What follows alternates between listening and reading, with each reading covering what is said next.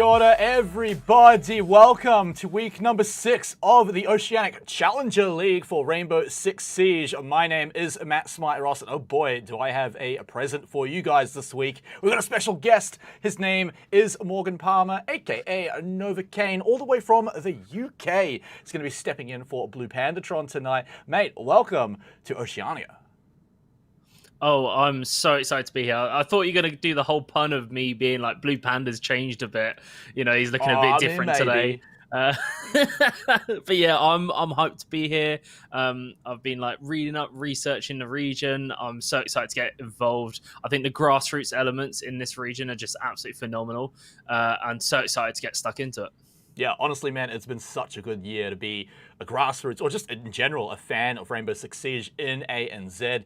And man, it goes all the way to the top. You can compete at the bottom levels in the amateur divisions, and then make your way through OCL, all the way up to OCN, APAC League, and all that good stuff. But you know what? All that sounds kind of complicated, so I think we've got a little video treat for the viewers here, so they can understand exactly how all of this works.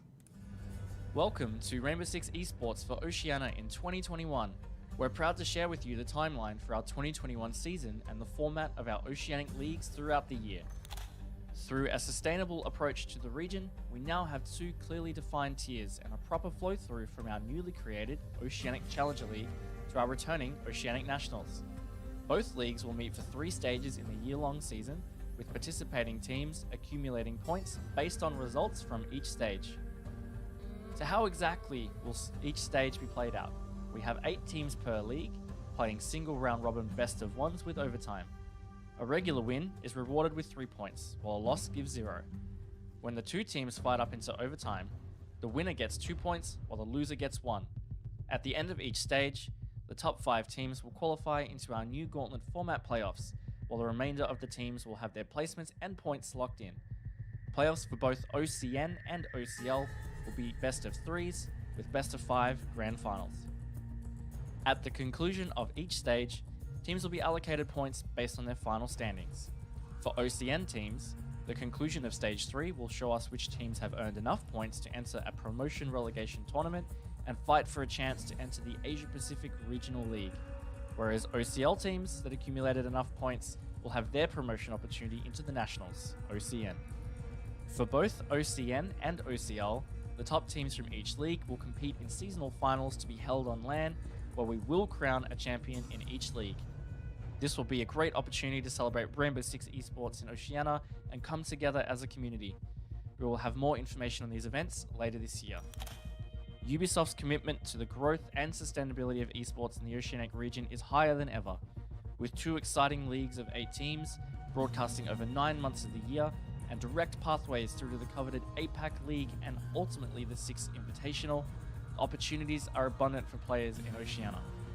You won't want to miss this exhilarating year of R6 Esports, so follow us at R6 Esports OCE to stay up to date with our season, support your favorite teams, and catch exciting content from the best players in Oceania.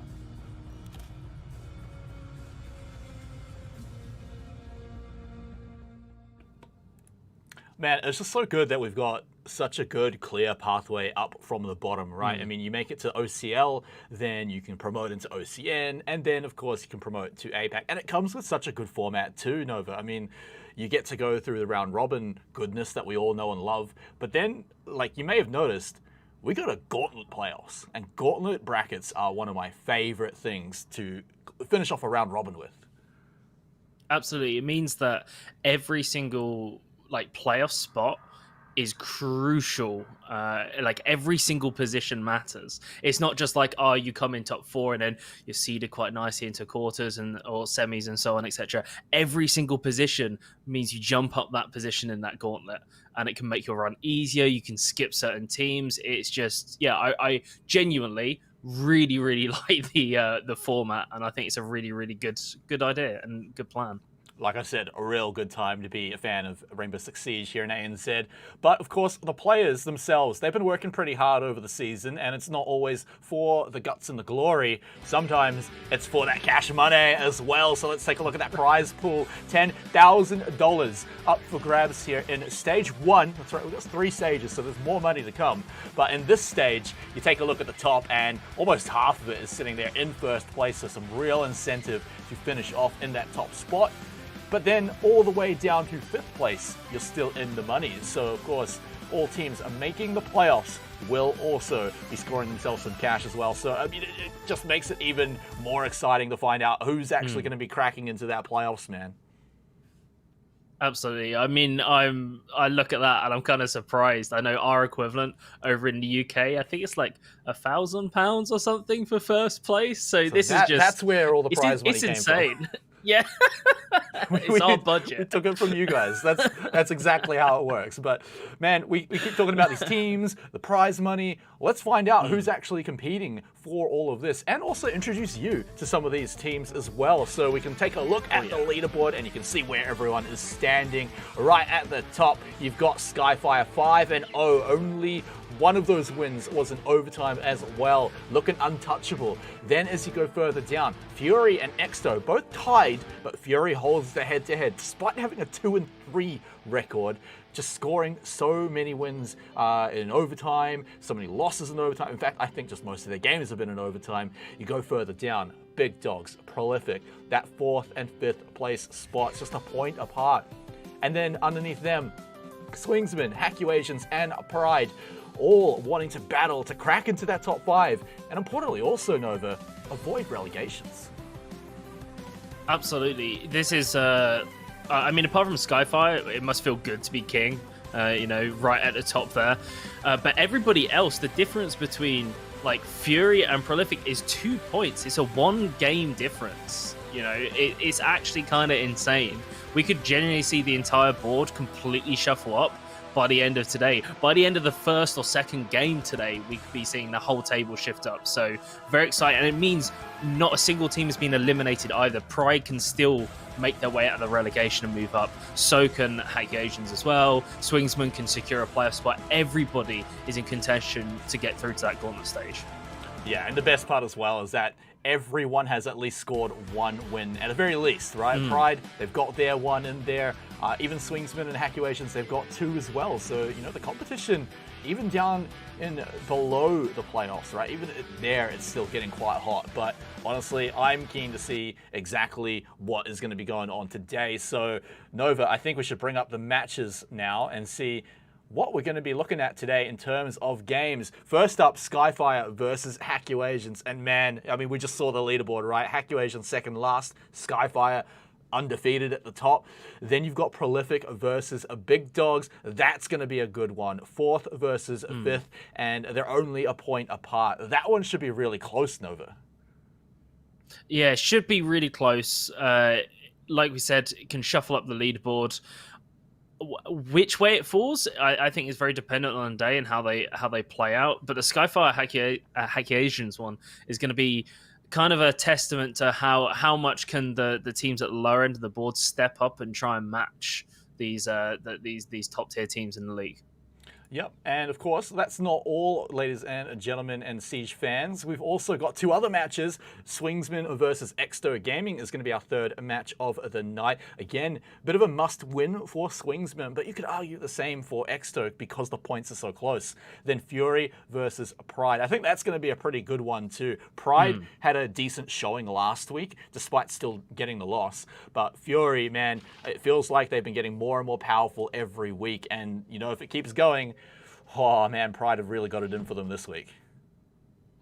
Absolutely, and Pride is kind of like looking at their previous results.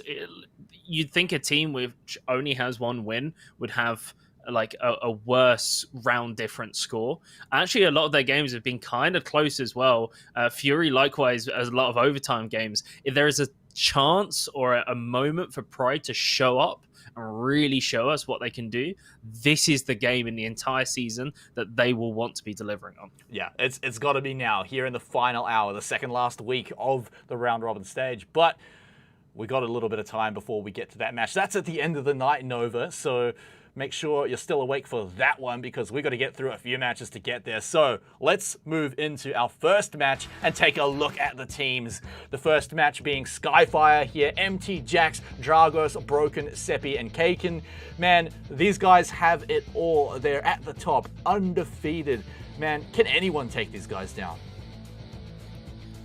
I don't know. It's hard. They've got, actually, to be honest, they've beaten most of the second and third place teams already in the season. So they've got, on paper, relatively easy games to close out the last two weeks. And on top of that, every single one of these players has entry prowess, which is quite rare for a team. Usually you have one or two players who are your entry, who will be first through the door. Every single one of these players can win their ones, and that is actually terrifying for any team that goes into them. Oh man, you should see them in clutch situations too. It feels like the same thing can be said. But let's move on and talk about their opponents, the Hakuasians. These guys, they had a pretty strong start when they took down Fury in overtime, but it's been struggle street since then. Pika, Owen stepping in as the coach for a sub tonight, Wazoo, Testa, and Zane. So, I mean, look, in what is arguably, or not even arguably, almost definitely their hardest match this season, Nova, having a coach step in, I mean, what does that mean for the team?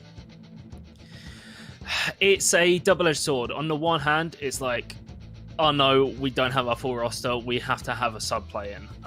But then on the other side of the coin is, already they're the underdogs in this matchup, and with a sub coming in, even though it's their coach, you know, the expectations are going to be arguably lower for them, so they can relax. The pressure's off. They can just calm down, play their own game, and kind of have fun with it and get into the zone. You know, you see it a lot of time, even in pro player and other esports as well. When the subs come in, suddenly it's like this honeymoon period where the team just relaxes, they play their style, and they just win. And that's what I want to see today.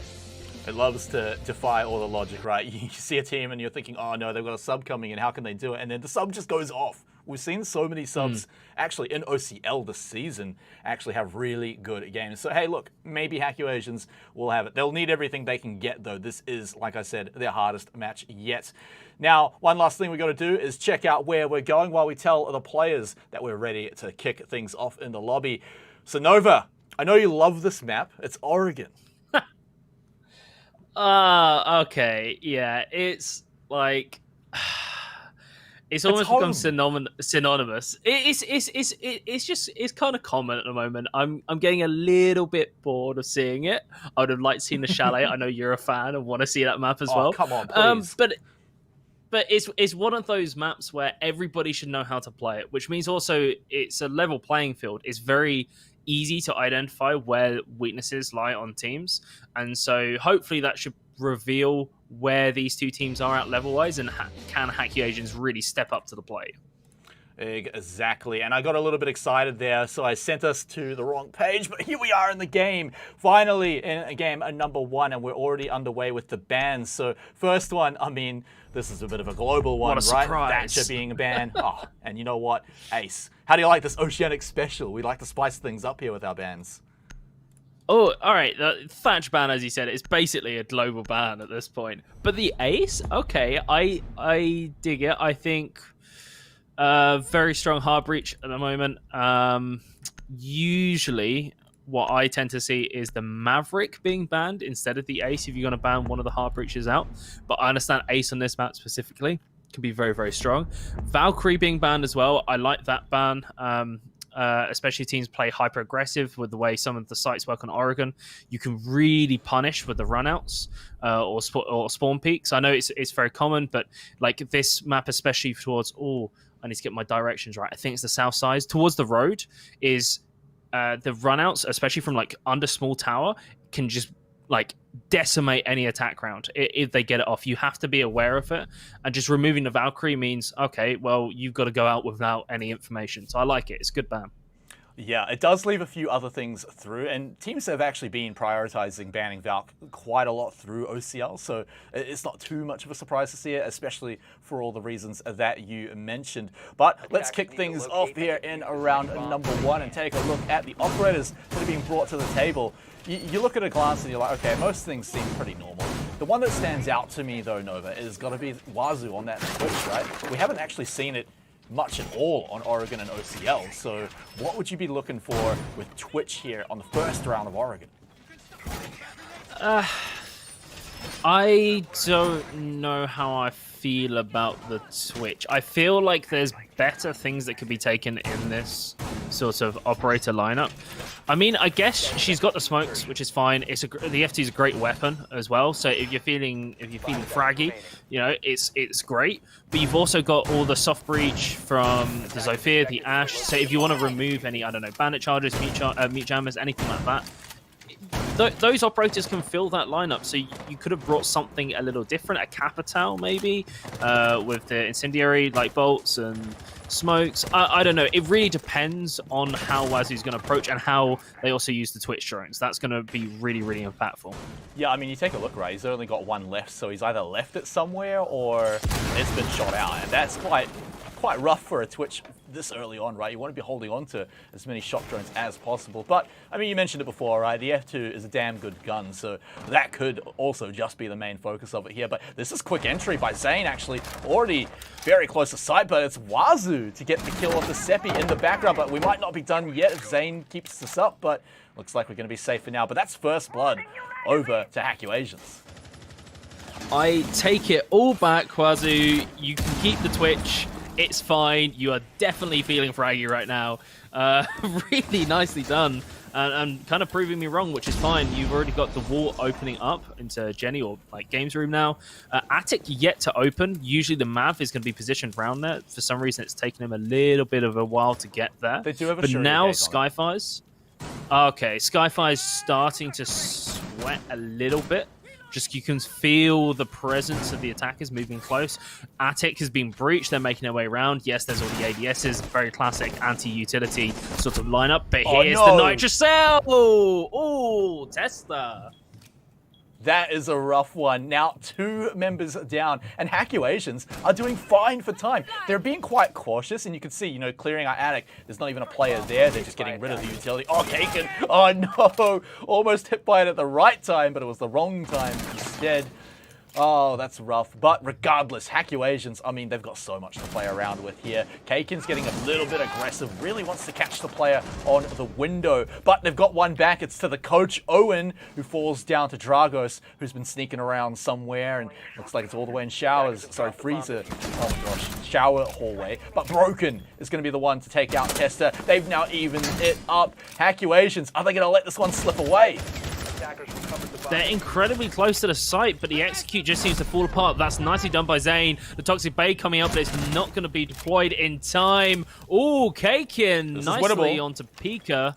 Wazoo is going to stick the defuse. I don't think that smoke is going to be able to connect. It's not quite there. He's in between 2 smokes. Zane does it. Hackulations take first round.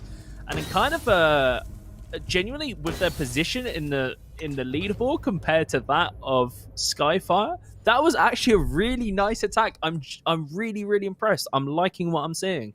It was really good, but the thing is, it kicked off when Wazoo took out Seppi right at the beginning. No Jaeger to play with at all. That's a pretty big deal. So for Skyfire, it could be as simple as just solving that problem, right? If Seppi doesn't die so early on, maybe if they have the full 5-man squad, it doesn't look so easy for Hackulations. But even then, right, Hackulations had trouble kind of sealing the deal, right? Like, I saw moments where I'm thinking, oh no, you know, Kaken's going to 1v2 this. Skyfire are going to bring it back somehow, and we're going to be heartbroken. So, Hackulations, great first round. They got the point, but let's see if they can keep it up. Yeah, I need to keep an eye out on the drone economy there, because it could have been a case of when they got to that mid-round, they didn't have enough tools to get the information to find out where Broken was playing on the Aruni. You know, find out where Dragos was on the Malusi, and where these sort of players who are going to swing them from, you know, their semi-anchor players, or they're going to flank you. If their drones aren't alive, if there's not enough information available, you can see they kind of pause because they didn't know what to do. They didn't have the information to make that mid-round decision.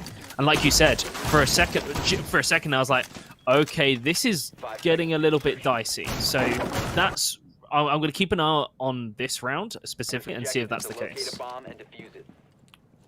Okay, Hackulations Solid first round, but they are going to have to keep it up. But that should get their spirits high, and I think that's exactly what a team like Hackulations need at this critical hour, right? Dragos, though, let's take a look at what this man's doing, because he is pushed up quite far forward on an entry point that attackers, when they're attacking the basement, do quite often enter quite early. But he doesn't see it, but he's tracking them outside. He's got a pretty solid idea of where they are, I am assuming purely through sound cues. Unless the default cam stayed up. Well, sound cues, or it could just be kind of like just an instinct read. Okay, they haven't gone through the main door, so they must be probably going through construction, so I can swing out and peek or what have you. You know, some players, you look at it and they've just got like this sixth sense, it feels like, but it's that experience. This is a very classic setup though. The shield, the smoke, the two ADSs as well, very hard to displace. Kaking really can just sort of tank so much utility. His job here isn't to get any kills. Purely it's to waste time, force them to respect his position. He can block them from coming in. That might be a little bit of an issue, is the fact that they've brought the Hibana and there's nothing really preventing him, but you can see Seppi potentially as a lineup on that Jaeger. Yeah, we'll have to hold him tight for that one, but the ADSs are going to start to be burned. Early Toxic Babe is going to give Kaken the easiest retreat of his life. If he chooses to reinforce it off as well, he can block that one out, but has it left open. They're going to go to take the corner. They've got that little tiny Hibana hole, but oh no, Kaken, he tried to go back through, but got taken down. It's a trade though, as Owen has been sent back by MTJax, but they're already on site. Pika storms into the site, getting a double kill while quickly traded back by Dragos, but that's now another man advantage to Hackulations. Even if Tester's not looking all that healthy, Dragos takes a few clips, but will survive for now.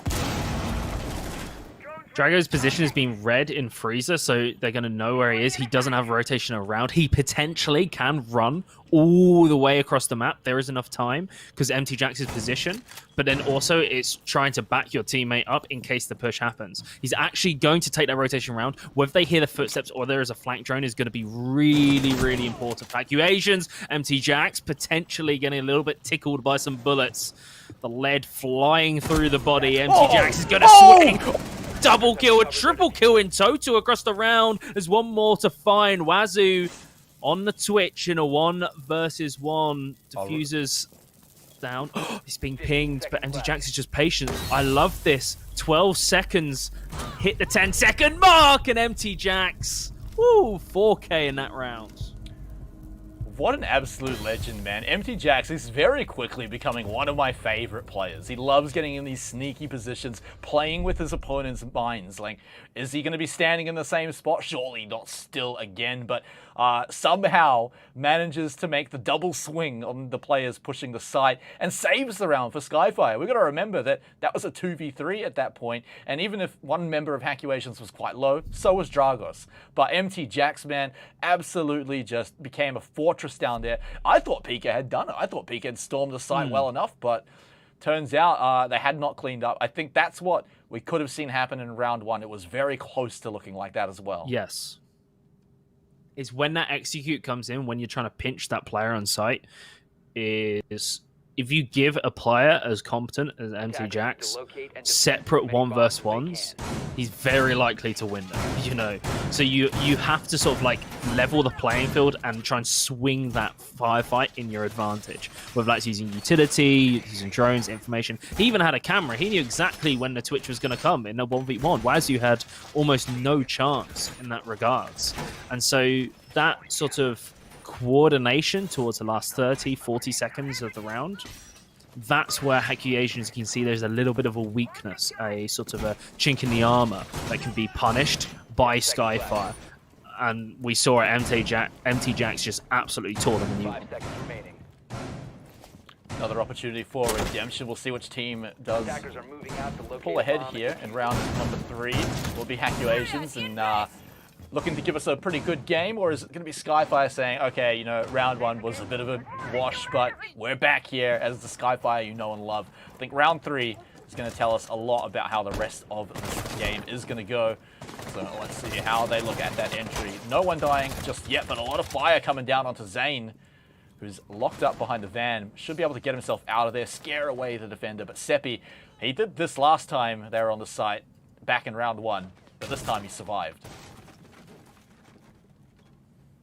Seem kind of hesitant on getting into master bedroom. I'm not sure what they're so scared of right now. They're really taking their time to drone out early on. Oh, okay. MT Jax is going to plate the mute jammer, so that might cause some problems for Testar. But for now, in the first minute, no one really has been punished. But master bedroom's control has gone over to the attacking side, and they're going to start to apply pressure. Oh, and the Mav is also opening up Attic. So the attackers are going along with a plan. They've got that checklist. They're starting to tick it off. But this is where Hacky's agents started to struggle. Will they struggle once more?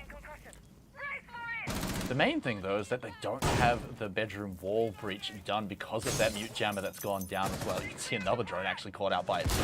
Attic push going fairly well, decently. They've got the Zofia to burn all the ADS too. That sounded like the shield going down, but MT Jax, he's making sure this wall is on lockdown. No silly lasers around here. However, unfortunately, was tucked away too far in the corner, could not quite get that one, and so the wall becomes a breach. But we know how MT Jax fares in battles like this. Tight around the corner, close range, shotgun. The man loves that weapon. Broken's even giving him the sightlines, the call-outs. So it's going to be tough for Hackuations. I kind of... Weirdly enough, I like the fact that it's open purely because of Broken's positioning through that soft wall. Allows them both to set up this really, really nice crossfire. It's brutal to go into. And so they can guarantee at least trading. And here we might see it. There we go. There's the first coming through. The cross doesn't even need to come in. But the coach gets his first, his second as well. Very nicely done. MT Jax suddenly doesn't have his teammates back him up, so he has to back off into a slightly different position. He's going to actually jump forwards. He gets caught out in the animation, and this is all coming up the attacker's way. The rotation's coming through by Seppi up the white stairs to try and help out, but the coach is on a roll. Owen, where was this in the first 2 rounds? This is fantastic stuff. Yeah, but absolutely critical, though. Oh, well, up the stairs. They'll clean that one up. But yeah, Owen, he was outside a big window, got a kill through that, and then Dragos thought that was the moment to strike. But Owen absolutely turned it around on him, and it felt like everything else for Skyfire just kind of fell apart after that one. Even MT Jax, he was holding his position fairly well, but as soon as he took that vault, that sound cue absolutely tipped Tester off, who just went for the swing, got the kill, as easy as pie while he was stuck in the animation. So Nova, I think we might actually have a game on our hands here as Hackuations have got another round. They've got the lead and they're feeling, dare I say it, consistent. Yeah, consistent. Their attack as well is like, I was looking at the stats for the region on the attack defense disparity, and it's like it's quite alarmingly attack seems to be, especially for some of the teams further down the table, is their like weakness. It's their area that really they need to work on. Getting 2 rounds already is great. If they can get 3, they have done a phenomenal job already, and that sets them really well for the half change when they go over to the defensive side. So very positive signs. How do they rally, and how does Skyfire change to make sure that they're not slipping away too many rounds? Well, it could be another MT Jax superhero moment, or it could be the rest of Skyfire also pulling themselves together, because you take a look down the numbers and it's just really MT Jax picking all of them up. 5 frags, the next best is going to be 2. There's a few people on Big Donut, but you look over at Hackuations and they're all doing fairly decently. They're sharing the frags around. It's one big family, and it just feels like when this team is activated, they're going to be quite a tough one. I'm just glad to see them show up against Skyfire when they really need it the most. Yeah, this entire day is quite, David versus Goliath. There's, it's essentially on paper the stronger team versus the weaker team. Pretty much every single game, apart from I think the second one where it's like 5th and 6th or 4th and 5th.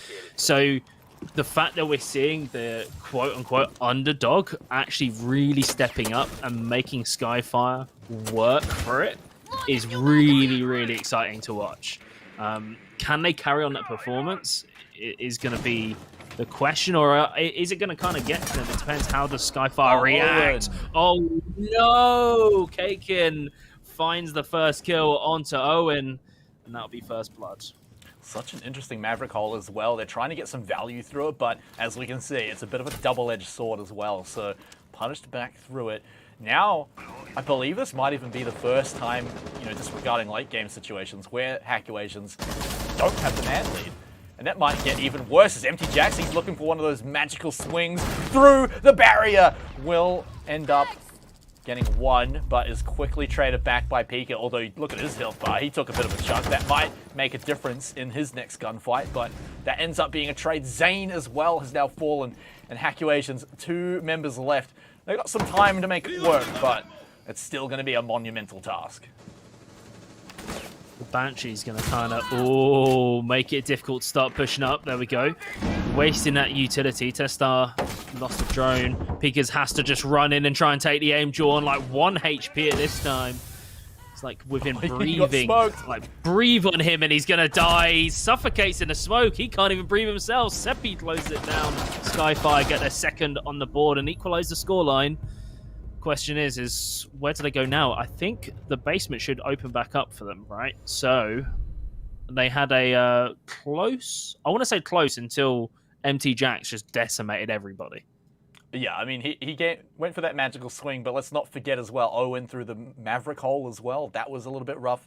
I think one of his teammates clipped a bit of damage themselves as well. So it felt like just a few small mistakes that Skyfire were happy to jump on in just different parts of the map, and it just kind of crumbled from there once Skyfire grabbed the lead. Please lock it in. Wazoo, I love you. Keep that one in here. Blitz coming to the party here in Oregon. We've got a fairly aggressive looking lineup too. You got the Iana in there as well. Zofia can clear that, any kind of utility that you need. And Iana can essentially almost live drive you. So we've got a pretty aggressive team. And then, of course, the Blitz, right? That's the main one we're talking about here on the attack into the basement. And it's clear that they're predicting it as well.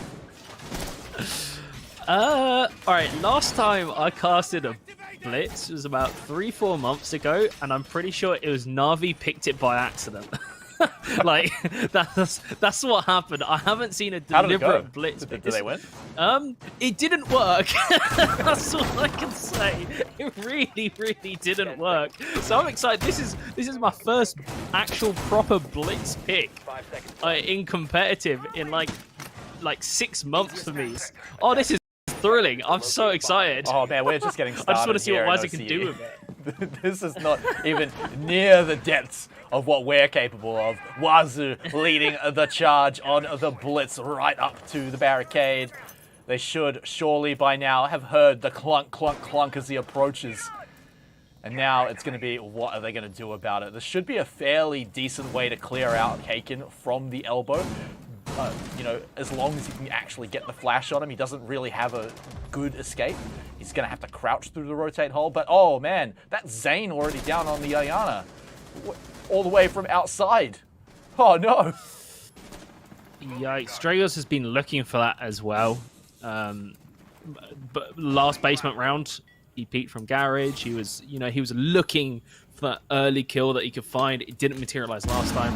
It feels like something that Hackuations really should have kind of sort of communicated over. Still not finding a kill in the Blitz. Broken. Decimates 2. Pika's trying to hold on from the stairs, but his position's known. He's going to get aggressed towards, but he's given a freebie onto Dragos.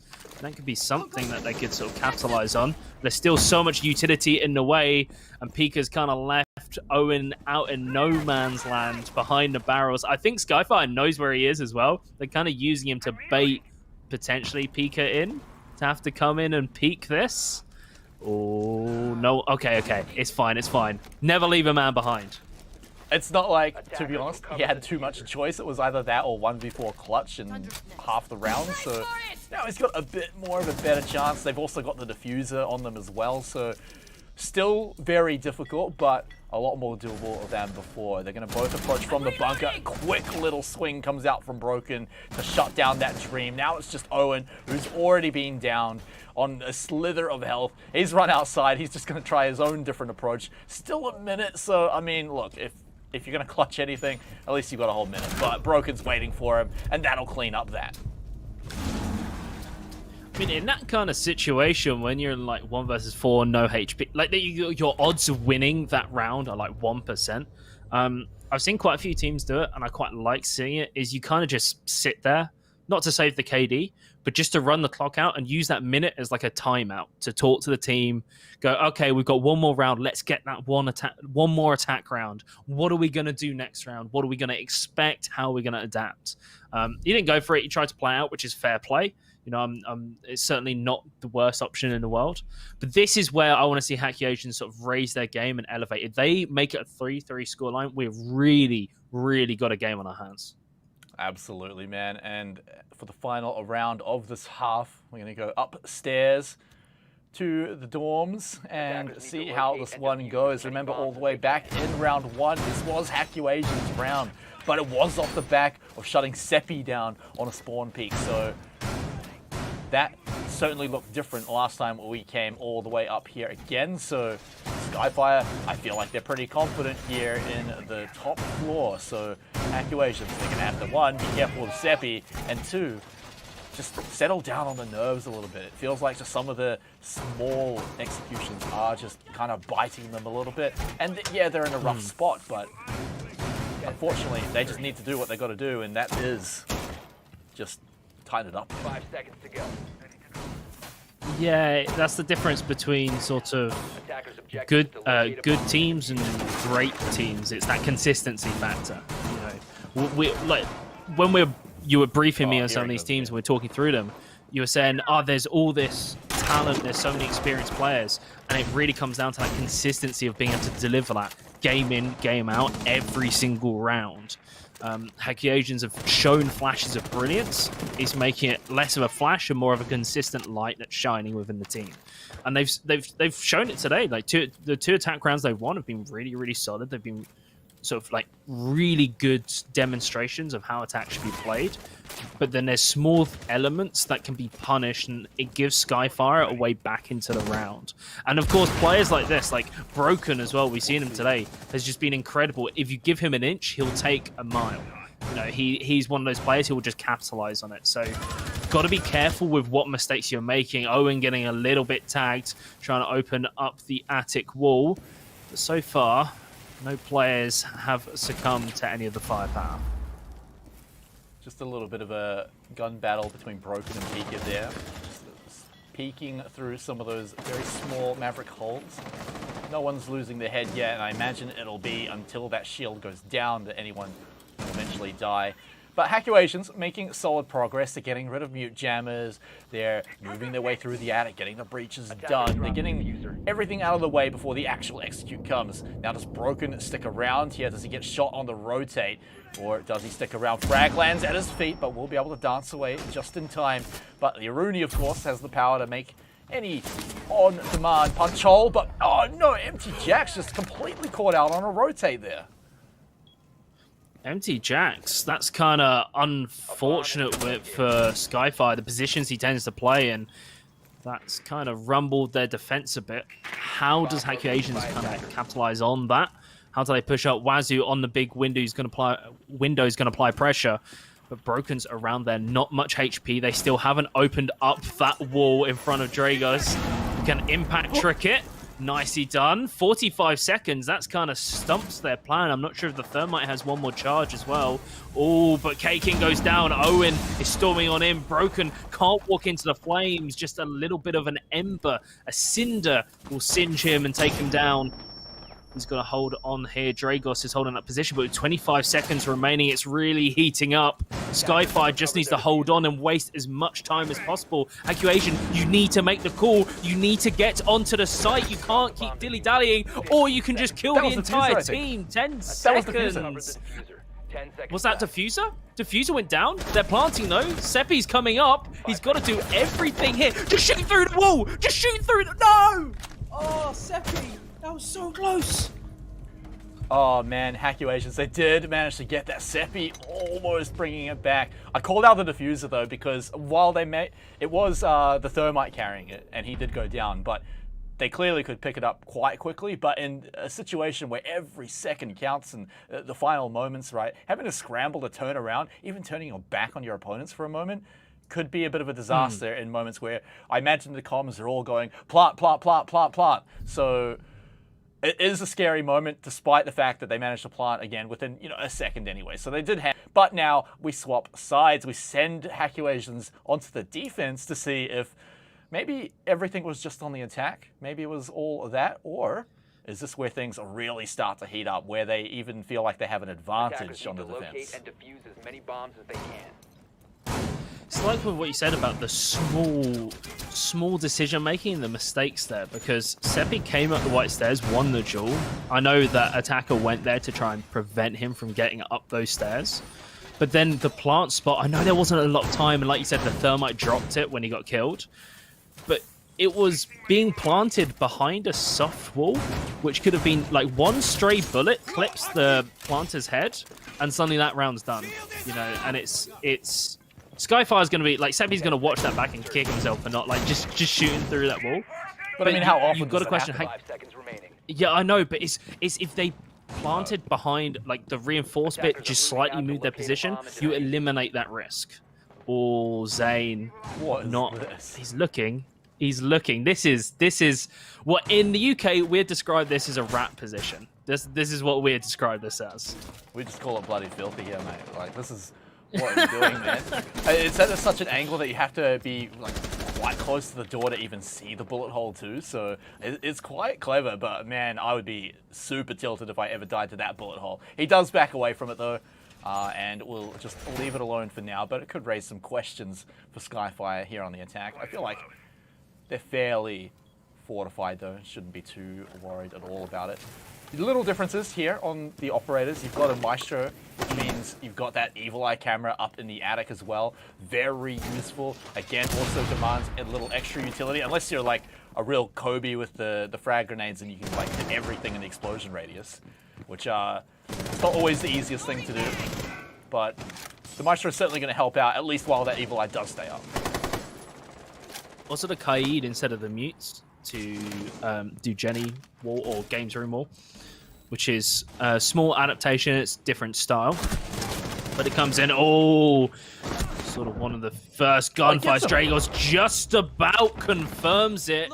It took a while to get there, but Dragos comes out on top, but Wazoo replies immediately onto Seppi. Progress made in the attic. Oh, very close with death there. Broken could have stolen that one away, but Toxic Babe's coming out pretty early into the round here. Normally you want to wait until the final 30 seconds, but that attic seems to have been mostly abandoned now. It looks like it's going to be down to the final hold. Wazoo making this final hold look pretty good, as that's a kill onto Cake and a very valuable member of the Skyfire squad. Dragos evens it up by getting Zane back. The empty Jacks sneaking up, misses the shots. Oh, I would have loved that. Now the player prone going to be firing back. Both players dropping fairly low, but no one dying just yet. But now it's on Skyfire with not that much time left. Located a bomb. And they don't have the diffuser. It's not for them at all. Wazoo, that's why he pushed into master bedroom. He saw the diffuser was down in trophy and could push around and hold it. And that's the beautiful thing about Maestro and why I love the operator. The Order is such an incredibly strong weapon, but Broken's trying his best to try and pull them back in. Tester immediately replies, 25 seconds. They still don't have the diffuser. Wazoo is doing absolutely everything. They cannot displace this Maestro, and it's all on Broken in a 1-on-2. 15 seconds. He has a Reaper. That Banshee's going to reveal his position, and Tester finishes that one off. Accusation, it's a two-man show, but man, the ratings are good. They come through with their first defensive win.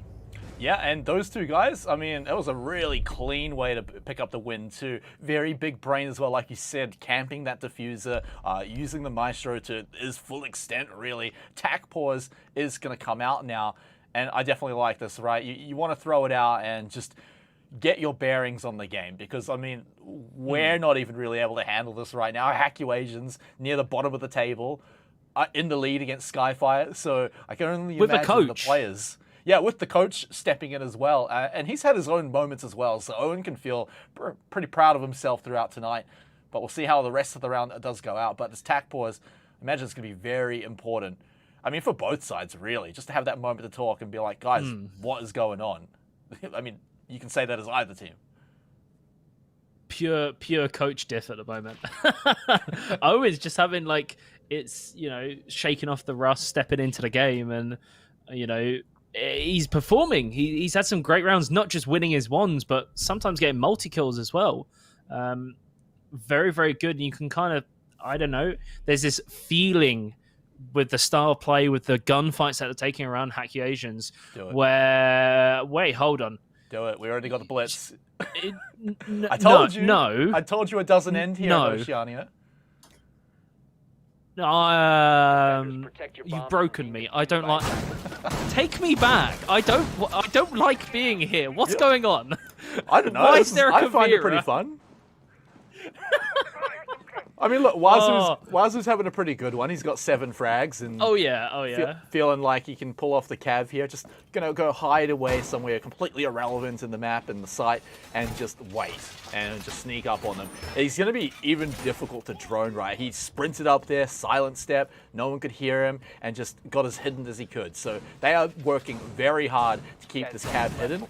Now Skyfire, they might sniff something's up. They saw the 6 pick, but I mean, how many times are you gonna say, guys, I think they're running cav?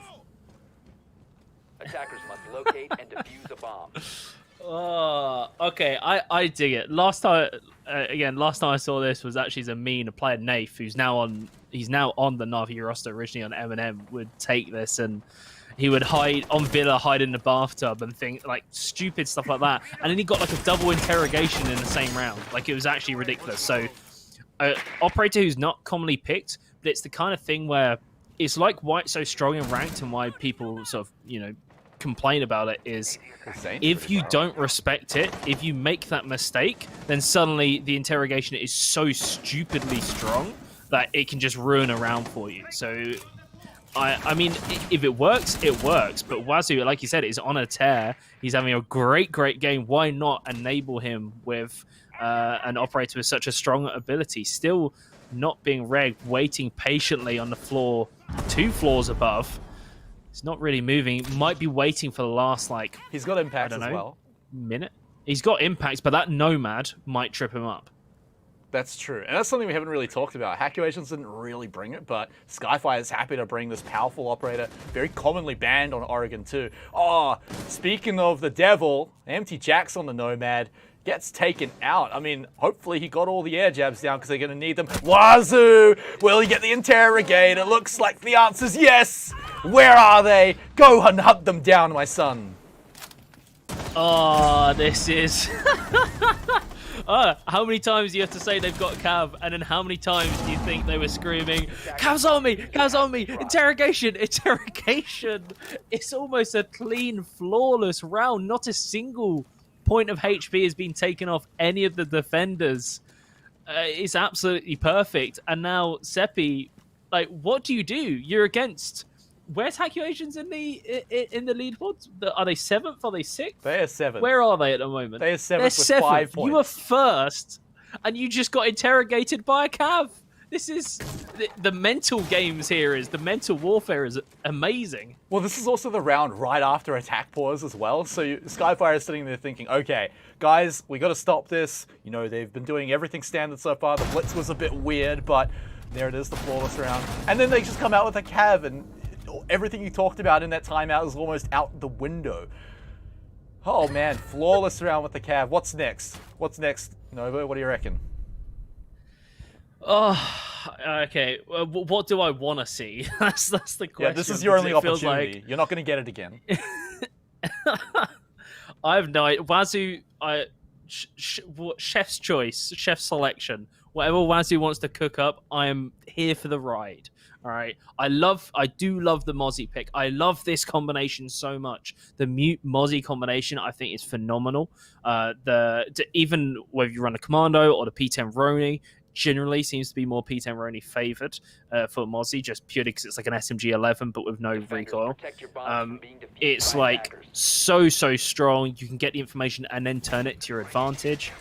You've got the Kaid. This is a really nice, for me, a really nice default defensive lineup, and it's a real hard nut to crack if you don't call out where the pests are, where the mute jammers are, and you get caught out and lose those drones needlessly. Yeah, it comes with the added benefit as well as a little bit of extra wall denial if you can find the good spots for them. The other great thing as well is that they can really lock off upstairs, which is so critical on this site. Drop a few pests, drop a few mute jammers on the stairs, and suddenly the attackers have to go through those awkward windows to get inside. So plenty of control should be given to the Hackulations here in this map. And you take a look at the utility as well. They're all pocketing pretty much everything so far. So they clearly are staying adaptable, right? They're waiting to see where Skyfire are coming from so that they can easily make sure they've got everything on lockdown from that direction, the best advantage they can possibly get. So they've gone from a cav round to playing a standard round very, very cleanly. Yeah. The only slight, if I was to nitpick, is the fact that there's 4 nitro cells. Feels a little bit OTT, that's a benefit. but that's but like I said, I mean, it's a benefit. I mean, we could see one right now with this Mav opening. You could chuck one through. That's like a nice double kill. No one's like really got the lineup, but no one's checking this at the moment. Hopefully, like the Asians, Wazoo doesn't just peek this and get caught out. He should get the audio cue there. That the fact that the reinforcement is being collapsed upon, and now Peek is backing him up to also peek towards Attic. They know that this is where the push is gearing up for. Testa's going to be coming down underneath and potentially be greeted by Skyfire just through the door into green. He's going to have to back off. The electric claw goes out. It's not going to be quick enough. And now the pressure is being applied on him. Is he going to back off or hold this position? I feel like he's going to back off. It's a risk. The Electric Claw is actually helping sort of keep them at bay a little bit, plus the Banshee on the other side as well. Dragos is going to walk in, somehow wins that out, has no right in winning that against Zane, gets 2. Dragos is ripping Hackulations apart. Yeah, this should open the floodgates right now for Skyfire. They can just walk right in with a 5-man squad, take the trades if they really need to. Owen's actually looking to hunt him down, get the vengeance for his squad. Dragos, he's hiding away. He doesn't have too much health, but could easily get more with the swings. Oh, there it is. The shotgun comes out to shut him down. But oh man, they still lost a member on the attack and the defense. Plant going down now. Hackulations on the retake. And it's a 1-on-4 Pika on the Jaeger. Has to try and find pretty much everything. Swings around the corner. It's nice pre-fire. Not quite lined up correctly. I mean, that round was looking kind of like we usually see. First, like, minute and a half, takes time, and then suddenly, Hackulations just completely just got decimated. Dragos just did, you know, he got a double kill in a position where he really should have been punished for it, but he got away with it and he took it. He even drew the 2 remaining defenders over to his position just to deal with him as well. It was just, like, really, really solid. I've been keeping or trying to keep track of the opening kills as well. Dragos is currently leading the way with 3 opening kills so far and 0 opening deaths. Every single duel he's taken throughout this game, he's won. He's 3 for 3. Everybody else is sort of like a mix, or, you know, and it's spread across the rest of the team. But Dragos has been very, very consistent on those entries. Yeah, and Dragos is definitely a valuable member of Skyfire. Can often be kind of on the flank on the attack, which is a little bit rare, almost like a roaming Jaeger, but just full on the attack as the Ash. And so the man can definitely pick up the frags, and when he gets in fights like that and wins, you can certainly see where the value comes from. Tac pause has been called by Hackulations. It's going to be dropping now. So everyone's had their time to chat. I like the Hackulations throwing it out here. It kills a bit of the momentum, if any, that Skyfire might get from that 1 round they get, because, you know, imagine Skyfire win this round as well. And then it's 5-all. Next team to win gets, oh, do it. I don't even care about my point. Do it. There it is, the clash. Yes. This one's a little bit more normal on Oregon, at least, you know, than the other 2 that we've seen tonight, but still a little bit rare. This is more meta, for lack of a better term. Kinda would have liked. Yeah, usually in basement you don't usually see it on Kid Storms. The other factor, and I always bring this up, is Wazoo's your top fragger. He's the one who's like yes, the entire team is playing very, very well. Like, it's not at all a one-man show, but he's on 9 kills so far. He's pretty much got a kill, like, on average every single round. and you've just put him on a shield op. But then again, Clash is one of those operators where if you don't play it or you haven't practiced it, especially with the team across the different roles so other people can pick it up, it's not the kind of operator you can hot potato and just throw to someone else. And Jaeger, everybody on the team can play Jaeger and understands how it plays. Clash, a little bit different, but let's see if maybe they've got they took the tactical timeout, so maybe they've planned and prepped this sort of strategy in this scenario, and they've got an answer for it. And to be honest, it'd be very good for holding Attic as well. That it would be indeed, even with a bit of backup too. Zane is actually below him, so not really backing him up. But if anyone did, they'd be able to come in and pop out for some peeks and pick up some frags themselves. But this one should be a fairly decent hold for Hackuasians. It's going to be definitely about how long Wazoo can hold that Attic, because if he has to retreat, that's fine. But if he can burn down the attacker's clock well enough, then he's done his job. If he picks up any frags, it's really just a bonus. Taking a look at this drone here, Kaken. He's tracking a defender pretty well, and eventually they're just going to have to get out of there. I think they saw the drone though, but they should know the jig is up and will be immediately evacuating that meeting hall. Backing out of the position, Wazoo. He's holding out. So Seppi knows where the Clash is hiding. But it's cost him a drone.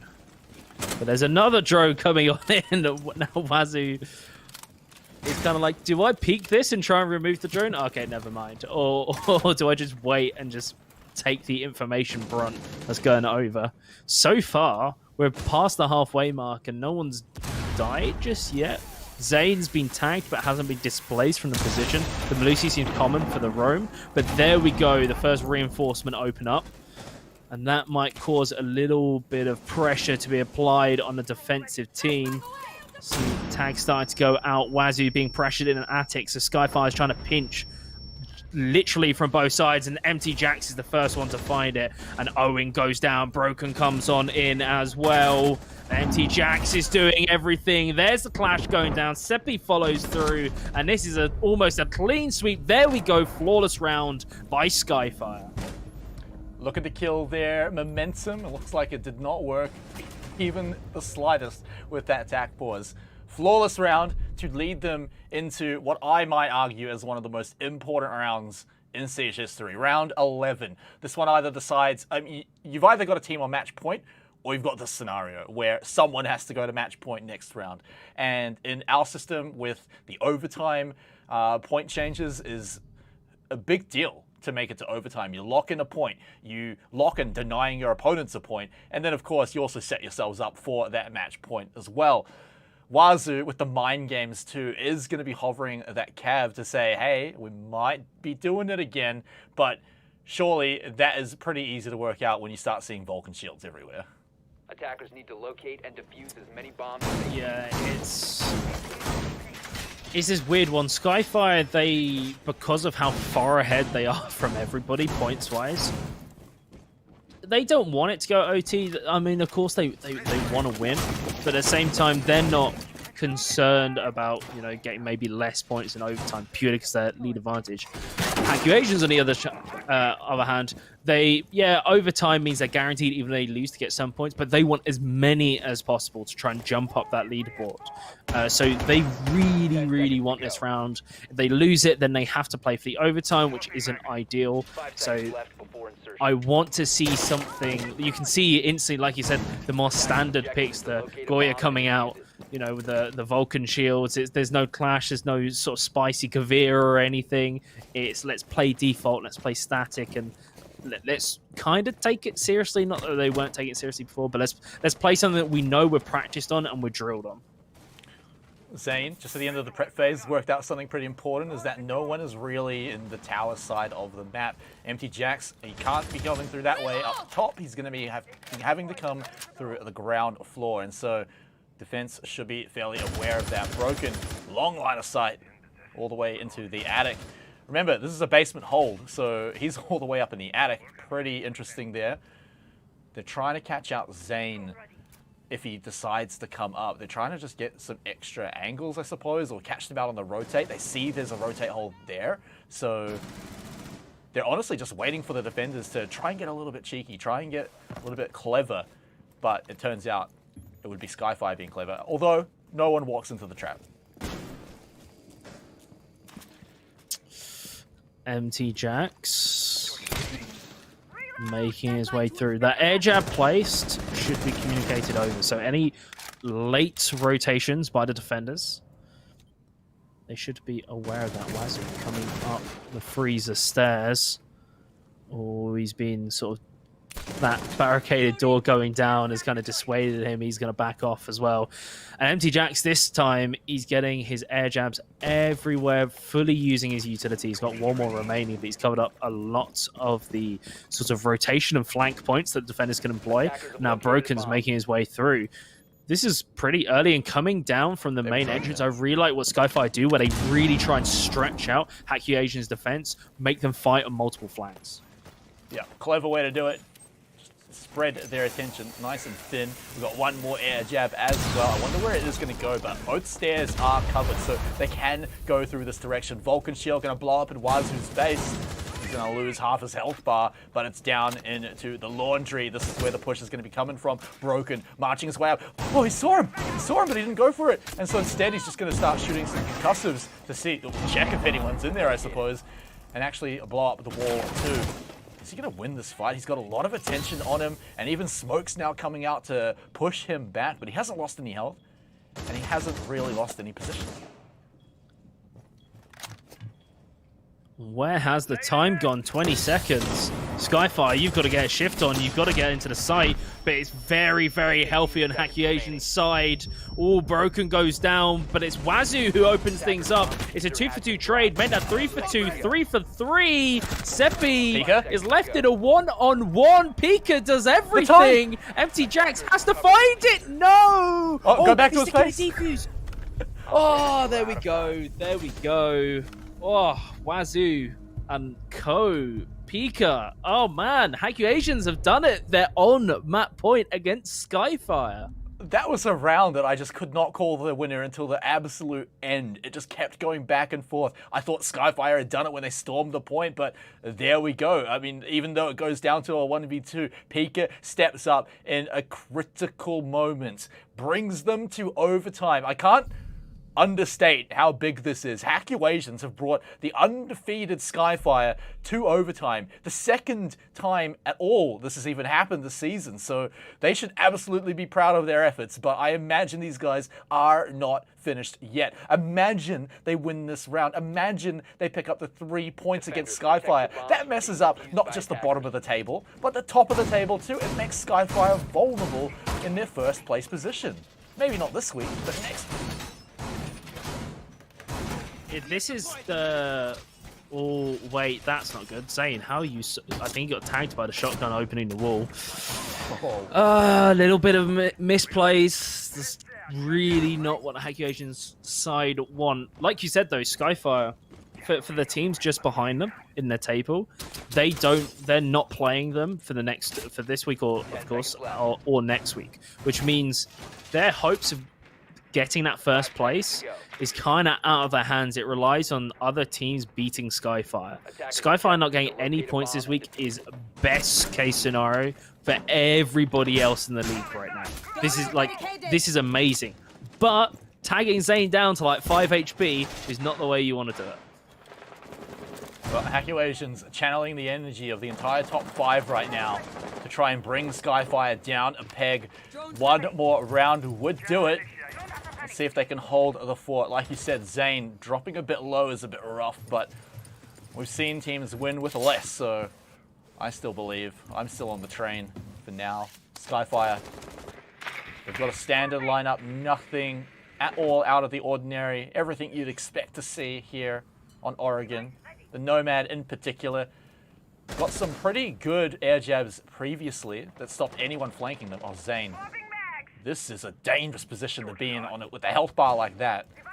He's really got to hope he gets the first shot. He's moving up. He's inching up. If an astute player would be able to hear even those silent crouch footsteps. But no, he gets the jump, but he still doesn't pick up the frag. This is where he has to book it. He can't afford to fight. But Pika flanks broken. What a big brain synergy play. Oh, Dragos down through the kitchen. We'll get that frag to trade Pika back. But hey, look at that. They managed to get the flank done. So Hacky Asians, I think they can be okay with that. Zane was in like kind of a one and done position. It was you either get the headshot or you get headshotted. Luckily for him, Pika was playing around his position. They've just lost the Jaeger and the second top fragger on the side, so going to be a little bit tricky. But likewise, Broken goes down on that Zofia. That's a great fragger off the board and operator. So it's kind of it is even across the board. It was kind of an even trade. Skyfire, they're starting to run the clock down. They've ticked off a lot of their list on the attack. They've got attic control. They've moved on through. But the question is now is how do they aggress on towards? Last round, it was very messy, very back and forth. They want to avoid that. They need to calm down. Otherwise, Hacky Asians might serve them their first loss. Zane's on a bit of a journey to the basement. He might be a factor later on in the round. We'll hold our breath, though, because half a minute goes. Oh, that's Diffuser. Oh, and the coach swings on the cake, and he might get traded back. Eventually, they're finished off. Can Skyfire get the Diffuser back in control? Zane is very close to it. He can swing on it. He doesn't have much health, though, so that could easily go the way of Skyfire. 20 seconds, otherwise Hacky Asians might clinch the 3 points against Skyfire. This is getting tense. It's a 3-on-3, but Skyfire have a monumental task. Tester through the big window, and everyone else at the same time. 3 points to Hacky Asians, taking down Skyfire for the first time this season, the first team to do so. Is it my presence here? I said, oh yeah, okay, so today we've got a lot of the big boys playing against the small boys, like, going through this. And we've just seen an upset in game one. On paper, it should be the most one-sided game. What's going on? This is amazing. I don't know, man. I'm super keen. We've got some interesting operator picks too. So Hacky Asians, they did it with their style too. They're not going out there and stealing anything away or just playing the same game but better. They played their own game and did it better as well. Huge congratulations to these guys. Big implications on the leaderboard too, I might add. I mean, this is going to put Hacky Asians now tied in 5th place. I'm not sure how the tiebreaker works out for them. Their round difference hasn't really been that great, but other than that, it sets them up in a business week. If it goes well again, they could actually stay in the top 5. That is not at all out of the realms of impossibility. Yeah, it was the narrative we were setting up was anybody can still make that playoff spot, and also anyone in relegation can get out of relegation. Hacky Asians have done exactly that. They haven't 100% secured it, but they've certainly, like, the 2 steps that they need to take to ensure it, they've just ticked off that first one massively. Like, out of all the objectives they did, that was probably the hardest one, the hardest matchup in the entire season. And what a time to come up.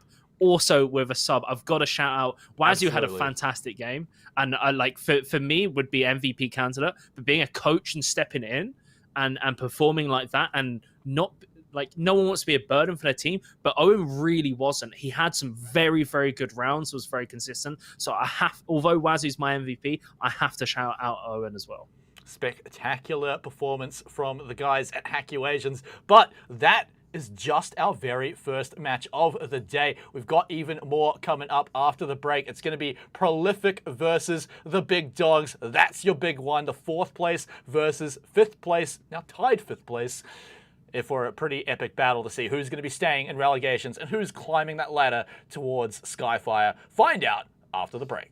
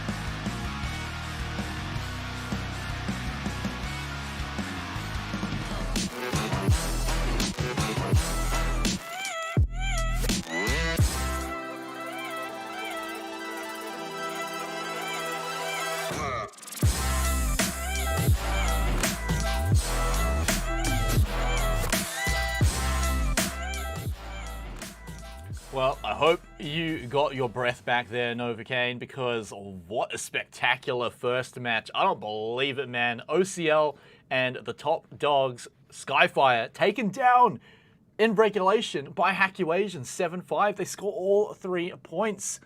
And who knows what the rest of the day is going to look like. Yeah, today was the case of the underdogs versus the top of the table. And today we've seen arguably the biggest disparity, 7th place versus 1st place. And there's been an upset first game. So could be the signs of things to come. Who knows? We could be seeing more upsets. We'll have to see. But this next one should be an absolute scorcher. Yeah, all right, let's dive right into it. We called it David and Goliath, not this one. This is 4th versus 5th. First up, you've got Prolific, Levi, Nova, Mixes, Tracy, and Fluxus, with probably the most beautiful lineup of men on this entire league, right? They look beautiful, and they're also quite great on the field too, Nova. So, I mean, these guys, don't you just love seeing a good close battle? Oh yeah, it's gonna be really, really good. I'm kind of excited for what map will play, because I think that will play quite heavily into it. But both these teams, especially this team as well, like Levi especially had a great week last week, and that was in a loss as well. He was just on a different level. He was like 12-9 in a loss. He was trying so hard to carry. Oh yeah, it was absolutely nutty. So Levi, certainly, I've got my eyes on him. Well, someone else you should have your eyes on are their opponents. It's the big dogs. A lot of fans for this team here. It's Boff, King Grills, Pac-Man Down Under, whose name is so big it doesn't even fit, Shaq, and Pants. These guys also looking quite fly. And they had a solid start to the season. But man, after last week, things did not look quite hot for them. Yeah, it got pretty rolled by Skyfire, 7-2, and although the players were sort of, winning some opening jewels and stuff like that, there was just, for lack of a better term, they just got destroyed, So for them, it's like a reset. This is their chance to kind of, shrug off what happened last week. Let's recover our start of the season performance and level, and really hit the ground running in how we're going to grind this one out. And this is a game that they, like we said, is very close, but both these teams can win. So they need to come in with this with the big dogs attitude of going, we're going to absolutely smash it. Absolutely, man. I mean, lots of talent on both of these rosters, but I mean, big dogs, a lot of their players, they have their shining moments. I mean, players like Shaq and King Grills are just absolutely insane, and in the games that they're doing well and incredibly valuable. So I'd love to see them return to form tonight. I'm sure Prolific wouldn't, but I want to see it happen because I love those players. But like you said, the map is going to be quite important. So let's get a gander at that one. Coastline. We got a lot of this last week as well, and I know you were quite jealous of that. Yeah, I'm excited. Coastline is one of those maps where over in Europe, it's kind of frowned upon. Like, a lot of teams just don't like playing this map. I personally quite like watching it. I quite like casting it. Interestingly enough, for the fact that this map made it through draft, Fury beat Prolific on this map last week 7-4. So for them, for Prolific, it's going to be a case of, can they sort of recuperate any mistakes, watch over the VOD, identify where they went wrong, and in that week's time have fixed those problems? Or likewise, is it going to allow the big dogs an insight into what they're going to do, and they can kind of counter-strat them a little bit? Yeah, I mean, a little bit of a double-edged sword for sure. It's always useful to have your opponent's last match on the map that you're playing tonight, so you've got a lot of intel. But of course, perhaps, they're feeling it. Maybe they're feeling like after last week, they got a few good rounds. It's not like Fury are a team that they should have completely stomped, right? Like, it's not too surprising that they took the L to them. So, 4 rounds is still respectable, but perhaps they're feeling like they've cleaned up their act after that one, and that's okay. And we might be able to see that tonight. Coastline, man, it's a map that can certainly reward certain players, right? That roam-heavy style is something that a lot of players love to do. So I expect we're going to see a lot of Shaq. He's going to be playing a lot of those 3-speed ops that want to get around the place and catch people off guard. Quite a lot like how we saw Dragos play in the previous match with Skyfire. Shaq, I definitely liken him to Dragos a little bit. But Shaq, yeah, when he looks good, he looks great. And seeing as you're here tonight and apparently making everyone play really well, hopefully we see the best Shaq ever. Coastline's that weird kind of one where there's an established method to it, but then, you know, a team can just play hyper-aggressive and it just works, you know? It is one of those maps where it's very frag-heavy, very mechanical, in its approach, very fast. And so if you've got those players who, like you said, can roam around and really start messing with the flow of the game, that is an interesting ban Ash going through. They can really destroy it. I've seen, like, you know, players like Doki will drone himself in and then literally sprint in on Ash and find an opening kill, like, without the rest of the team. So it's perfectly possible. But interesting Ash getting taken off the board, nerfing those attackers a little bit. Yeah, I mean, if there's ever a map to see an Ash ban come out, it's going to be Coastline. Lion as well. I'd probably throw him in that ring too. Not quite as commonly banned either. I mean, neither of these operators are really. But Lion, I mean, he has been seeing play, particularly on Coastline. So if you're planning on playing a pretty roam-heavy game, then absolutely throw him in the bin.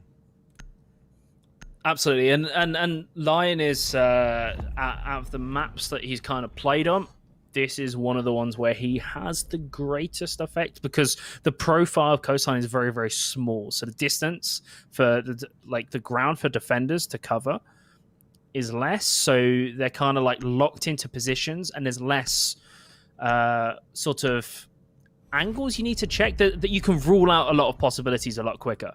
So him being taken off the board makes a lot of sense for the defenders. It gives that little bit of freedom for the rotations. Oh, the mirror.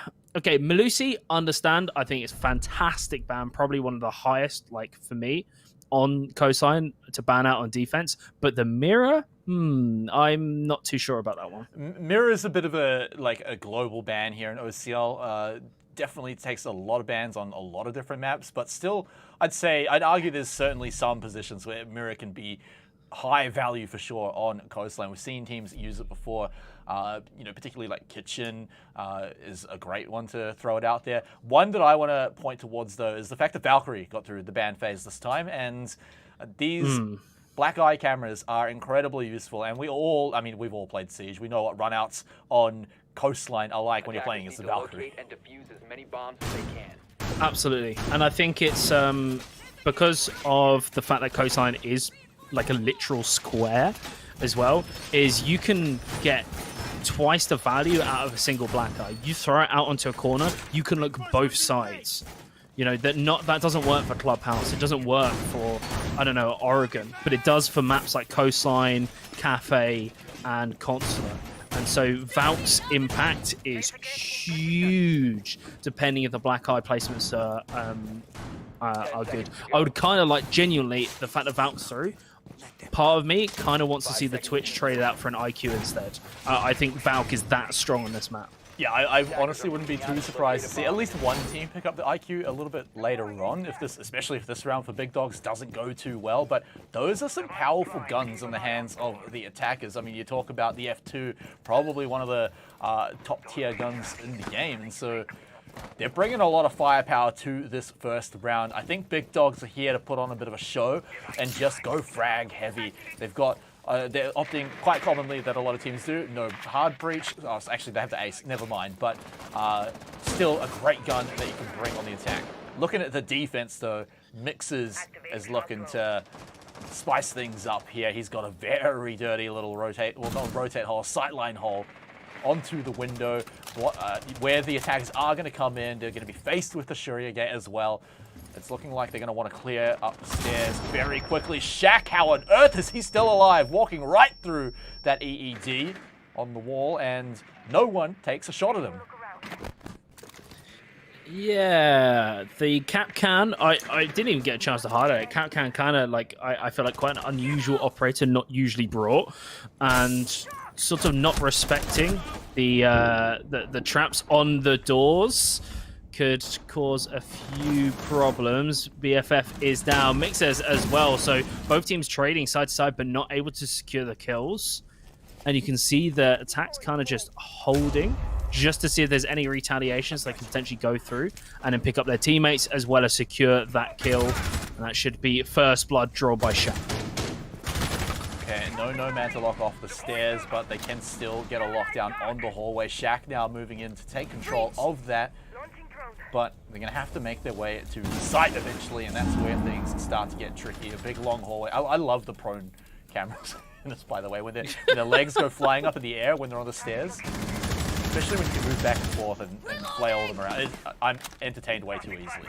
But less than a minute now for Big Dogs to clean this one up. They've got all 5 members up, but not all of them quite so healthy. They've got a good, healthy number of drones, so they can get that final bit of intel left to go. Call out the EEDs. This is going to be an important one if they can clear all of those off the walls, because clearly in the final half minute, you don't want to be running through EEDs or even worrying about them. You want to get them out of the way before you have to rush. Swapping back. So Pac-Man taking down the default on 90. Kind of long for that to still be up, but it's fine. They've taken it out. 20 seconds remaining, and they're going for that push. So sort of fighting on 2 flanks here. Pac-Man takes down Tracy. Falls and... wait, no, that's Shaq who's kind of fallen there. I don't know if he got downed, but there's a prone hold from the Aruni. King Grills is going to win that out anyway. Pac-Man follows through, and it's all up to MVQ and the Cap to try and survive this, but that's huge. The defuse has to be stopped. MVQ! What on earth? He just full-on sprayed right through the smoke, and I guess that's what you should do when the defender, or the attacker, is just planting somewhere you can shoot him, perhaps behind a soft wall. But if you weren't watching the last game, then you may not get that reference. A close one to be sure, but it certainly came down to the final portion of that round. Prolific looking like things could have been dicey when they went to 4v5, but they still had a lot of time to kind of rotate back, make sure that they had everyone in position, and it turns out to have worked out splendidly. But Fluxus, man, I mean, coming back in and just clearing up on the cap can. I mean, he got everything he needed and absolutely won his team the round there. I'm baffled by that. Maybe it's just a time thing with that plant spot of, oh, we just need to get it down and not really thinking, because the default plant spot behind the bomb was still accessible. Maybe they were worried that someone was underneath. That's where the cap can was and could have nitrocelled, which is understandable. But then again, that plant spot wasn't on top of the table either, so it wouldn't have been safe. It was just a bit of a weird decision making, and ultimately it cost them a round, because otherwise MVQ would have the cap can had to take a really wide angle, and potentially the diffuser would have been able to be planted in time. But like, it's kind of splitting hairs at this point. It's just late game decision making. But I reckon that Big Dogs could look back at that one and be potentially kicking themselves. Maybe I missed a trick, and there's a reason why that plant spot happened. It's just more safe. They did have the smokes covering it, but in this one, they've got to be careful of that pulse.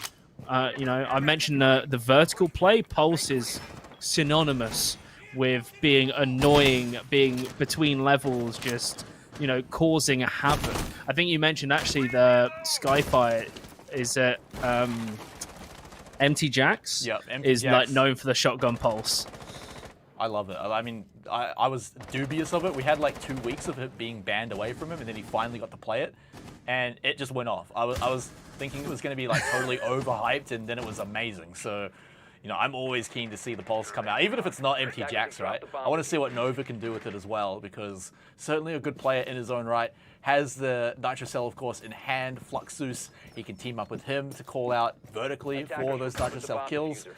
Big Dogs, on the other hand, they're going for that vertical clear, just getting the top floor all done, clearing out the Shuri gates downtown. We've got a hallway battle going down, along with the Gemini running down the hallway, going to distract Levi just a little bit. How long does he stick around? I think they also still have the 90 cam up as well, looking down it too. So strong position, but it's Levi to eventually go down, followed quickly by Mixers, and that is a huge disadvantage now for Prolific.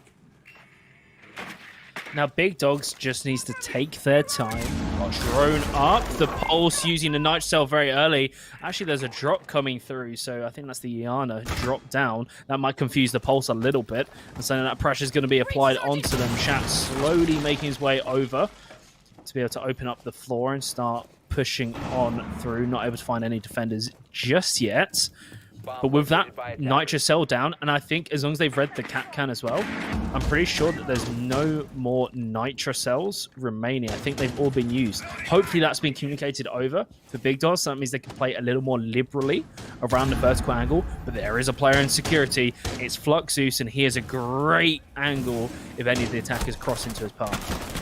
Definitely has to get the jump on him though, and it looks like he almost would have, but King Grills read him like a book and just swings around the corner to take him out. This one is looking all the way of the canines here for Big Dogs, looking to just finally clean up that round. I mean, Nova, that was a pretty slick kill, but unfortunately you're going to need about, let's see, 4 more of those.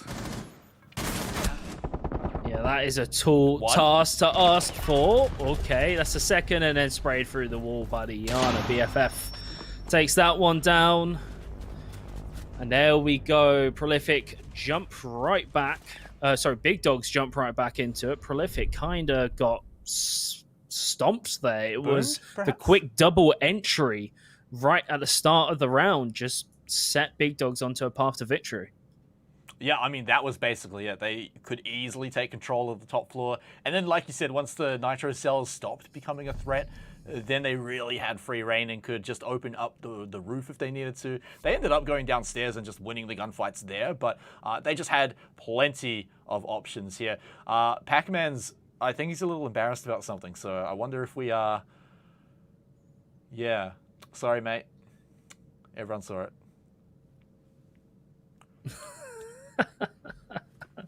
Call him out. Embarrassing.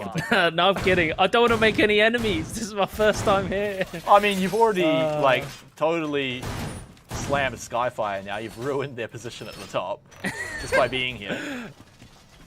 Yeah, my presence brings on the underdog stories. I always root for an underdog, but still, I mean, in this one, neither team really is an underdog. This is like a very even battle, and so far, like just looking at the kind of the fragging disparity, Big Dogs, everybody's contributing.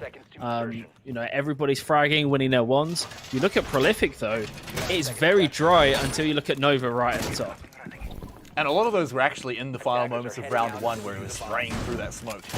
He actually picked up another kill when he got the diffuser too. So the man, yeah, he's doing pretty well, but a lot of it did come from that. So only 2 rounds in means that it may just be a little bit of a shaky round. Perhaps maybe we see Prolific come on back. I think we just need 1 or 2 more rounds to really get a good feel for it, because Big Dogs, when they're activated, I think they can look like almost the best team in the league when all their players are popping off. They're just that incredibly gifted mechanically when they start going well. Prolific, though, are a team through and through, right? They've been a roster for quite a long time and definitely work very well together. They're a bit of a hive mind, so it's cool to see different strengths being highlighted. Different strengths, different styles of play at the moment is working out for both these teams. Big Dogs certainly, I feel, have the slight edge. Like you said, mechanically, they're just really on the ball. It just comes down to the decision-making process, whether they let rounds slip away from them. But they've been very good at controlling the pace of the game, like making the defenders react to their plays rather than the other way around, of the defenders able to get flanks or making the more proactive style.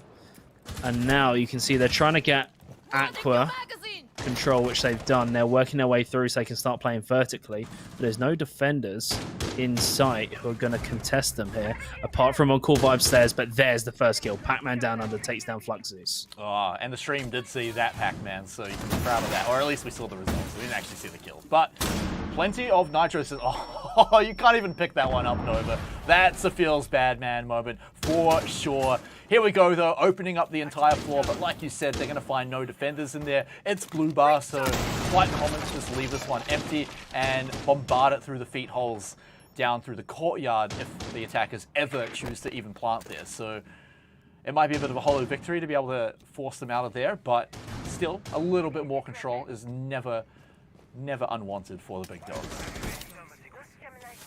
Or that Iana hologram. Certainly playing dividends because it just scouted out the player in security. That forces defenders have to back off that position. They have to respect it though, the flank. I don't know if they've got any claymores or something that can help cover them. Pac-Man down under is actually going to start pushing it and getting to an advanced position. Nova, another kill to his name. He might have messed up the C4, but he's not going to mess up the SMG-11 spray. Pants is holding it. It's going to swing out. The timing's just not quite right. Nova goes down. Mick says, finds one. King Grills follows through, but the big dogs are coming through. Wait, 3 seconds remaining, and the diffuser's down out in the open. I think Prolific Havoc. Oh my god, defenders win that round. Prolific. Big dogs take too long and get punished for it. Yeah, and the plant had to go down in blue bar. They just didn't have control of Sunrise at all. So, like I said, it's just so easy for the defenders to rotate around over to the courtyard. It's why they blow open all the feet holes in that wall and just easily, even behind the bar, you can take out the planter. And just like that, as we saw, it wins them the round too. So Prolific, I mean, that one certainly could have been a bit dicey for sure. A few frags going a bit back and forth, not always in their way. But that said, I mean, they set up the site exactly how they wanted and kept big dogs over on the site that they wanted them to plant on. Defuse as many bombs as they can. Now, any adaptations coming in from the team seem very similar lineups. Nova's kind of jumping around different operators. I'm pretty sure he hasn't played the same one. I think he's played 4 different operators, I think, each round. Maybe it's... I think he played Capcan the first, then it was the Pulse, then it was Mute, and now, or Smoke, and now it's Valkyrie. So jumping around, he's still performing well though. Maybe it's just he's having a really good game, so the team's like, what tools do you need to help find us that opening kill, that advantage? Because at the moment, Big Dogs, even though Prolific is ahead, Big Dogs have found every single opening kill this game so far. Hasn't always won them the round, as we can see, though. Mixes pretty close up on this window. We also saw Fluxus was as well. Almost clips it a little bit in the skull there, but he'll be all right for now, but can draw the attacker's attention, which at this stage is really what he's asking for. But we'll just back off and make sure he can stay alive. Big dogs will have to be moving up cautiously. That's a lot of windows for Pants to be looking at.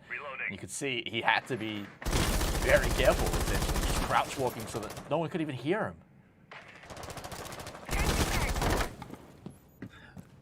Big Dog's taking a slightly different approach to what we've seen in the first few rounds. Beforehand, within the first 30 seconds, they would try and get into the building and start getting map control. This time, I'd say this is a little more. What a shot, Tracy! That is a phenomenal headshot on the SMG-11, the pre-fire, just coming down, decimating Pac-Man. And Prolific, for the first time this game, have taken the opening kill. Mixes has gone down, but he should be able to be revived from that position. It depends if Big Dogs can capitalize on that. Putting a lot of focus here on the hookah deck, but we know Tracy should be pretty handy at holding that one down. Unless Shaq can take his head off, this seems to be what Big Dogs are looking for. They can just find that one frag onto him. They'd love to get rid of that shield, but they just don't have the backup to do it. And so Tracy will just be able to hold the deck for a long time. He might not be able to rotate though, and that could be the thing that they're just looking for. Shaq just wants to pin him down and just not get SMG-11 in the head like a teammate. There we go, the Jaeger, or wait, Nova. There is a lot of softball, and there's a lot of attackers you can kill. There's one. Doesn't matter. And somehow he's just going to yeet out the building. He's like, no. Nova is way too close. Finds the shoulder, but no. He ducks down to the ground. He's almost drop shot at this point. It might come down to the pistols. He's just going to jump in and start hip firing. And Pants is left in a 1-on-2. Shaq did his best to try and level the playing field.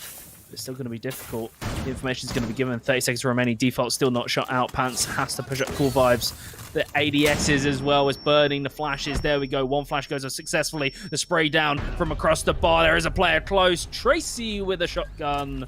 Can do it all. Both the SMG-11 and the Shotty. And makes it count. Another round for the defenders. Yeah, just a really hard one to win at the end there for one of the few Kiwis that we've got in the competition. Pants, tough position for him to win in there. It was looking like things could have worked out for Big Dogs. I mean, you know, once they got that position on Hookah, they may have actually been able to do some damage. They threw the smoke down, so it looked like they were actually about to execute something rather early. But then, as we saw, the SMG-11 comes out, pops someone in the head, and immediately you've got one less man. I think they only had 2 people out there anyway, so that's like half the strength that you now have on the balcony. And so that's where it really started to fall apart from Big Dogs, and you could see that they were trying to just get value back in other places that they could. It got a little messy around Sunrise, of course, and the climb up Cool Vibes was certainly slaughtered, but Attackers need to locate apart from and that, defuse it was, as many yeah, bombs as they Prolific, I mean, on multiple fronts, kind of held strong. Bomb located by attackers. And this is kind of a weird position because so far, apart from that last round, Big Dogs have just looked in, like, fragging-wise, just way better. Just way better. But a couple mistakes have caused them rounds to slip away that they should have won. And now Prolific are starting to feel it. They're starting, like, Tracy's hitting the shots. You know, Mixes was buying time. Levi's not even gotten going, and he had a great game last week, you know. So this is Prolific playing, it feels like, at like 50% power, and they're starting to ramp up. And they've already got 3 rounds. They're in such a strong position. It's starting to look a little bit dicey for the Big Dogs. I'm starting to get worried for them. Yeah, I think Big Dogs are going to have to start coming back now. They're definitely a momentum-based team, and I definitely feel like, oh, that's got a sting. Nova actually hits the shots there. Headshot onto the diffuser holder. Boff going down. That's the Nomad. There's now no air jabs on the table. Attackers have recovered their diffuser. No air jabs. I remember the amount of times I've heard players scream at the Nomad player for getting killed before placing down the air jabs. Like, at least use your utility first. Wasn't really given the option. Nova. Hey, he could have with a command air jabbed the window. Like, just air jab the window. Just use it, get it out there. But Nova, it removes the player from the game before they can even do anything. Levi has been very quiet this game, but what a round to have impact in. Now that's a 2-kill advantage as well. And it's not looking too sweet for the Big Dogs. They might be falling further behind. Yeah, this is certainly looking like another prolific round. Another gun battle here in the hallway. King Grills, he's happy to back away from that. He doesn't really need to risk too much. It's Levi who's got to make the push. Just going to go for the Hail Mary through the soft wall. Nova, he's just going to rub some salt into the wound, into Pants with the Nitro Cell. And this is one of those ones where you kind of take that unofficial tack pause where you just kind of sit there for a little while, talk with the boys, and find out how do we stop this. But they're not even going to get that. Flawless round. Prolific. 4 rounds they've won. 2 of them were from, like, sort of more the enemy making errors than them playing really succinctly. But the last 2, they've looked really solid. It's like something's clicked in this team. They feel comfortable in their style. They're reading each other's plays really well. And Big Dogs are kind of left, like, where's the adaptation coming in? Something's not working for them. You can see a couple of operator changes on the lineup as well. The IQ got bought in quite a few rounds ago, but the gridlock, never mind. The 0 coming through. We'll see if that's the difference maker for them and if that helps stabilize, because, you know, Coastline still is one of the more, like, better maps for attackers, but still, you know, like Siege is, most maps are slightly, like, defender-sided and difficult to do. Still, you want at least 2 rounds on attack. Yeah, it never feels good to go down 5-1. It doesn't matter what map it is, doesn't matter what team it is. 5-1, that sucks. And Prolific are about to dish that up to Big Dogs. And I was saying just before Boff got spawn peak was that Big Dogs are a fairly momentum-based team, right? Like, they'll take a game that's going well and make it go even better. And the opposite can sometimes be true. We actually saw a little bit of that last week where they copped probably their hardest loss so far against, I'm pretty sure it was Skyfire. They got a 2-7, and this is looking a little similar, right? And that spawn kill, Pac-Man's dying early in a lot of rounds too, so, I mean, it must be hard for the big dogs to keep that morale up right now, but they're going to need to if they want to at least salvage something from this half. Yeah, it's about hemorrhaging. It's about like stopping the hemorrhaging right now, stopping the bleeding. You know, you're kind of running out of. You're literally, this is your last round of the half to bring something back into your field of play and give you advantage going forward. Seeing Office being heavily fought for underneath Aquarium. I don't know if Big Dogs is aware they've got that hatch to play around with, but they're actually going to push on through the softball. Shaq's just not kind of looking towards it, so I think Hooker's been kind of open up. King Grills often take this angle, has managed to get a kill quite consistently, whether that's being read by the defenders or the defender's going to get pressured, and that's a nice pinch by BFF. Great opening by Big Dogs, followed up by a second one as well. Yeah, 2 frags. This one should secure the round for them because they've got 2 minutes left. Most players are on full health. Only Boff really taking any significant damage, so they can just play for trades. They can even just force the defenders out because they've got full control of Sunrise. So Buck, go wild, man. Just open up that entire floor. Everyone open up that entire floor. There's no Buck, but you know, it sounds like it might be. But shotguns instead will be the deal of the day. And so now it's just all about Prolific surviving as long as they can, and maybe it might come down to this man here, Levi, the Vigil, trying to hunt them down. He's got his cloak going, the drone not going to see him. He shoots it out though and forces their attention. Just going to run back and try and survive, shoots out another drone, but was just flanked instead. King Grills is waiting so patiently. So patiently. Oh, Tracy! It was a nice shot, but Nova, we've seen this one before. This is how the start of this entire game felt. Was Nova against the world, often left in clutch situations. Only managed to get the first one. Pants not going to make the same mistake twice. Big Dogs secure their second round of the game as we switch sides. We got a shout out Boff there, finding that opening kill onto, I'm pretty sure it was Mixers as well. Just finding him on the stairs. Easy frag, you get the jump on them. You can even afford to miss a few of the first headshots and it doesn't really matter. You can still get it because you've got the jump on them. And so, little advantage there. They salvage something from their attacking a half. And man, we might see it. Like I know you're wondering if that does get locked in. We have seen Tachanka before. The question is, does it stick around here? Big Dogs would be the team to do it, along with the castle as well. What are these guys planning?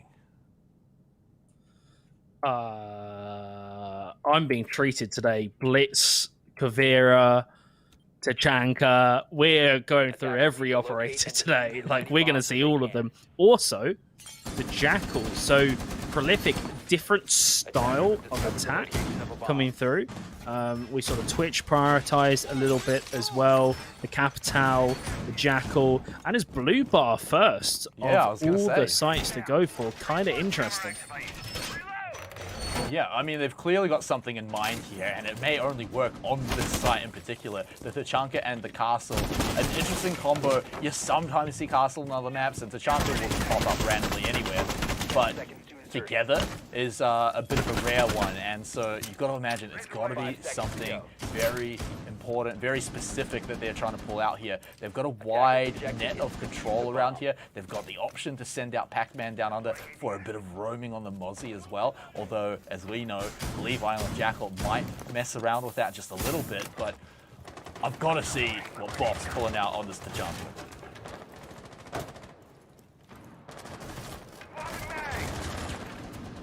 Or Pac-Man. He's got a nice lineup to pre-fire any attackers sort of peeking, but it's a really, really risky one, and he actually gets beaten out almost instantaneously. Levi on the Jackal.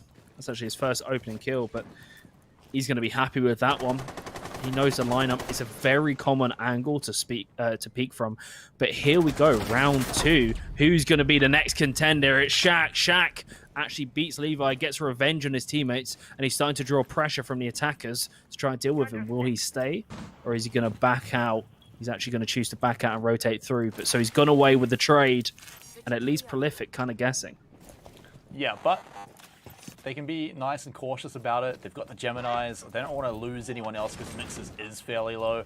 And it's Shaq. You don't want to let that man have a good position and just walk on into it. So caution is the name of the game here. But then again, you don't have all the time in the world either. It's such a hard balance to strike, of course. But Shaq, as we can see, he's moved fairly far away, an entire floor, in fact. King Grills, he might get a little treat here. Oh no! Tracy saw it and actually moved back to shoot him in the face. That angle is disgusting. Like, really disgusting. Ooh, Shaq almost managing to use that little peek hole. The Tachanka's still alive. I think he just saw someone there. It's really hard to tell.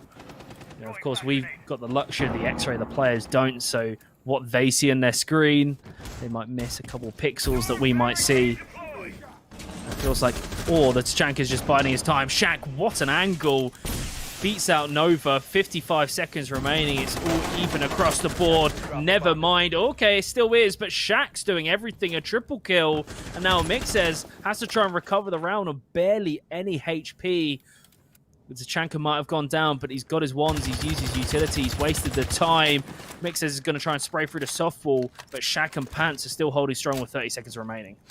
Yeah, this is a very impossible moment for Mixes. Look at his health bar, the position of the diffuser. He would have had to hit 2 unsuspecting headshots to actually just pull off that round. And so with that, another one over to Big Dogs. It looked like it could have gone the way of Prolific. They were storming the building cautiously but efficiently, and yet they reach the sites, and that's where things go downhill. I mean, we saw, you know, even the Tachanka got into it as well, throwing his headshots into the mix. There was lots and lots of Shamikas that were in very critical spots too. So big moves coming out from Big Dogs. Will they pull it again? I don't think so, but it's a nice way to get one round on the board to kick off the half.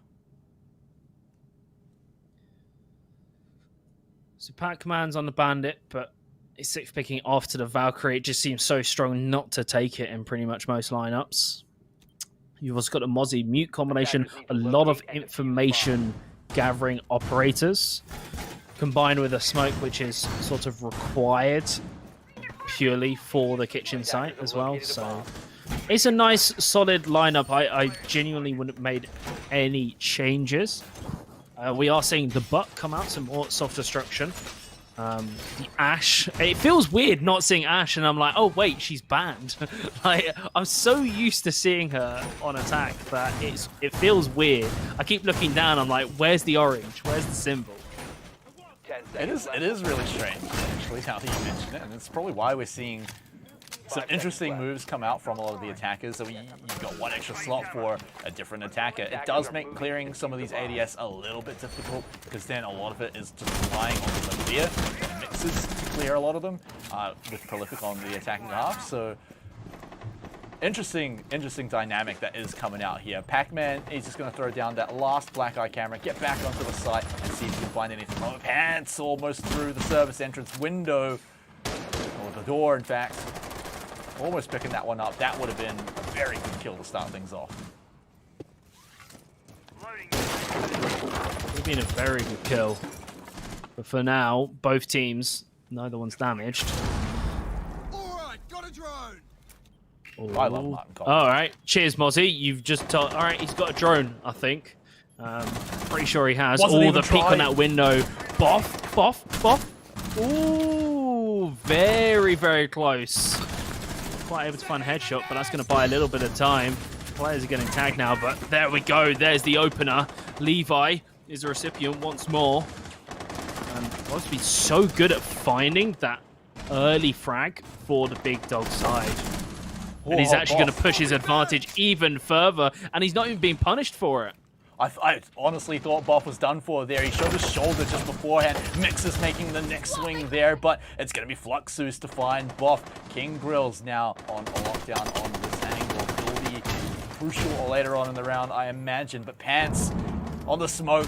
He's got a few toxic canisters remaining. Shaq's been blinded, and eventually they do hunt him down, evening the numbers up. Plenty of time for Prolific to get the rest of the job done. They've already started opening up the roof, opening up the kitchen, because of course Fluxus on that buck will be able to do it almost unlimited.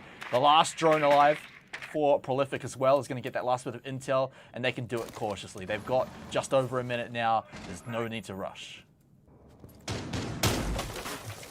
The advantage Boss Gun has been dissipated in the second minute of the round, and as we move into the final chapter, Prolific have to start thinking about how the execute's going to play out.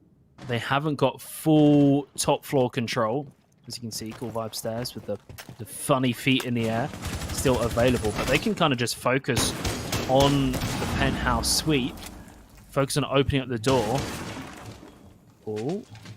Pants is like, he's not really being pressured, and with the time just keeps ticking down, and it seems like Prolific is using the vertical angle to try and get an advantage, but like Big Dogs isn't giving them anything. They're not giving them an inch or at all, or anything to go off, and there's 10 seconds left, and they've just forced to walk straight into the toxic bays as well. King Grills is going to have to push on through. It's a 2-on-2. Mixer starts sticking the plant. King Grills can deny them this. There we go. The defenders, the Big Dogs take it. It came right down to the wire, and despite the fact that I have my doubts if Prolific were even going to get on the site, they managed to do it, but they left themselves with no time at all to react. I mean, they had to book it right through the toxic babe. I mean, the first person died to the spray, but then eventually they managed to just get all the way in to start making the plant when they had to, of course, because the time was on 0. But then, of course, falling down in the end, a very close match between these two teams. Now the Big Dogs are coming to the party here on the defense. And man, oh man, you've been treated tonight, Nova. One of my favorite operators is Alibi, and I love seeing players, creative players, use her very well. So Boff, it's time to impress me. Of course, you can just go the standard route of Alibi, blocking lines of sight and, using common spots to, block pre-fires, get the pings, but it's always fun to trick your opponent. It's always fun to see a trick. Oh, yes, synchronized. Yeah, I've got to shout out one of my co-cars in the UK.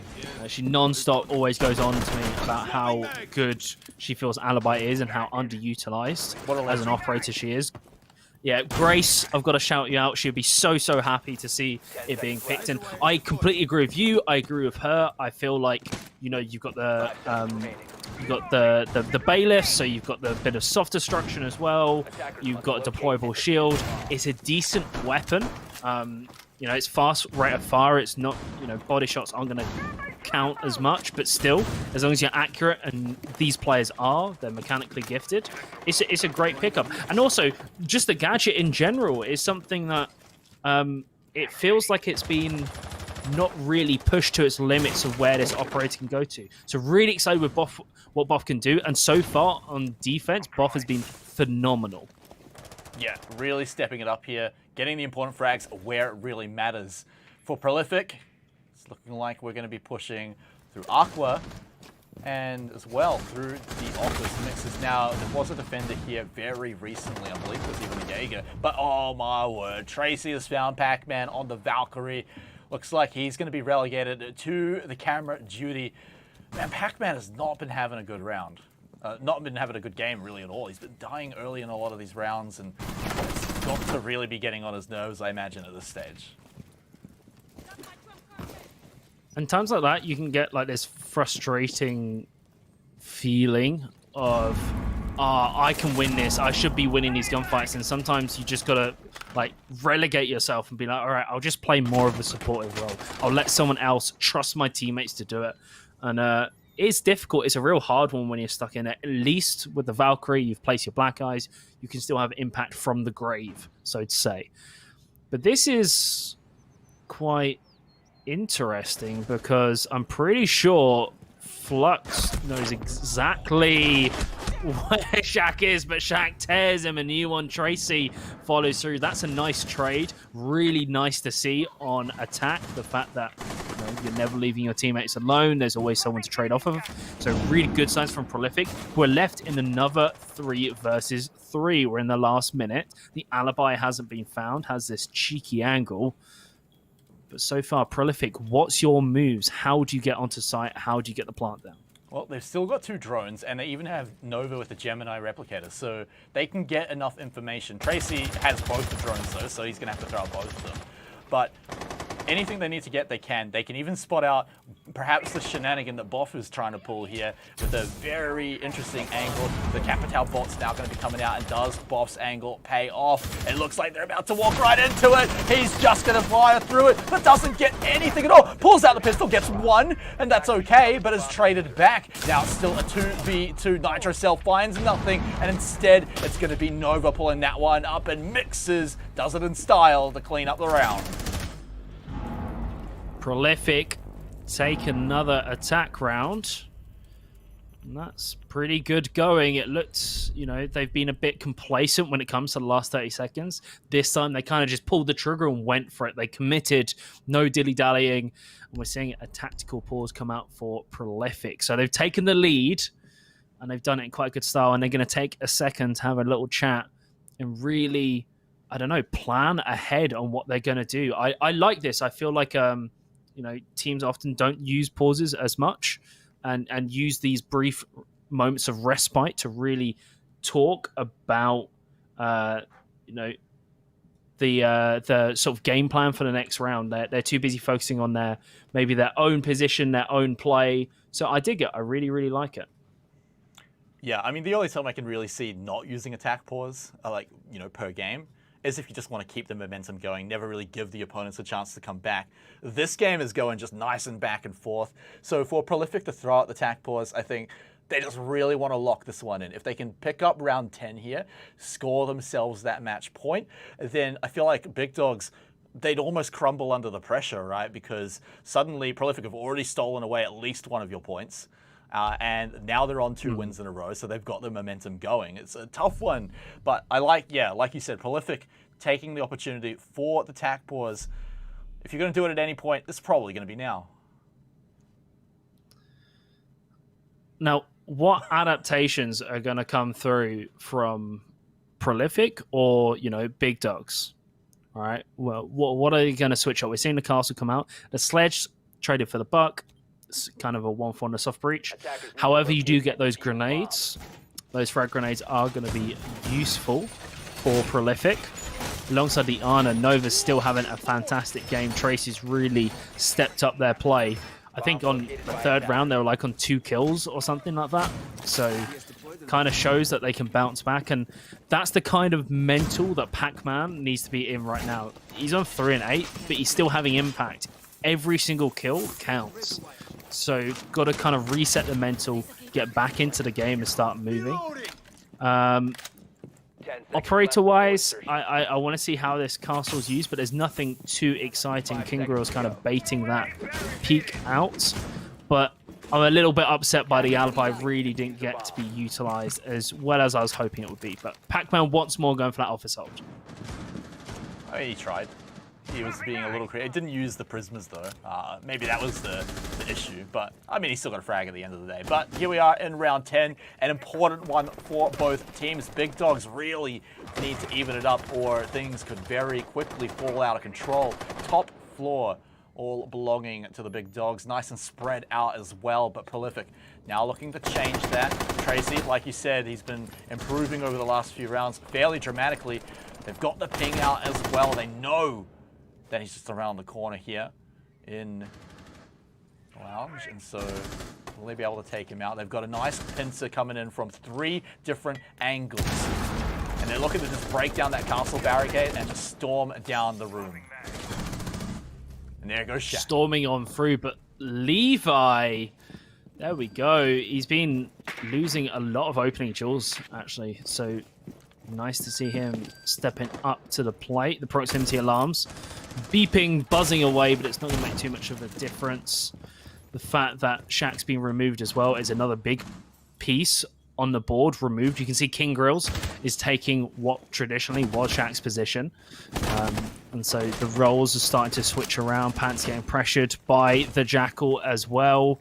As we hit the halfway mark, Prolific playing more of a slow, calculated, clinical style to sort of remove and find out where each Big Dogs player is playing, and then surgically just remove them from the game. Levi is getting very, very close to the side.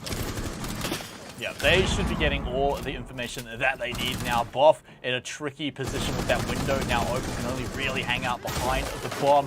Aquador now going down, so the way into Billiards should now be open. They've downed Pants as well, so I seriously doubt he'll be able to come back up. But he does have at least the reinforcements behind him. Well, for now. Oh, there's that frag grenade coming through. That added utility. It's paying dividends. They've still got to get through the Sharia gates. What? There we go. Oh, wait, that was Levi. Yeah, I thought that was him Nicely as well. done. Pac-Man's going to be pushing up. He's not going to get anything. It's looking like a flawless round unless King Girls can deny something underneath. The time is ticking, and he's got a spot on the default plant. The Zofia is going to come out to his right. He actually wins that gunfight, but now that the information has been given that there is a vigil underneath, they can start going off that position and changing the plant site. Not going to be fooled twice. It's a 1-on-4 King Girls. This is an impossible task, and has to hold on for dear life. 30 seconds remaining, and the attackers are hunting as well. You might even look for the run out, but Levi is checking for it and gets another kill. Match point secured by Prolific. That's at least 1 point now in the bag. Further pushing them away. They're now not tied in 5th place anymore. They now get to hang out back in 5th place, now overtaking Hackuations. But I imagine they want a little bit more. They want to take those 3 points, and looking at the score, it looks like that is totally doable. They've got the 2 rounds in a row momentum now off the back of a flawless round, well, what was basically a flawless round. And now it's all up to Big Dogs to hold off the Storm until that overtime. Tachanka and Castle returning for the Blue and Sunrise hold. This is their specialty, and it's got to pay off right now. Attackers need to locate and defuse as many bombs as they Prolific on the map points. They looked very shaky at the start of the game, but have certainly found their stride. And Big Dogs have kind of fallen by the wayside. The Tachanka once more coming out. Alongside that Castle, the Mozzie Mute combination as well, alongside Shaq on the Jaeger. So interesting setup, but there's a lot of synergy between some of these operators. One factor that they are lacking a little bit, but they haven't really been able to utilize it as well as they would have liked, was, of course, the Valkyrie, or actually any information operator. They do have the Mozzie, but it's very dependent on how the pests are used and if they can find any drones. Prolific. He's already thrown out his pests as well, so it's more for denying information than gaining anything else, as long as Prolific don't internet drone economy. Prolific 1 step away from scoring themselves 3 juicy points and sending Big Dogs down to fight guys that are looking at relegation in the final week, next week. But this could be the final round if Prolific pull it out here and now. They're up against the Tachanka and the Castle. First damage, well, would have been if it wasn't a illusion. Pac-Man, he's going to be the first defender to hold them off here. He's got a few angles to worry about, has to be careful, but he's got backup as well, so not too far away at all. Levi and Tracy, as well as the third, now looking to move in. They don't see any footsteps, so they might not be too keen on going in, but they caught off on the cutoff. Shaq getting both of them, in fact. One of them a headshot. Pac-Man is traded out in the office, though. Not a great idea, but that said, still a 2-for-1 trade. Prolific Big Dogs take the advantage. It's a good switch up. They know that Office is consistently being held by Pac-Man, and unfortunately he keeps on losing it. So what they do is they rotate around Shaq, and they sort of the focus is on trying to find Pac-Man, and it gives Shaq that swing out from the security like corridor. And I can see Tracy still has to sort of question, because Shaq got out with his life. It's unfortunate Pac-Man went down, but there's another kill for Shaq. You can't leave this player uncontested. This is a fantastic round by Big Dogs, but oh my god, Tracy's just going to run on in. Shaq gets a 4, King Grill shuts it down, and Big Dogs, they're not out yet. Yeah, taking that first step to make it towards overtime. It's not a long journey to make it there. They're going to have to pick up one more round, but a solid one from them for sure. I mean, look, they had the redundancy there in the office where they had Shaq, and man, did it pay off. They got that 2-for-1 trade, and from there it was always going to be an uphill battle for Prolific. And respect to Prolific though, still trying to make the push, still trying to make it work, but just caught up in a lot of the rotations, caught up by just flanks coming out from Big Dogs as well. So we've got one more round for Big Dogs to pull out to at least give them their own shot at overtime, give them their own single point lock-in, but still we can see the world where Prolific just skip all of that nonsense and take 3 points. They've got one more round to give it a go. Defenders, protect your bombs from being defused by attackers. One more round. Will we be seeing overtime? We've been treated so much. Like, wouldn't it be just... We've had an upset in the first game. This was the game that we paid to be probably the closest. If this goes overtime, like, I don't know. I feel like we might be making the script a little too obvious at this point. You know what I mean? Like, come on. I think it was pretty obvious once the Cav showed up. People should have worked it out. Yeah, that was our twist. The writers need to do better next time. Yeah. Oh, wow, we haven't had a Cav all season, and your first night with us. There it is. What a coincidence. Just happens to get an interrogation. Well, yeah, of course the interrogation too. But I hope you're ready for a round 15, because that's next up on the script if Big Dogs can pull it out. Prolific, though, they're ready to tear that in half and not worry about it. Oh, no. I really hope that's a strategic AFK over there, but Prolific already into service entrance. Get the first pick onto Pants, and that's the smoke down. That's not someone you want to lose at the start of the round. They're actually just full on making it onto site. Hey, Levi is just...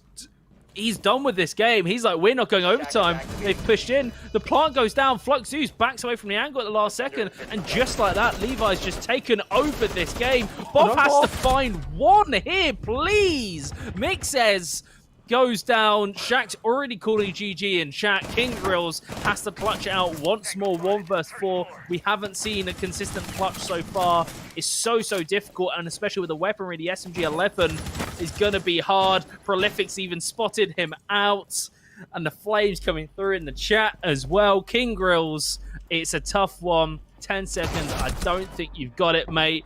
Ooh, a nice kill before going down, and Prolific beat out Big Dogs 7-5.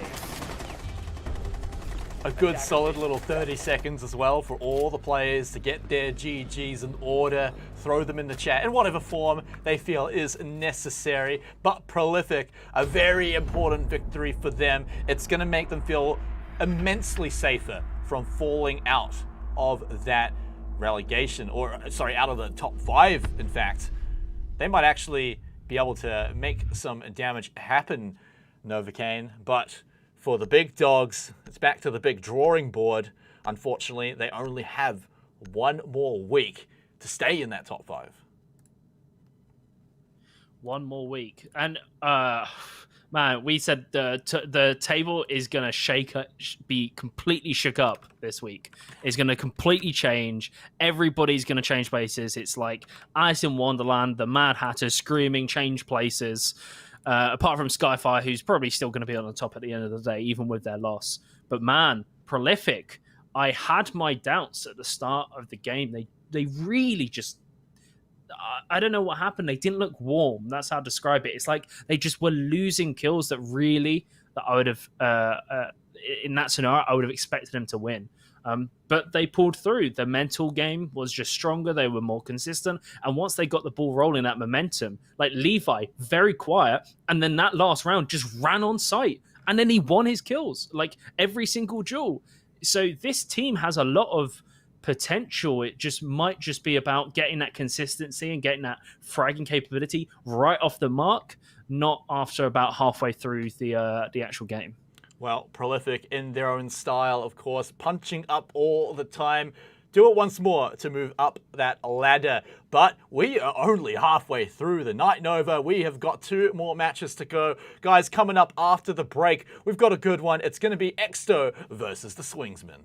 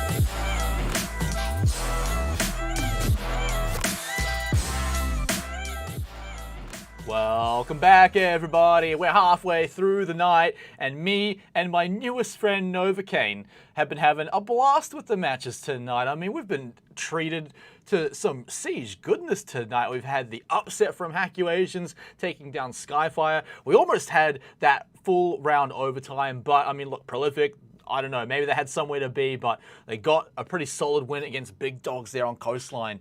We've had some pretty good games tonight, man. Yeah, Levi kind of had enough. He was like, oh, I don't want this to go overtime. I want to be done. I want to go to bed. Like, I'm just going to run in on site and kill everybody and let's be done with it. But yeah, it's been great. We've seen some interesting operator picks as well. The Blitz, the Kavira, the Tachanka, the Clash. Probably not the most wild pick out of those four. But still, it's been great to see the variety that's present in this region. I told you, this is only the beginnings of how far we can go down in our picks in this region. But look, I imagine we've got still a few little surprises to treat you to throughout the night. Speaking of surprises, I've got one for you. We've got another match coming up. Let's take a look at the teams playing in this one. First up, it's the Swingsmen, led up by Jeff, Cargate, Mackenzie, Kinsey, and Lonely. Now, these players have some interesting stats to their names. Jeff actually, just regarding the last two matches, Jeff has the most frags in the league so far. That's a sort of good sort of like motivation boost or confidence boost, going into this, because they are a little bit, I want to say, kind of the underdogs going into this matchup. So, Exo's very, very solid. So that's going to bode well for the Swingsmen. Whether they can replicate that performance, keep it going on, is the real question. We said consistency is absolutely everything. You have to perform day in, day out, round after round. And so far, that's exactly what Jeff's been doing. Yeah, I mean, similar to Hackulations, and later we'll see Pride, Swingsmen need this win to get out of the bottom three, crack into top 5. Very important for them, but also important for their opponents, Exto Gaming. These guys have their eyes on the top spot. Cairo, Tesla, Michi Sawyer, and Geordie. This unit all been playing in the region for such a long time. A wealth of experience for this lineup. These guys, I think they want to push for more. Absolutely. Two players who had a really solid performance last week. It was on Coastline, so it's going to be a little more frag heavy. But Jordan and Cairo, especially, or Geordie, they opening kills between them. 7 opening kills between the two of those players. Cairo didn't lose a single duel, 4 opening frags, which is phenomenal. So a lot of fragging hungry potential on this team. It proves to be, into Jeff, it's going to be a spicy one, I'd imagine. Yeah, I mean, look, Jeff over the last probably few weeks actually has been really stepping up for his team and picking up some of those numbers. So perhaps that could be their ticket back in. But, where's our ticket going to take us along with the team? So let's take a look at the map. Oh, we're going all the way to Villa. We're getting the world tour here tonight, Novocaine. I mean, we're going all over the place. We're going to Italy. We're going to Italy to Villa. We're getting a different map each time. I love it. Interested to see how you guys in this region play Villa. I've seen a lot of different styles and approaches. One of those maps where, because of its size, and there's always the defaults, but there seems to be always a new way to approach everything. It's not been completely found out like, say, Clubhouse or maybe Oregon has, just because they're played so much. So very excited to see what's on offer. I don't know. I think the fact that also it wasn't Coastline, Clubhouse, and Oregon, maybe both these teams have come up with, those 3 maps seem to be the most common and the most sort of the favorites. Why have they gone to Villa? Why specifically Villa? Why have they let it through the draft? That's what I want to know. Yeah, I mean, because they had the choice at the end. They had either Clubhouse or Oregon was left, and Exto Gaming had the last ban. They threw it out onto... I don't know which one it was. I think it was Oregon. They ban it out and say, all right, we're going to Villa. They had that choice. They could have gone somewhere more comfortable. So clearly they've got some idea of what they want to go to here, or maybe they just want to make their opponents uncomfortable, right? They're going against Swingsman. They're the team that is, not the underdog. They're the favored to win, and maybe they just need to make the enemy team uncomfortable. In a must-win match, I got to remind everyone, is that Swingsman really need arguably all 3 of these points. But I mean, look, they'll take what they can get. But if Exto Gaming can throw them off from the draft in the map phase, then that's already a solid advantage. Going into this week, they were sitting in 6th. So, of course, that would have definitely changed based on, Accusations' spectacular performance in game 1 and also prolific in game 2. So everything's jumbled up. Swingsman, though, because they're near that lower end of the table, they want those points. They need them. They don't want to go overtime. Even though it does guarantee you some points, even if you lose, they want that win. So the full 3 points to start propelling themselves up. As it is, this is the penultimate week. There's after this, you get 1 more game. So you can't mess up. You can't be making silly little mistakes. This is where you start kicking yourself. So Swingsman need it. But for Exto, it's kind of punching their ticket. So there's like 0 chance of them dropping out. You know what I mean? I'm pretty sure if they win this and Swingsman don't, I'm kind of trying to do the math in my head. I think they're guaranteed not to fall into relegation, which is hard from 3rd position, but it's still possible just because of the way the other teams are performing. I mean, if Exto win here, then Swingsman would remain on 5 points. The only other team down in relegations is on 3, which is Pride. Maybe they get more tonight. They're playing after this match, but it's possible they stay at 3. So yeah, I mean, I don't see Exto ever falling down there. They're currently on, I think, 8 points, possibly like plus or minus 1. And if they pick up 3, then they go up way too high for really anyone to contest, even possibly the team in 5th place. We're just waiting on the last few players to jump into the lobby, guys, before we jump into the match itself. But I'm keen to go to Villa, man. There's lots you can do on it. Lots of very soft, squishy wooden floors that you can shoot bullets through and make big boom boom through. I love seeing that because that's why Villa, it's such an exciting map. And like you said, being a big map, right, it could almost feel like some of the sites on different sides of the map, like you got very far away on north and south, can almost feel like it's a different map sometimes just because it's just so far away. Yeah, there's compared to Coastline, very sort of condensed. And sometimes Oregon can feel a little bit restricted as well. Villa's nice and big. So roam presence is going to be like pivotal for both these teams when they're on defense, and likewise is also the attackers finding separate flanks that they can sort of levy an advantage from and split the defenders up, divide and conquer. Because of course you've got the default sort of setups for like Aviator Games Room, Trophy Statuary. You can kind of there's a default way that's played, but it's so easy on this map because it's size to just mix everything up. I don't know, open up the vault and then play around 90 instead. Have like an extended site setup. There's so much variety that can be brought that it gives that freedom. Likewise, sometimes teams get locked into doing something that they think is going to work, and it just doesn't quite have the execution. And so you need the discipline to go back to basics. What's the default like? How do we usually play this, and how can we deal with it? Well, we've got all the players now joined into the lobby. I believe we're just waiting for the go-ahead from them, and then we'll be jumping straight into it. So a reminder, Exto currently in the top 3. They'd be happy with these points, but they can afford to lose. Swingsman, though, need these points. They need, like you were saying before, all 3 points to arguably escape even relegation at this point, because relegation, bottom 2. We had a bottom 3 before, but then Accuations came out and pulled off a 3-point victory against Skyfire of all teams. And so now you're very clearly in the bottom 2 if you're Swingsman, right? You're down there with Pride. And so the only way to catch up is to get 3 points of your own. They were on the same amount of points as Accuations at the start of the night. If they could get the same result, then there's more competition, and we'd almost be back to where we started at the start of the night, right? Like, Swingsman and Accuations just knocking on the door of the top 5, but a little bit closer this time. But man, I think there's just so much pressure on this one for Swingsman.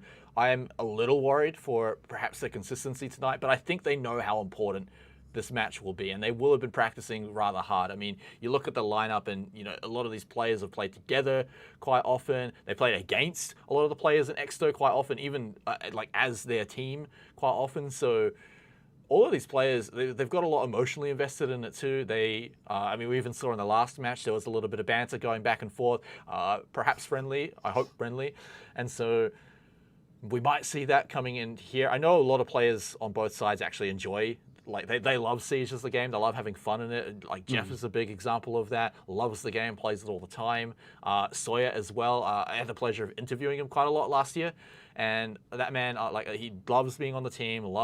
Especially loves it when his team gets the victory. You can hear it in his voice. So, I mean, we're gonna have to break the hearts of one of these teams, but I feel like Swingsman's hearts, they might break a little harder if they take the L here. Yeah, it's harder for them to go into that final week with the attitude of, we can still make playoffs. It might be a case of we can potentially avoid relegation.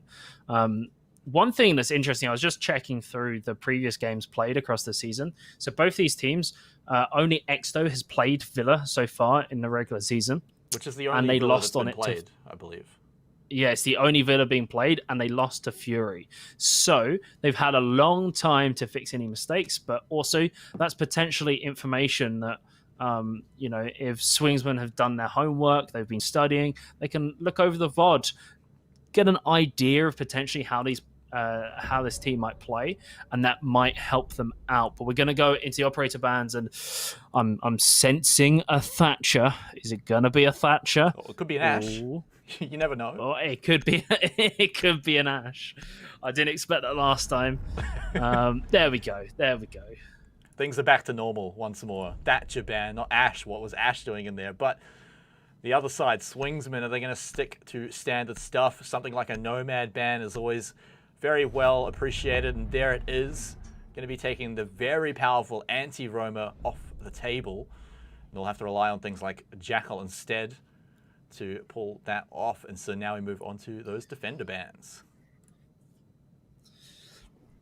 That does mean two of the most popular attackers, Ace and Mav, still on the board. Mav's usefulness a little bit less, but Ace certainly very, very, very strong. A lot of how Villa plays is there's not many reinforced walls on the outside that you can freely Mav. With this, you've got study, so you've got to get through that room to do it. Ace can just chuck his Selma charges from the door, and it's a pretty safe, surefire way. Same thing that Hibana can do, but Selma charger can, in theory, open. It's just easier, and also the gun is great on Ace. There's many players like you say, it's a support role, but it's a fragging support role, that operator. So still available. There's the Ash. Welcome back, Ash. It felt weird not seeing you, but you're back once more. And we've seen Iana, Lion, Zofia, very frag heavy. Like go in with the entries, the Ash, the Zofia, the information from the Iana, the Lion as well. It's a we're going to take our gunfights and we're just going to beat you out. Interesting moves on the 6-pick there, teasing the idea of a clash for Aviator Games, and instead just swapping over to something a lot more standard, right? Mute. You see this guy all the time paired up with his best bud, Smoke, and just so much utility, both bringing the shotgun, and so they'll be able to make all the rotates that this very large site will need. You want to be able to get through the site, get onto 90, maybe, like you said, even open up the vault to go into 90. So plenty to do for both of those players. You want to split up the duties. Sucks when you load into a ranked game and you're the only guy with a shotgun. You've got to make all these rotate holes. And then you get sprinted at by an Ash and die.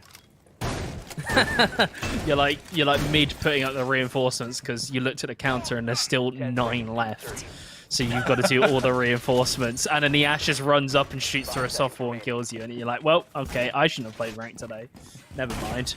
But it happens. It happens. These teams, I presume, they've got the roles sorted out, so that's not going to happen. Just sort of like looking at Exto's comp as well. The Malusi is available, so the Banshees not being banned out. The Mirror was opted for instead, and the Valkyrie. So the Banshees, I think, is one of those operators. She's always useful. She's a bit like a Legion, but the information is not the information, but the gadget is just more consistent and just kind of better all around with how much utility it wastes. Cairo, he's got this reinforced, deployable shield, and he could potentially make some plays around. It depends how many ADSs are there to try and help him out, but here's the line. Yeah, this is what they're bringing instead of the Nomad. Instead, oh, Geordie must have left at the wrong time. A Nitro Cell chucked through the smoke. That's a bit of a Hail Mary, but hey, it could have worked. But that's now one Nitro Cell down. We're only a minute into the round. It feels like time has gone down to a crawl here. Geordie going for a swing. Dangerous stuff, but we'll be able to survive now. Cairo's been forced well out of 90, but that is, yeah, some strong positioning actually already gained by Swingsman. They're all quite stacked up together. Now taking control of 90 with the next E1D. They've got one more to go, and that will very likely play into their final move. Do they try to take more of 90, perhaps more of Study? Instead, actually, they're just going to lose Jordan on the mute there. So Exto, one less player to defend with. One less defender. Cairo's retreated back to the top of 90 to try and apply pressure. Tesla as well on that flank, but gets beaten out by Lonely Fans. Fans? No one's eating too soon. I can just call him Lonely. He's lonely, but there's still plenty of teammates remaining. That's C4. Oh my word! Oh! Sawyer, that is spectacular. That lineup, that's great.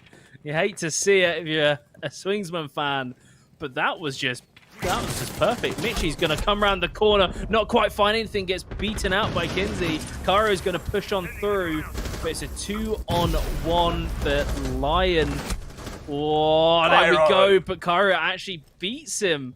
And now, in a 1-on-1, Mackenzie's going to just stick the defuse. I don't think it's close enough for Cairo to hear the audio call.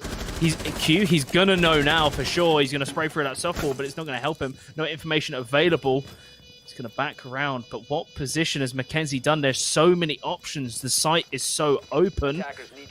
And that Banshee hasn't been destroyed either. There's a second one out, so that can eliminate some options. That means Cairo knows exactly where he is. He must be in study because of the sound cues. He's going to swing around the corner, but he's going to get beaten out by Mackenzie. First round, go to the Swingsman. Whoa, Swingsman, I mean, they certainly did not have an easy job midway through that round. The Nitro Cell coming and blowing someone off the window. Cairo going Super Saiyan on 90 hallway as well. And somehow dancing around through the E1D. I want to talk about how good that was. How he stayed still and then got himself pinged and still managed to dodge all the shots coming out and get his own frag. And even make a contest for the retake. Doesn't pay off. So we can only sing his praises so far. But for Swingsman, I mean, everything else went right. I mean, they got huge positional power. Once they cleared out that 90 shield, they could move in and immediately take the hall. They took Study at the same time, so big moves from them, and it pays off. Big moves. I feel kind of bad for Cairo because he played that 1v1 really good, just using the fact that the Banshees were still alive to calculate where the attack was most likely to be. However, there was a sort of position earlier on where when he was holding 90 with a deployable shield, as soon as that went, he backed off through the rotation. And what I've seen a lot of teams do is they actually just reinforce that wall, so that means there's not the angle to come through. They decided to play around it. It kind of works. I think it can work. It purely depends if the team's prepped for it. But you can always play it like elbows held in Oregon as well. So I would have kind of liked to see it and then playing extended from 90. But, you know, it's the way it went. It came down to a 1v1. It was very, very close. And unfortunately for Cairo, wasn't quite able to find that final kill. The Swingsman not changing their lineup. No, they've changed it slightly. They've opted for the IQ over the Zofia. I think that's probably the correct call, especially with the fact that the Kaid is potentially going to come out, so it just helps deal with that. Same with the mute jammers. But what does EXO do? How do they shift their gears so far? Because last time, Swingsman got the opening kill. That's right. And things could have gone differently in that round as well. Could be EXO with the one win, and it didn't just come down to that one kill at the beginning. A swing could be coming out. We've got a few players actually dancing quite close to each other. maybe we'll see a few 1v1s come on out. Sawyer holding down along with a Tesla. Both of them here on the ground floor. Attackers have located a bomb. Still just looking for first attacker who's brave enough to make a swing. An arm comes out with a frag to follow it. And yet he doesn't pick up the kill onto that one. Tesla's the only one to take any damage so far. And yet he's still alive and reasonably safe. Reasonably safe. For the rest of Swingsman, they sent Kinsey. It's found by Tesla. Oh, that's a nice shot by Jeff. What a shot. Headshot coming through. Jordan is going to step up to the plate. Finds Lonely. But still, Swingsman not in a favorable scenario. It's a 2-man advantage for Exto. And now they can just kind of run the clock down. They don't need to play hyper-aggressive. They can sit back and just bide their time. Because there's still a long time on the clock for the attackers to really utilize. And they've still got some drones available. Jeff has 2. So he can get the information required. Same with the IQ. Trying to find the electrical. Does do it. So the Ace can open it up because of the hard breach available. As we hit sub 1 minute, how does that pressure start being felt by Swingsman? Well, when do they start to crack? Strategy right now for Swingsman certainly feels like a word that rhymes with spray. As they're going to do exactly that, just through the wall. Basically see if they can find anything. They need frags, and they need them for free to win this round. And so, mostly just playing around. I can imagine the comms are involved with the team talking about what's happening next round, but Jeff and Mackenzie, I feel like they think they can pull this one off, but they're just sneaking around looking for extra frags. But no, that might be more, but it is a trade, and you do not want to be trading when you're Swingsman. The Banshee burring away, and that's going to be his demise as Jeff gets hunted down on the statue. Chef Jeff, not going to be cooking no more. Taken down. And that'll be a round for the defenders. We're equalized 1-1. But it's been pretty... The first round was quite messy. The second round, very nice from Exto. It was very clean. They found the advantage. They even managed to push that a little bit further. And then they just played patiently. They sat back on site. They didn't go over aggressive. They played the low risk, low reward style once they had the advantage. And I really, really like to see that. Sometimes, occasionally, teams get a little too aggressive and hyped up. They try and hump for the kills, and they give separate 1v1s. And a player like Jeff, with the performance he's been on, you give him separate 1v1s, he's probably going to win them, or he's going to certainly give you a run for your money. 6th pick onto the Wamai by Sawyer, away from Kaid, and I like this because it suggests, the Kaid suggests, okay, they're probably going to electrify, vault wall, try to block us from, approaching from the south. But Exo already knows Swingsman are keen to approach through the study. And Wamai, I mean, he loves hanging out at 90 with a good shield, hanging out there with all his magnets. He's got the ADS to back him up. So I feel like it's such a powerful position. It's also where they kind of lost the round when we were on the site last time. So reinforcing that position, I like it. It's good adaptation by Exo, and throwing a 6th pick into the mix to confuse potentially their teammates, their opponents, sorry. It's always a thing I'm going to appreciate. Attackers have dropped the bomb. Feels a little bit like the utility dump meta of old. You know, the classic were my Jaeger insta picks. ADS hold a position half and as then good, just get twice as many. Yeah. Just double up, why not? But it works, and especially if teams don't kind of respect it or don't sort of find a way to get around it. So, for instance, like Cairo right here, he's kind of vulnerable from the main stairs. He could be pushed here, but his Swingsmen don't realize it, because, I mean, like, if they don't realize he's vulnerable and they just try and push him, they're going to dump half their utility just trying to clear him out. When really, they could just clear underneath. That also means they get underneath map control, potentially pushing Jordan out, and then they can take him down from the stairs, and they save all that utility. But instead, they're choosing to try and take him at face value, and Cairo's kind of sitting here, and already a minute's been wasted. But the beautiful thing is, this is playing out exactly like last time we were on the site, but with Exto changing up their strat. Look, This time, those Swingsmen, I think, might have noticed that it was almost an impossible hold. After putting a little bit of utility into the ADS and magnets as well, and now starting to spread the wings a little bit around the site. Like you said, taking a bit of ground control. The main stairs as well would be a great way to sneak up on Cairo. But that shot onto the default cam should surely give away, hey, someone's perhaps coming from those stairs. There's also a Banshee on the main stairs, but I don't think that there's the ADSs or magnets are close enough if the utility is thrown. Jordan's certainly going to be revealed his information right there. So on red stairs, he's going to get pinched here, but he can swing around with a teammate. With Tesla, he's going to duck down with the SMG-11, but there's a player right ahead. The Nitro Cell comes out. Mackenzie is the recipient, and EXO are coming out supreme. Jordan's going to try and run and back off to site. He's playing close angle with the shotgun. The diffuser is down. It's not looking too good for the Swingsman. Kage is going to have to try and do pretty much everything here. There's a crossfire set up.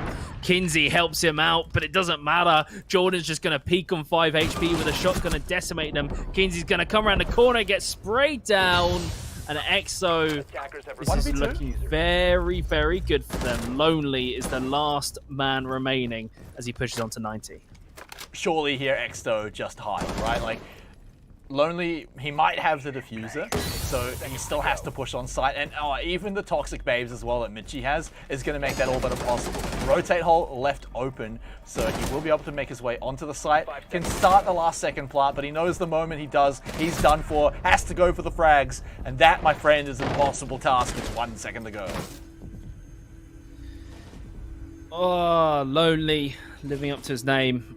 Last player remains, and he's not able to clutch it around. We've actually seen, I'm thinking that today in the games, I don't think we've seen many 1 vs X clutches actually be pulled off. I'm pretty sure we saw like, Nova's is the only one that's like sticking out to me. All the rest, they've sometimes come close. Oh wait, no, and also Empty Jacks. Of course, Empty Jacks, exactly. That literally just came back to my mind as shotgun play. But other than, I mean, in theory they should never win that 1vx, right? You know, it's going to be the man advantage should always trump. But it's nice to see that a lot of these teams, the defenders, are playing really secure. They're not getting too aggro. They're being very, very disciplined, and EXO more so than some of the other teams we've seen today. I just love that last round, though, from EXO. Just the way that they adapted from round 1. It was just almost the exact way that they should have done it, right? Like, they even baited them with that 6 pick. I loved it. And it felt like Swingsman didn't quite know what to do for the first minute, right? They were dumping utility into Cairo's shield, and yeah, they did try and push him a little bit later, but from an angle where, like you said, it's not like their ADS or the magnets were in range to catch it, except maybe the right-hand magnet, but that was probably burned by the utility dump. So yeah, I mean, Swingsman, they got caught up just at the study door for too long and didn't really get anything from it. So yeah, EXO, they just opened the gates and said, Swingsman, come on right in. And, well, they did exactly that. Poor Sawyer, he hasn't spotted anyone. Yeah, I know, right? Oh, there we go, finally. A bomb has He's been got it. located. Oh, wait, that's... Wait, does he know? He might be able to work it out he's droning. Can he challenge it? No, he's actually going to back off from the position. So he's going to move on through. The pulse pick is, I feel like, really good for Villa. I love this operator on this map in general. The majority of the sites works very well with. For Swingsman, they need to clock on to the pulse as fast as possible to ensure that they're not getting caught out, particularly, or anything. But they're already getting a lot of map control. Kinsey and Jeff are pushing around very, very fast. They're aware of the vertical angles that can be played as well. They're sticking with this line, and it's a quick double kill for the team. Cairo is looking for the third. But Kage, before his very eyes, he's just watched his team get ripped to shreds. Jeff's got something to say about it. Mitchie and Cairo have gone down. Jess finally falls. Kage has to hold on, but Sawyer on that pulse, that very pulse with a UMP, takes him down. And that'll be another round for the defenders. I feel like Jeff needed to show up like a second or two earlier, because you could see the idea from Swingsman: storm the site, try and get kills from different angles, because we've got Jeff coming from behind. And unfortunately, he did eventually come in and get one frag back, but by the time he was there, his whole team was dead, and he had to fight for his own life, basically, because he got flanked. So, yeah, the idea, I kind of like it. Just execution seemed like, not even like slightly off. It was quite off on calling Jeff over. Maybe he got caught up or something, and we didn't see it. But that said, though, that's another round now in the pocket for Exto, and I've got to say, that one felt easy for him. Yeah, I'm starting to doubt this Lion pick slightly. I get the idea. You want to play really fast and use the Lion gadget to get as much map control really, really quickly. Let Kinsey run him, let Jeff run him. Jess fragging on the IQ, which is great. I feel like maybe there's a couple of operators that would be more akin to the playstyle, just to slow them down a bit, but be more methodical in their approach. I feel like Jackal would be great here instead of the Lion, and it would also mean that once you've got the map control, the Jackal can then go off and start hunting the roamers as well, and applying pressure to the defenders who are going to be flanking and keep finding these weird angles that, you know, Jeff finds himself in when somebody's getting flanked from behind. And it means that there's a bit of security and information gathering on the attacking team. So that's one adaptation, but then it also depends, maybe this is what they practice, this is what they're comfortable on, and they just want to them, it's not a strategic factor, it's an execution factor, and they're looking to try and improve that to make it more consistent.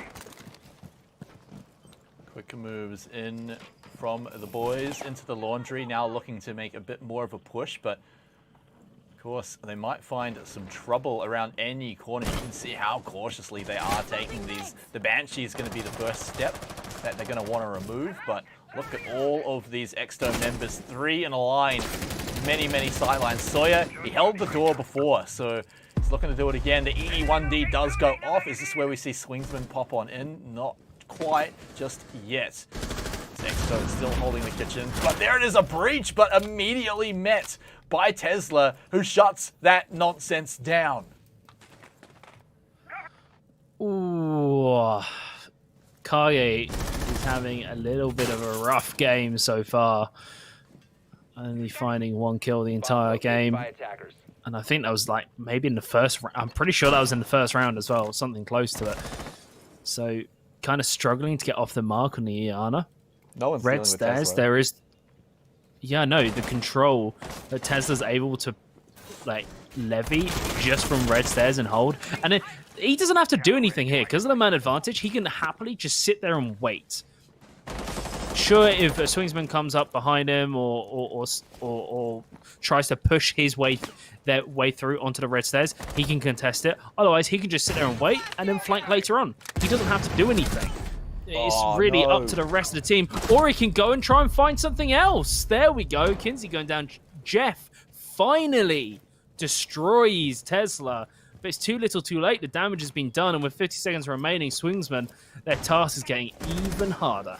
Yep, Tesla, absolutely job done. But now can the rest of the team pick up the slack? It's a 4v3 on the defense. Shouldn't be too much of an issue, especially not for Geordie to pick up the kill onto Jeff. No more IQ. EE1D, I believe that might be the last one as well, going out. Diffuser holder, Mackenzie, along with Lonely. They need to crossfire as many defenders as they can, get the jump on them and get these freebie frags. But we can see Exto, they're crouching, they're hiding. They've even got the Toxic Babes as well. So easy way to hold them out. And in this final 10 seconds, you've got to imagine Mackenzie, he's just got to send it. And unfortunately, we know what that means. It means his team and himself are getting ripped apart as Exto pick up yet another round. And this is the most like a one-sided game we've seen today, really. Every single other game has been very even, very back and forth. But Swingsman, they're kind of just getting gapped at the moment. Exto has their number in every single scenario. Tesla's not being removed. Part of me kind of thinks maybe it's the Villa pick. Maybe they weren't expecting to go onto this. and it's just making them very, very uncomfortable. Tesla's exploiting them at every single opportunity. And Swingsman, the round they got, even that was very, very close. Down to the single player, in fact. Now, I'm still waiting to see if the Wamai ends up getting 6-picked, but no more mind games, just simply, hey, here's a really fantastic comp that worked last time, and we're going to do it again. They've got the Wamai for the 90 hallway hold with that shield. Such a powerful position. Sawyer held it well last time. He can have all the ADS and the magnets he desires, can put anyone else in that position if they need to as well. So Swingsman surely should recognize this time. Either come with a plan on how to deal with the shield player on 90 and get through all of those ADS and magnets, or approach it from a different way a lot earlier than they did last time. 10 seconds remaining. Right. Operator lineups, like you said, they're sticking Exo's kind of in the frame of mind of it ain't broke, don't try and fix it. They've got the Jaeger, the Wamai, Smoke's been very beneficial. Mitchie's, only on 2 kills, but also 2 deaths. His cost is going to be really, really high. And also, there's been many rounds where the Toxic Waves have really, really helped secure that round win for EXO as well, when things are getting a little bit dicey. For Swingsman, I don't know how they bounce back. This is the last round, and then they're going to swap sides. They've kind of got to go in with no qualms, no worries, and just try and play their own game. You can see they're sticking together, trying to push Tesla. Tesla's been droned out. It's going to have to back off. The pre-place C4 isn't going to find anyone, but Tesla's out scot-free, and he's going to reposition. But at least Swingsman hasn't been killed. I was really hoping you'd see or any of them die. For Jeff. No, we're not going to hear him walking above us. Instead, we already know that Cairo has him on lockdown. You can save that C4. No, okay, never mind. Just blow it up. Blow it for good measure. There we go. But that's first blood being drawn. Jeff going down of all players. And Swingsman is getting harder and harder for the side. I like this one a lot better for them, though. They've approached it from a different angle, so they recognize what happened last time. Like, okay, cool, we've got to approach this differently, and that's the option that they chose to go for. They've got the breach opportunity as well here at Vault, so they've got some pretty solid control of outside the site now, and so they can actually make some things happen. If they can just pick up one frag at least for free on the inside without it being traded back, then they can actually make a push. But unfortunately, it's going to go the other way as Cairo picks up another one. And these EE1Ds better start getting some value very soon. Swingsman just needs some kind of entry. Kage, there we go. That's what we like to see, using the Iana really effectively. And get very close to the door. That is a interesting deployable shield. I haven't seen that one before, but it gives a nice angle and actually covers the way of the door through to Study. And he can start using that against the defender who's sitting there. The Iana hologram is going to go in just for good measure, but I don't think it reveals too much information. There is a player underneath, so that's got to be careful. I don't know if that's going to be red. Jordan can just sit there waiting patiently.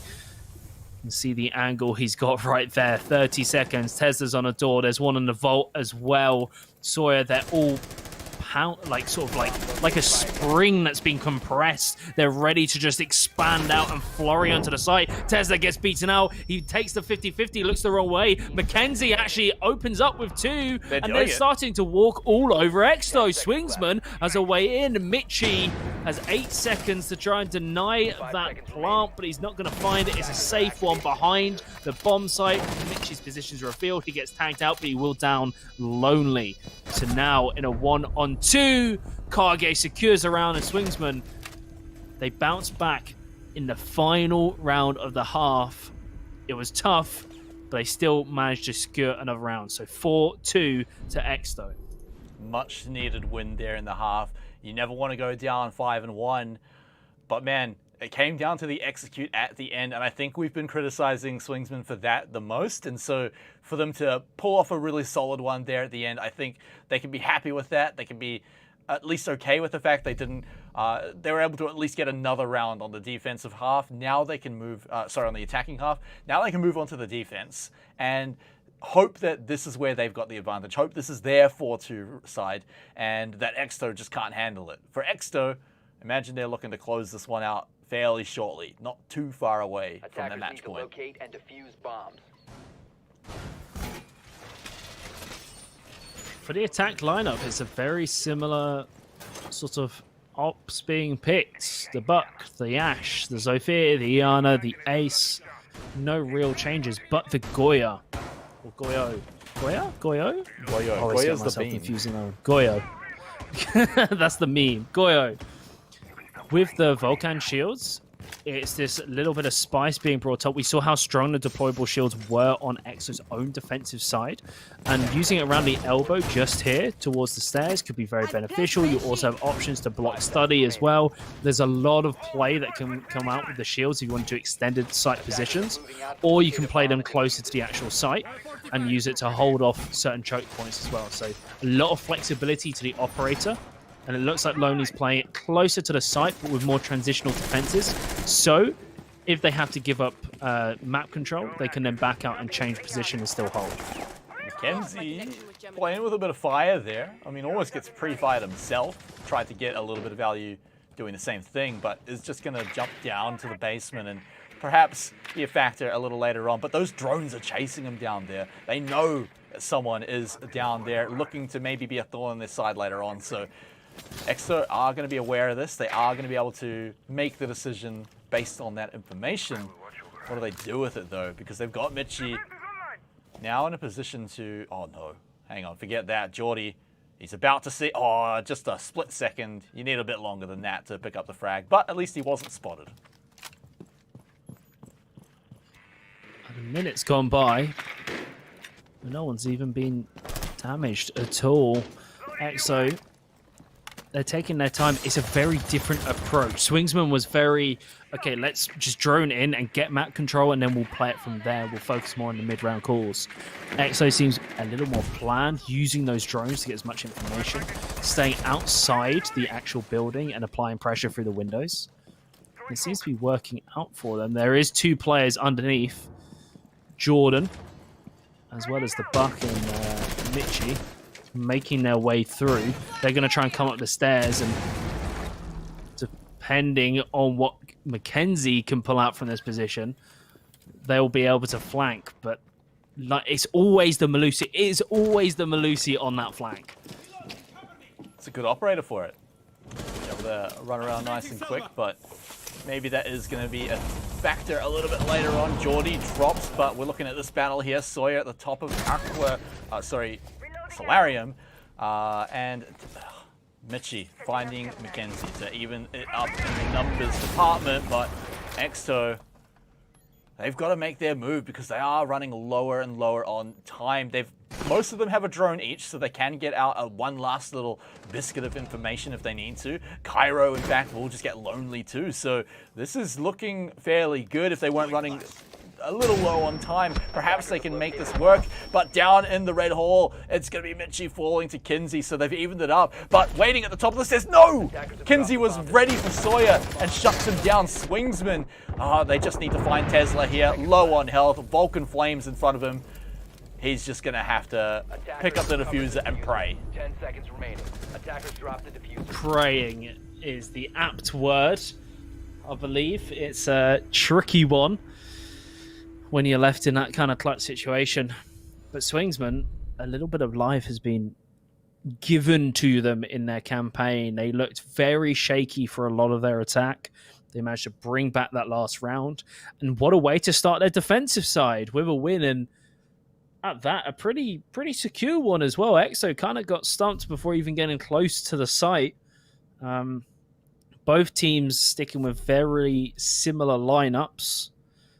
Let's see if there's any 6-pick comes out. I don't think there will be. Exo, because of... it's kind of interesting, the fact that they lost that in that style, and yet they're still opting for the same lineup. They're thinking, it's fine, we just played that badly. If we change this, this, and this, and this, we should be better next time. Interesting they're not opting to change the strategy a little bit, maybe come out with a different operator to make things, or life, a little bit easier. I mean, it could even be a factor of just spawning in a different spot, approaching the site from a different location.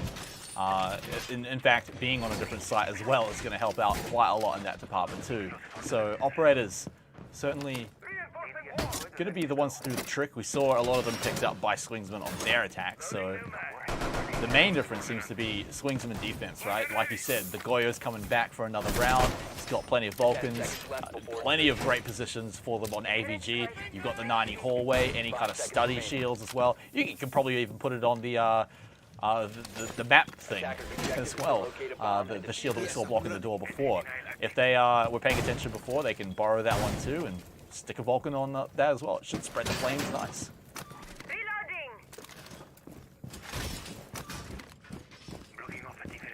I'm really interested to see where this Cade positions the Electroclaws, how Cade's going to utilize them.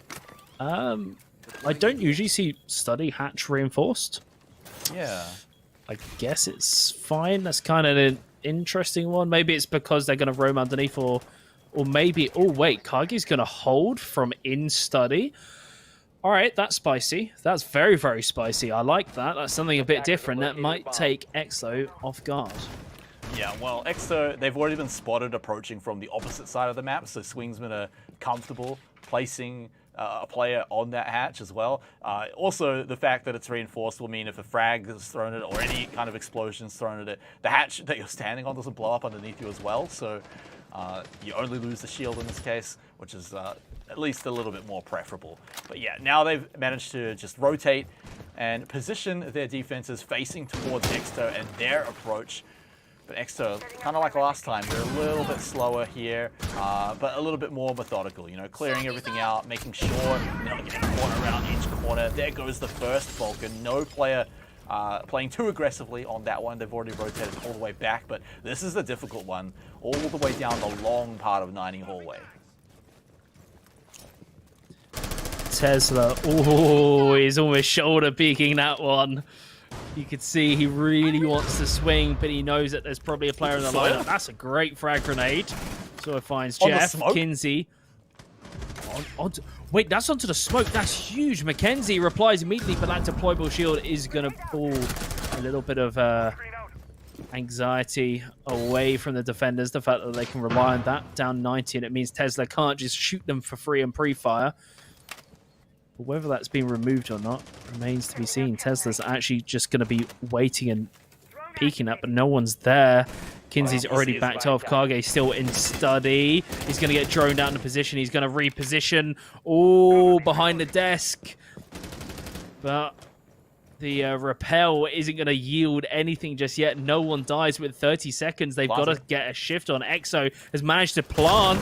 This could be it. Exo could have the round here. It just depends if this goes off uncontested, which it does. All right, everything's going down now. Exo trying to get into position to hold this one down. Kinsey moving up. 90 gets his frag. Just one more left on the defense to hold this one down. Kinsey, that's a second one. Does he make it the 1v3? The next player is all the way downstairs, ready to just deny this defuse. He's got to go run for it. Otherwise, he's just going to get blown to smithereens from below. Is Tesla going to run all the way up? He's actually got no concussives, so he's going to have to just go up and actually shoot him because he wasn't able to be shot from below, but Kinsey walks into it and has to just take the fight and lose.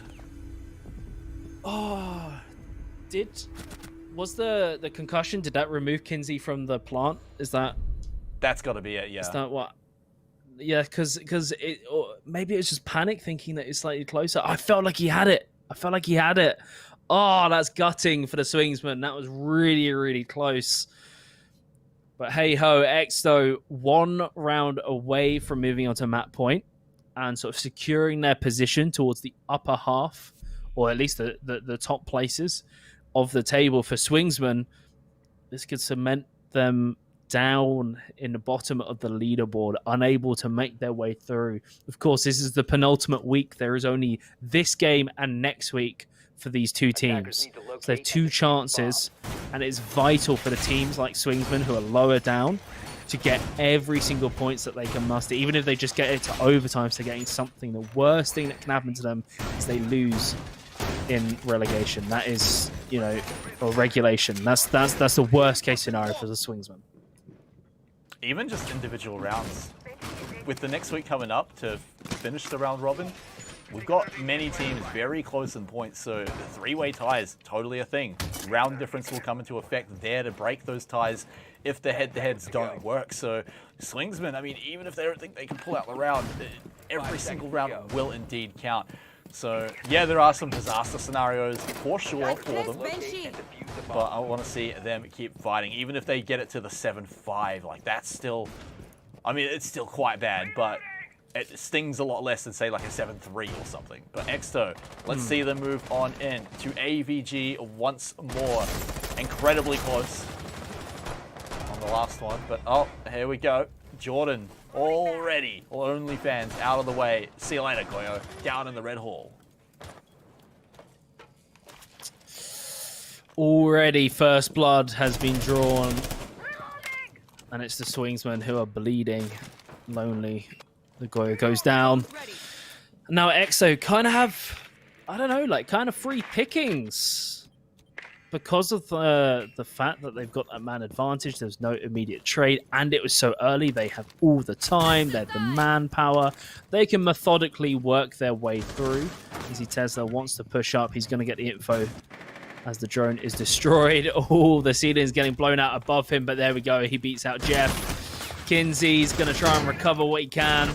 The stairs, oh no, I'm getting confused by the rappel, the X-ray on the outside, but Kinsey's just going to push on down. That's huge. He finds a second one, and he's doing everything for the Swingsmen to keep them in the game. Mackenzie follows through. Exo, how are they losing this? Yeah, getting McKenzie backpack because he's carrying his team to survive and at least keep them away from match point. Even Mitchie won't be able to take down Mackenzie. This is now a very tough task for Cairo. Diffuser in hand. So objective still possible, but of course 1v3 situation. He can take a few 1v1s, he's got the smokes to do it, but loses the first 1v1 and his corpse will explode in style. Ooh, now. How does this change the momentum? How does this shift things up? Swingsman, they kind of looked out for the count. Exo had their number. They were on a roll. They had some very clean attack rounds. Even when it came close, they were still denied the clutch. But Swingsman, this is that opportunity. They've bounced back, and it's really all because of Kinsey. That clutch from the round before that came so close to 1 versus 3. He might have lost it, but this time he's on it. He finds a double kill to pull his team back into the round.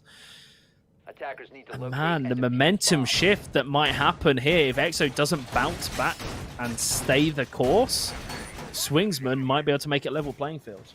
Yeah, I mean, it would suddenly start looking like a few rounds in a row, which is never a fun thing to be facing down. It gets you to round 11, my favorite round as well. Really keen to see that happen. I mean, we're going to see it regardless, right? If Exto win this one, then they get match point.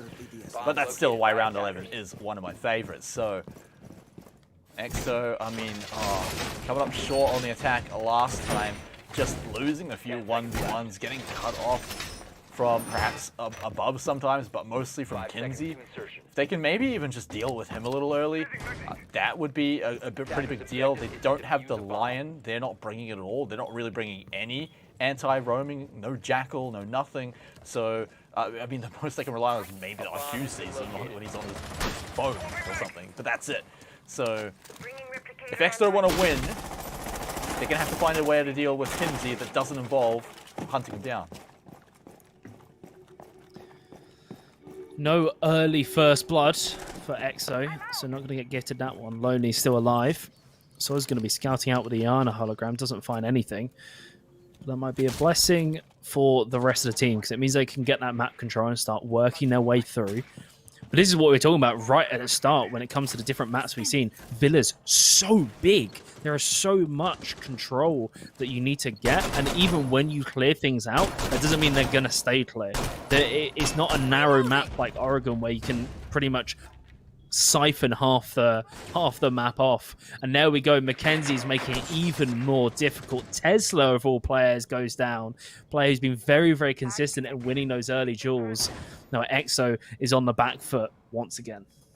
Oh man, Tesla would have been very valuable to have in about a minute's time when they're really going to need him to clear out some utility and maybe even just flush out some defenders with those concussions. But they will not have him, alas, and so Exto have got to get the job done with 4 people. And so just using the Gone 6 to try and clear some utility. That's the other benefit as well of bringing the Iana and kind of the rise in popularity even more than before. It's just the ability to clear the bulletproof utility. So nice when you bring it. You're not sacrificing that anymore when you bring Iana.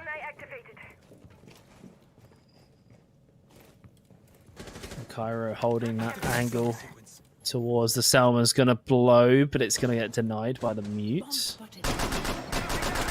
But here's the IQ. So, okay, Mitchie, have another go on that one. There we go. Worst feeling. You got it, my dude. Worst feeling. It took a while. When you're trying to clear the utility and you're just hitting the bars. But Sawyer, oh man, he baits him out with the frag as well. Kinsey, that's a big deal to take him down. It's for free as well, so now they've managed to get back to the 4v4, but there's only 30 seconds left, Novocaine. They don't have much time to try and make this work. They've even been cammed out. They know exactly where Geordie is, and even a few of his teammates, so they might be able to make it up into the adjacent rooms, but pushing into the site is going to be where things get tricky, because they've got to get it done nice and quickly. That's nice and quickly, as Lonely will drop it down, but they need a few more, and it's Swingsman who are picking up a few more 3 headshots. So it's Geordie who has to get everything done. 1v2, 7 seconds until the end. Oh, I thought for a second because Geordie got Astro control that he had free reign of the site to just pull apart the other defenders, but unfortunately for him, Mackenzie just shut that dream out. He was like, nope, this ain't a dream scenario. This is a nightmare, because the entirety of his team got slain around him, and before he knew it, he was the last man standing. And it looked very dicey for Swingsman, but the rest of the players, the anchor players, just held strong. And now we're in a level playing field. Now it's 5-5. Swingsman, the momentum has shifted into their favor. The winds are blowing behind them. Now, this is exactly what you said before in the same position. It's the 11th round. One of these teams will be on that point. And that is a toxic defensive lineup if I've seen one. Vigil, Pulse, Mozzie, even the Mute to combo with it as well. And we might see Malusi all the time, but that doesn't make her any less toxic with those Banshees. So Swingsman, I think, are trying to throw a little bit of volatility towards Exto. Like, they've got to now deal with a Vigil who's going to be hiding himself. They've also noticed that, there's been nothing like a Jackal or anything. Even though Vigil can deal with it, it's still annoying if you get caught out when your ERC is down. So Lonely is going to be pretty happy to be able to roam completely freely and really have a grand old time, as long as he doesn't get first blooded super early for some reason. But then that's just one operator, right? Like, the rest of the team, Pulse is tracking everyone. The drone denial from both Mozzie and Mute. The drones can't even find 1/5 of their team, so Exto have got their work cut out for them in this one. They're not going to have to burn through ADS or magnets. Instead, they're going to have to burn through players with powerful utility.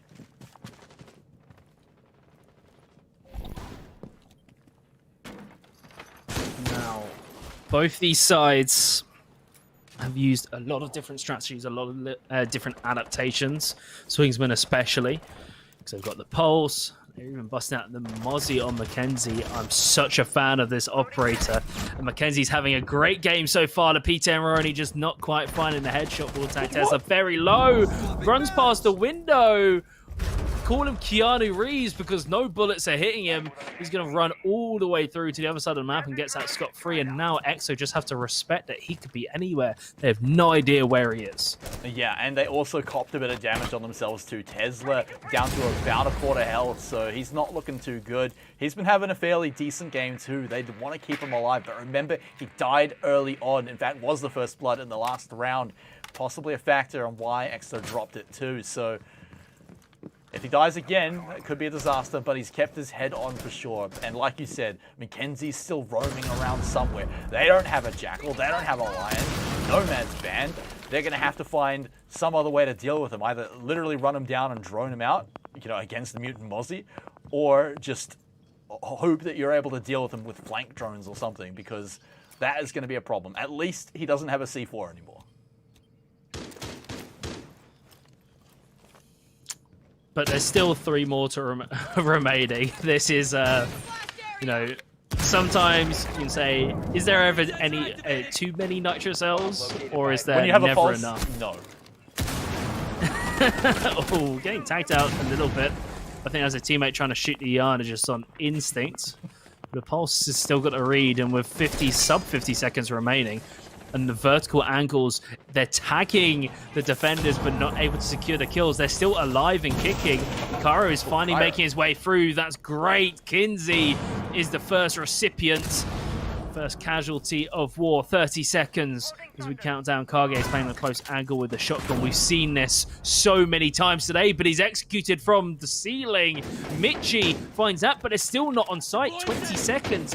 If Swingsman can just hold on, use that utility, use the nitro cells, getting shot passively by the shotgun, he's going to back out. 10 seconds on the clock. Jeff is pushing up the pulse. He actually gets the read. Mackenzie finds Jordan Sawyer onto Mackenzie. Jeff's just going to run on through, deny the defuse, and Swingsman have done it. He just needs to survive. They just did it. They got to map point. Swingsman pull off an incredible comeback, and they're 1 round away from winning. Yeah, here's where they could just leapfrog Exto entirely. Despite Exto being just 1 round away from getting their own overtime, Swingsman are potentially about to just jump right over them. If they can do that, that's the 3 points that they need. That's exactly the 3 points they want to catch up to Hackuasians and then battle it out in the final week to see who's going to get relegated. Exto, though, if they drop the game here, earn 0 points this week, they might not be in danger of dropping out of the top 5, but next week they might be. And even then, you still want to hold a higher position in the top 5 so that you can move into the gauntlet. This is going to be a painful loss if they lose it in this round. You've also got to entertain the possibility of it going overtime as well. You know, it's for both these teams.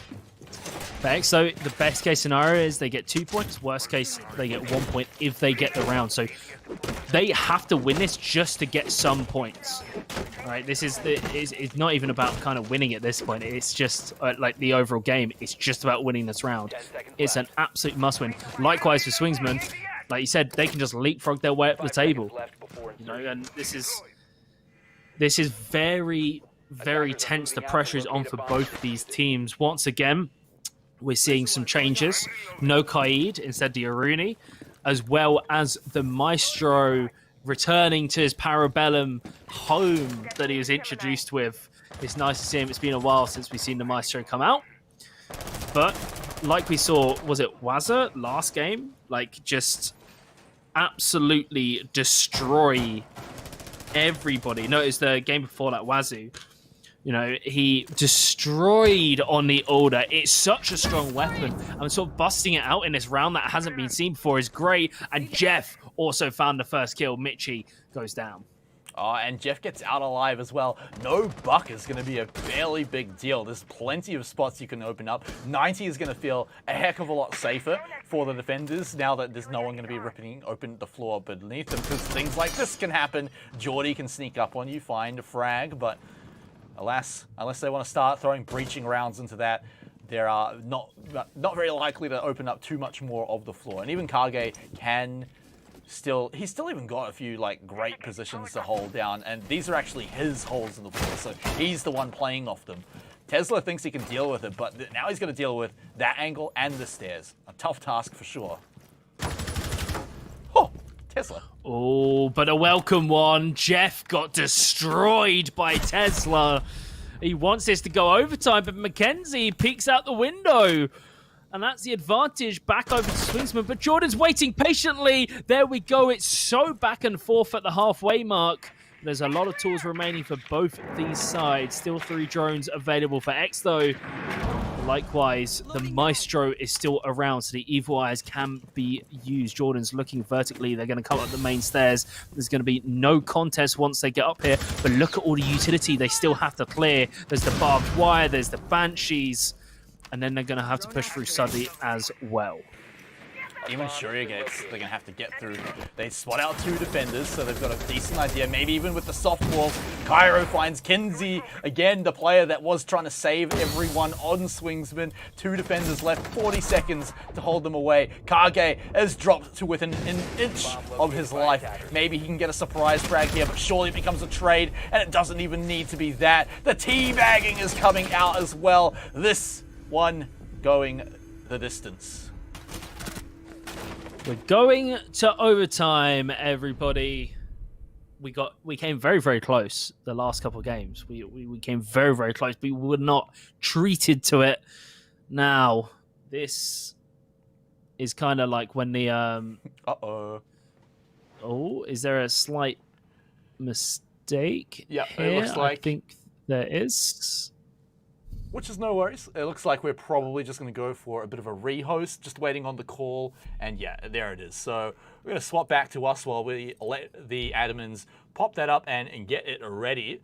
Because, of course, you want them on the correct side. So overtime here. I didn't quite catch the call on that, on who was getting defense first. But regardless, though, both teams have shown that they're very capable in both sides of this map, right? You know, you can defend, you can attack. Swingsman had a bit of a rough time on attack, sure, but they've kind of shown they can at least pick up a few rounds on it. However, going into overtime, their momentum has been stopped a little bit, and Exto are now starting to build their own. But there's not a huge amount for either team, particularly with a rehost too. This is going to slow everyone right back down to almost square one. I'm just looking at the leaderboard and how it's sort of been updated and how it plays out. Swingsman, we said they absolutely need this win, you know, without a doubt. But they're going to be kind of upset the fact that it's gone into overtime because they needed the 3 points. 2 points is great, but it's really not what they wanted to close the gap between some of the other teams. Yeah, still bottom 2 is not a fortunate position to be in. And Pride haven't even played tonight. They could end up in last. And Pride haven't even played yet, so you know they'll be snapping on their heels. One thing is the fact that if Swingsman, even if they lose this, even if Pride wins their game, they're still going to be tied. So Swingsman can potentially move on through and escape relegation, but it's going to make it very hard to get into the playoff, not bracket, the gauntlet. Sounds far better anyway. Gauntlet than way cooler. Bracket. Let's get real. Yeah, way cooler. But for Exto as well is they can a lot of the teams who are like in 6th and 5th big dogs, Haku Asians, they're like within 1 point. They're so close to them.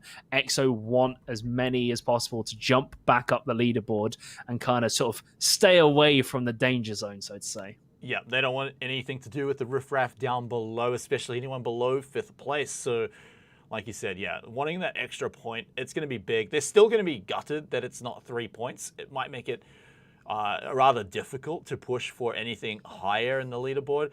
There's not too many points between the teams up there unless you're Skyfire, although that has actually changed after this week. So, you know, depending on how Fury's game go after this one, if they can pick up 3 points, then that puts them just below Skyfire. So we'll have a final week if Fury wins that could look like, you know, we don't know who's going to be in first place, who's locking in the grand final in the gauntlet. Like, we don't know those things because tonight has been so crazy. But back to, you know, what we've got at hand with Exto. Yeah, I mean, look, they just want as many points as they can get. 1, to kind of push away anyone below, but 2, because doors upstairs might open.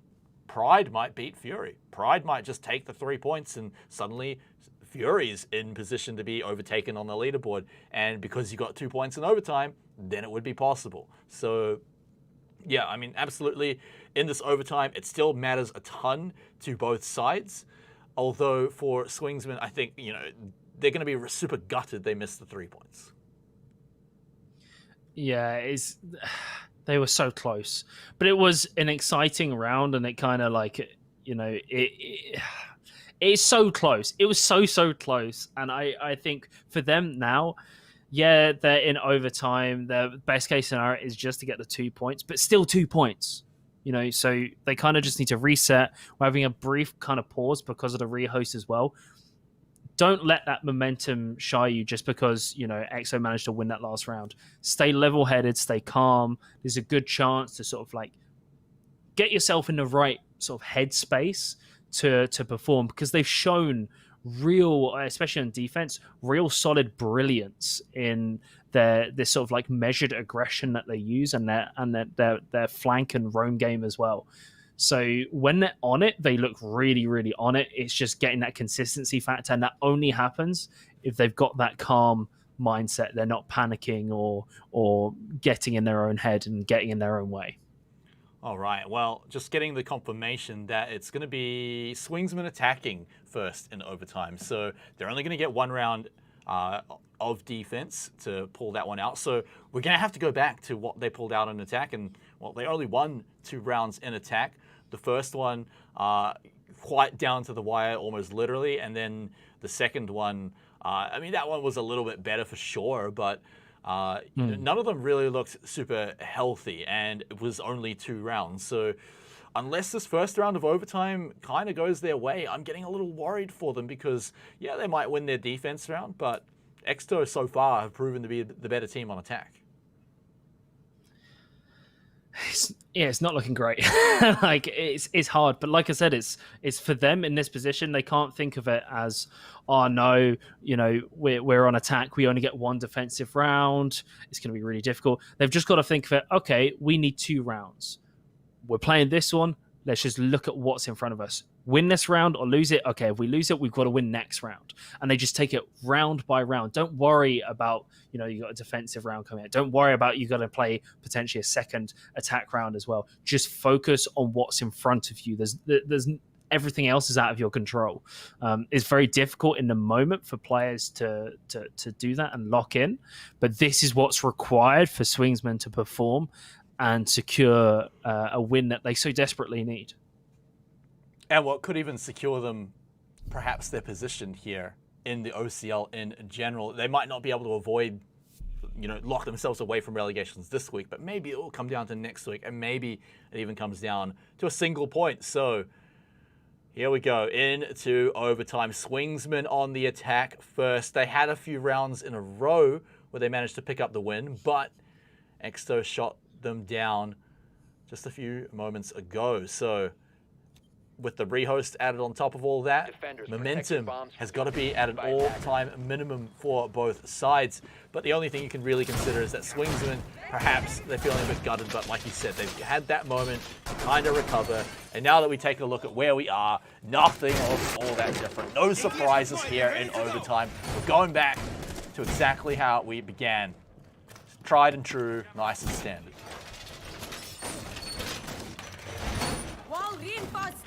I'm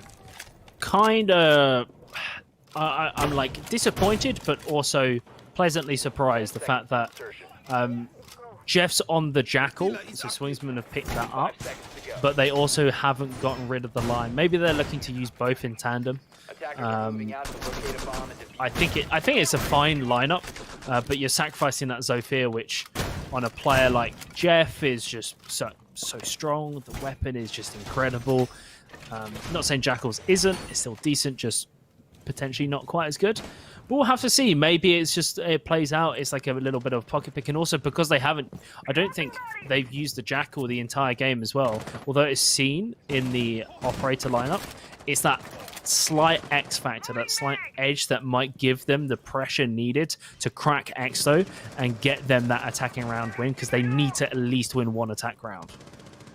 Gyro playing with a little bit of fire around here. Has a pre-placed C4 below him as well, I believe. Or yeah, it was pinged out. So yeah, they've got one. Tesla must have stuck it there. They're going to try and bait that one in. They've seen the direction the Swingsmen are coming from. They've taken a few pot shots as well. Maybe they pick up this pre-placed C4 as well, which would be beautiful. But look at this. You've got Swingsmen coming around through 90 instead of through Aviator. So not going to be walking over the C4 too soon. And here it is, the Jackal in play. Seeing all the footsteps, we'll be able to hunt down any of these pesky roamers that have been backstabbing attacking teams for so long, but this is now half of the round down, and we have covered half the top floor by Swingsman, so they're making decent time, but we're still yet to have things like utility cleared or even any damage on the enemy team. Lost contact. It's a very slow round. And the fact that there's still a lot of Banshees, there's still the Mute Jammers, the Electric Law, there's so A bomb has been located. many pieces on the board that Swingsmen have to remove first before they can look to execute. And they're running out of time. 2/3 of the round have gone. But they're finally into Master Bedroom. They're going to try and open up, potentially grenade over. Hopefully this has been for Exto. They've read this and put an ADS out in the open or somewhere that they can potentially read it. The pre-fire is not good enough. Jordan draws first blood. And what a player to remove from the board. Jackal goes down. Oh, I love Jeff's idea, though, baiting it out with a shot on where someone just wasn't. And so, unfortunately for him, I mean, he just didn't manage to pick up the kill. The pre-play C4, though, also picks up the kill. And now the attack from Swingsman is falling apart with only 3 people. Mackenzie, oh, he can't even pick up that frag. That was absolutely critical. He got that in the final 20 seconds. They have diffuser, so they can force a plant situation. But, I mean, Exto have all 5 members, healthy or not. That is still a big deal. Mackenzie able to go ahead and grab the plant, but of course, we've got Cairo in position to blow him up from below, and with 0 seconds remaining, no one near the diffuser. First round of overtime going Exto's way. Exo moves on to map point. Of course, it's the standard 3-game overtime match point. There we go. Exo is on their attacking side. They did look better, but Swingsman, if this is where you make your stand, this is it. There is no more chances. If you lose this, you could potentially, not 100%, but very close, I'm pretty sure, to punching your ticket into being potentially relegated from the league. So you have to win it. You have to make your stand right here. No Monty today. It's going to be swapped off for the Ash. I still love it, though, because you've got a 6-pick. You may as well use it. So throw it out. Like, just pick Monty. Like, what are they going to do? Not prepare for it, because what if they come in with a Monty and you don't have the tools to deal with it? So they've got to at least consider it. But Swingsmen seem to have called the bait. They haven't, swapped off to anything like a Legion or anything. And they have, they don't even have a smoke, though. So Monty could have been an issue if they didn't do anything about it. But, of course, we know it was just a 6-pick, so no real big deal coming out for that one. And so Exto, they've got to get it done on attack, otherwise they're going to have to come back to the defense, which they're comfortable on, but Swingsman, oh man, they've had a solid defensive half, right? It's why they're in overtime at all, so there shouldn't be too much of a slouch coming into this one, but let's take a look. Exto about to come in, see if they can just not even give Swingsman any rounds in overtime. Can Swingsman disrupt Exo's momentum? Or can Exo secure the win and sort of slightly defend or move their way up the table? Well, defend their position, and help secure that playoff berth and hopefully a better seeding as they go into that gauntlet. See Mitchie's making his way. We've seen a lot of contention around that main entrance, actually, at the bottom of the stairs. A lot of blood has been spilt along that corridor. See Jordan pushing on through. So Jeff's got an angle from above, and Jordan, he's going to be slain very early on. That Ash not able to do anything, but it's immediately replied by Cairo. Yeah, very important to get that man out of the way there. Trade it back so you don't lose anything for nothing. But that's just one step of the tail.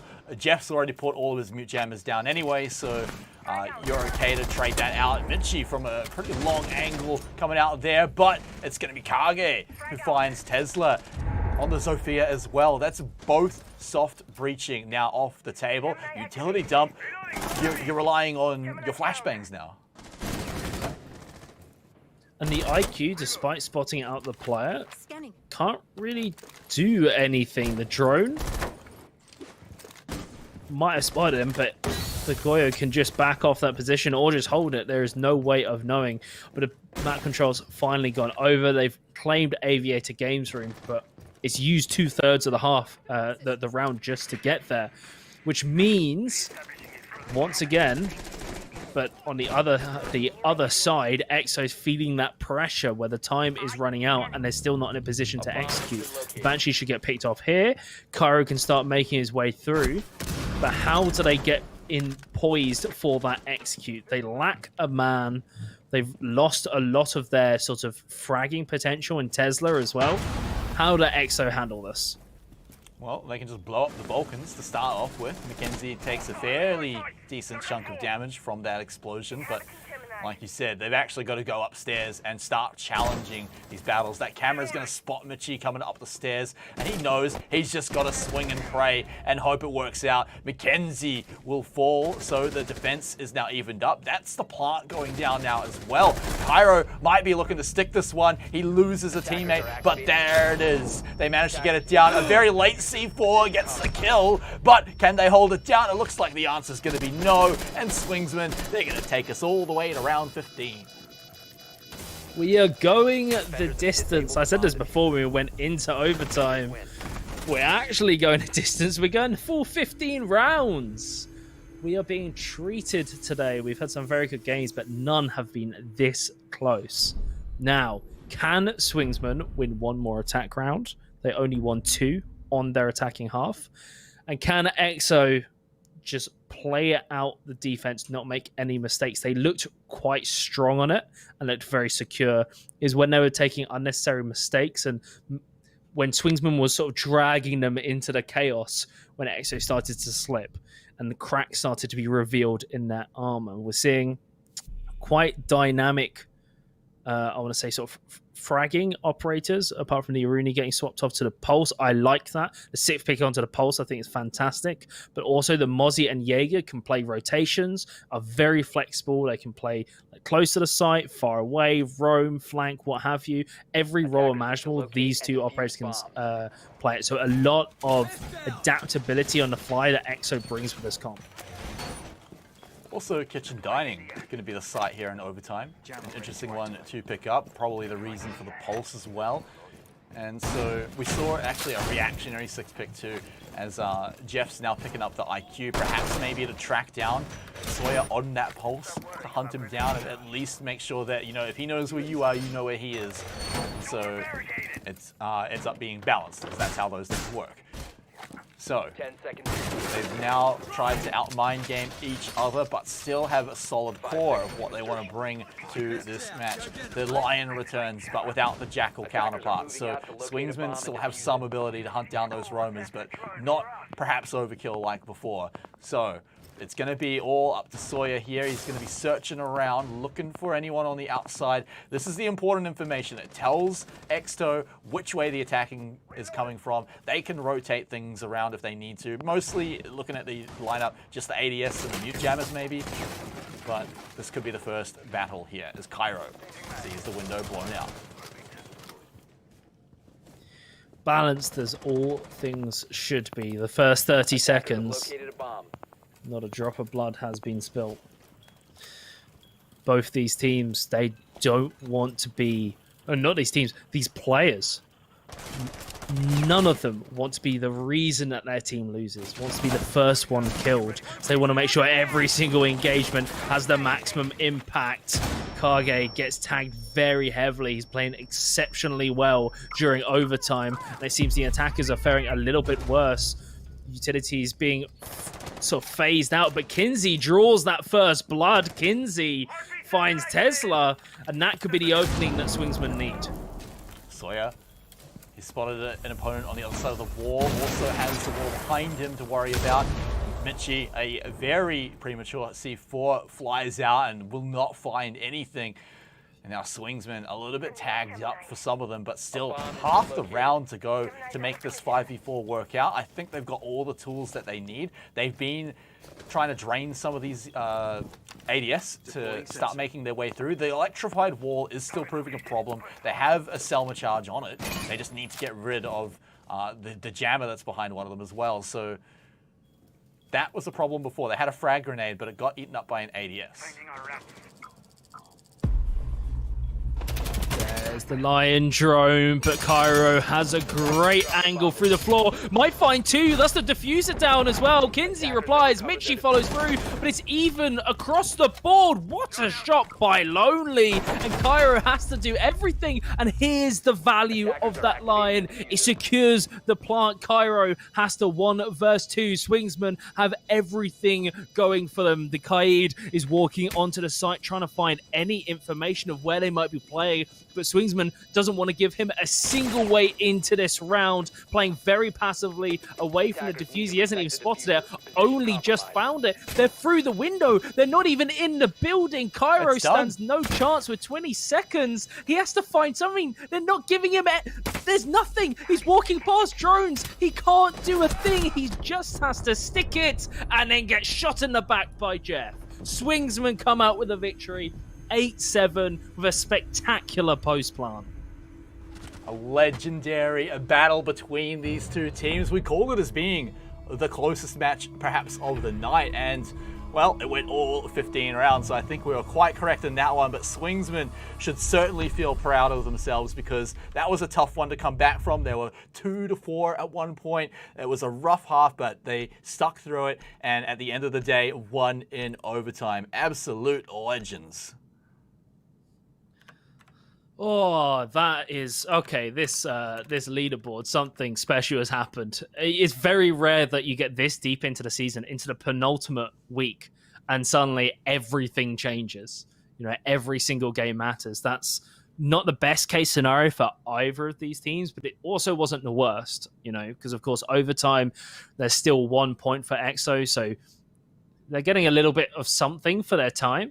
But certainly with the way that the other teams have been performing, like Prolific, you know, Haku Asians as well, not the best case, you know? I don't know. That was just a great game. I feel weirdly like proud, not proud, but like, you know, when you see a team that you can see that they're struggling and then they come back and beat the odds.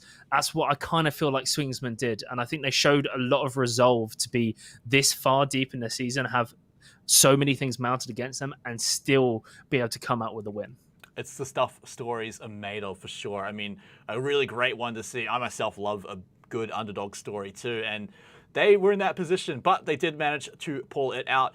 But Novocaine, we do have one more match to go after this one. I know that one was quite long, but there's still one more to go, and they are itching to play. Coming up after the break, everybody, it's going to be Fury versus Pride.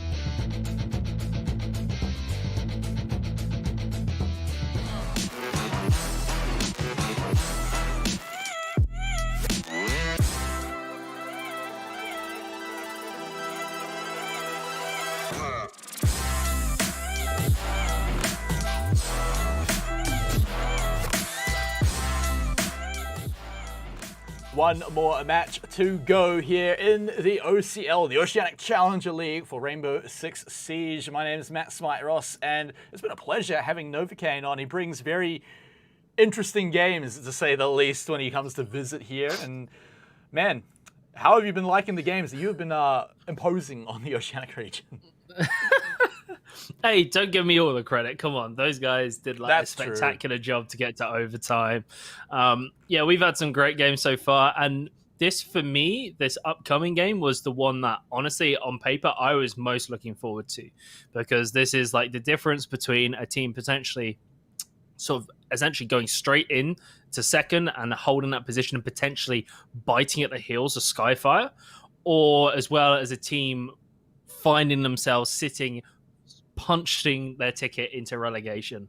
So it's going to be sort of table deciding, I believe. That's right. That's right. It's Fury versus Pride. So we're going to jump into these teams to see exactly what we've got here for our final game of the day. Team Fury, it's President Angmo, Twent, Edpan, and Pun. These guys have put on a very spectacular performance so far. It took them a while to get to this form. But second place is within reach for them, and first place perhaps next week. Yeah, this team last week had very consistent performances across the board. Every single player was pulling their weight. There was a couple negative KDs, but that was still like -1, -2 differential. Wasn't particularly much. No, at least last week's performance, no standout like player leading the charge. It was a team effort, and that kind of is the sort of point in which Fury hangs, is the fact that they can play as this fragging team. They don't need that one-star player to have a good game, but if one player has a bad game, there's the rest of the team to step up and take that force for them. Well, they're going to have to do it today against Team Pride, who are currently at the bottom of the table, looking to climb their way up. Echo, Pluto, Elements, Namni, and Kieran. I've said this before, all players on this team very mechanically gifted. We just got to see it executed. Do you think they can do it tonight against Fury with what you know? It's gonna be a tricky one. I'm not gonna lie, it's certainly an uphill battle. But then again, we've seen stranger things happen, like Skyfire losing their first game. The previous game, Exto, looked like they had that in their grasp and it slipped away from them. So who knows what might happen? I mean, after what we've seen tonight, I honestly think anything can happen. Hackuations took down Skyfire, so why can't Pride take down Fury? And you know what, just for good luck, we'll look at them again before we go back to us. So, Pride versus Fury, last match of the day. There's only one more thing to find out before we jump into the game, and that's what map we're going to be going to. And we get to go back to Coastline. You got your sunnies ready, you got your togs. Do you know what togs are, by the way? What? No. What's a No? tog? What? Togs. No. Okay, it's if you're in Australia, you would call them cozies, which I think is way worse. Is that your like trunks? Yeah, No? it's like swimming gear. Okay. So I get you. I get you. I'm gonna. I guess you could have got next that time I from go to the Coastline swimming thing. pool. Yeah. Next time I'm at a swimming pool, I'm gonna say that and watch as all the bewildered Brits look around at me like, "What is he on?" And then the one It's Kiwi gonna be pops great. up and he's like, "Someone else from home." It always happens when you travel abroad. You hear a Kiwi out, you can hear it out from a crowd. Like it's scary. But I digress. We're talking too much about my country. We're talking about Coastline. This is where our final battle is going to take place. And to be honest, I mean, look, I think this is actually pretty good for Pride, right? They're a team that does like to frag out, does like to win a lot of 1v1s, and there is some room to do that on Coastline. Yeah, there's certainly that room. We haven't, or the previous Coastline game we had, I didn't get to see the hyper-aggressive defensive style where you see teams like Natives Vincere, like especially when Joe was on the roster as well, they would just run out and peek everything. They did not care. They will peek you on the defensive side, and they will force pressure right from the get-go. And I want to see that, especially if a team is confident to try and employ that strategy. Just as we go into Operator Ban, it might upset you to know that Chalet got quite far through the map ban process before it was banned out. You didn't have to tell me that. Almost there. It could have been a secret. I would have never known. I would have thought, okay, cool, another one where we don't have Chalet. But now I know it's one we almost had Chalet. Thanks for that, I guess. Lion, the first ban. No real surprises to see this man taken away on Coastline. He is a powerful operator, although there's just so many attackers that you want to ban on this map. I imagine Nomad will probably be the next one, but that leaves just a wild amount of operators open. Oh, Buck? Okay. Yeah, we saw Ash. Oh, Buck. Okay. I like that. There seems to be more of a priority, I've noticed, in this region of Buck over Sledge. I don't know if there's a particular reason for that, but we've seen them a lot in pretty much every single map we've played so far. I think only maybe Oregon, and then Pulse getting banned out as well. So interesting bans across the board. Pulse annoying, but to me isn't the strongest operator or priority. There's other stuff that I would rather taken out because the Valkyrie's still available, and the Mozzie ban. Just interesting across the board, I feel.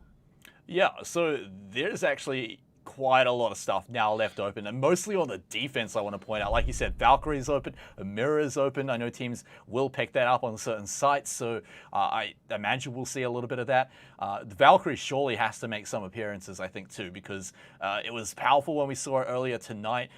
Very helpful in getting your runouts. Can be like a pseudo pulse if you're good enough at hiding the cams. You can still make callouts for the rest of your team to use their C4s to pick up frags, but we're not seeing it in the first round. Instead, another one that we're seeing for the first time, I don't think we've seen this one all season, is Blackbeard coming out, but makes a lot of sense on Coastline.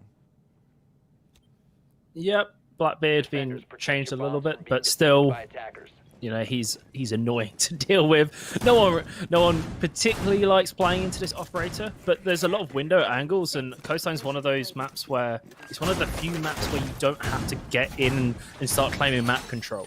You can actually realistically spend like the first minute and a half, 2 minutes, just outside using the windows to try and find where the defenders are playing from, start pincering them in and keeping them in certain rooms. And Blackbeard is excellent at fulfilling that role, like really, really good. The other thing is of course, we talked about the defender fans. Another ban that it's not like Omega strong, but it's still very, very strong and often gets banned out is Melusi. Once again, is available on such a small map.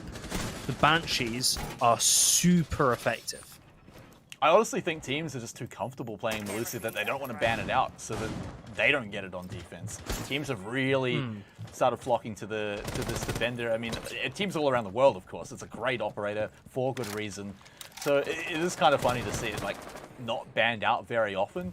But here we are in the first round, now 30 seconds in. Pride now starting to open up a few windows. They're going to want to get Pluto into position. That's going to be the important thing, because once he gets into his position, depending on which window, likely the hookah window, but possibly also the billiards one, plenty of sightlines that are now just super annoying for the attackers, defenders, sorry, as Ed Pan gets ripped apart by Kieran, hunting him down as the Jackal. Jackal draws first blood. Kieran's going to get Pete's though, so that's traded back. A little bit of an oversight, not expecting a Melusi to be so close to the position. Ooh, traded back immediately though by Namni, so that's nice done. Oh, a second as well. It seems every single player is open to getting the double kills, but finally there is no more trade, and as the dust settles, Pride comes out ahead.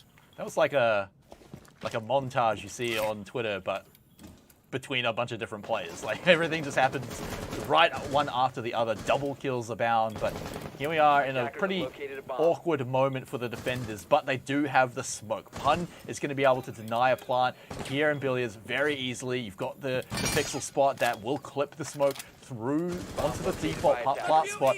He's still got over a minute to burn though, and only up to about 30 seconds is he really going to get good use out of those toxic baits. So if Pride are quick, they can push on that fact. It's whether they realise it. It's in. There's the second one. Oh no! You didn't stick it. That was really, really good. That was a very good idea, but it didn't materialise. The bullets didn't quite connect, and now his position is known. So playing around blue bar, he should get the information call, or the head was just seen for the slight second. These two players are just running around each other. He actually, oh my god, there we go. Namni goes down, and now we're even a 2 versus 2. I think that's the last Toxic Bay canister as well. Oh no, there's one more to go.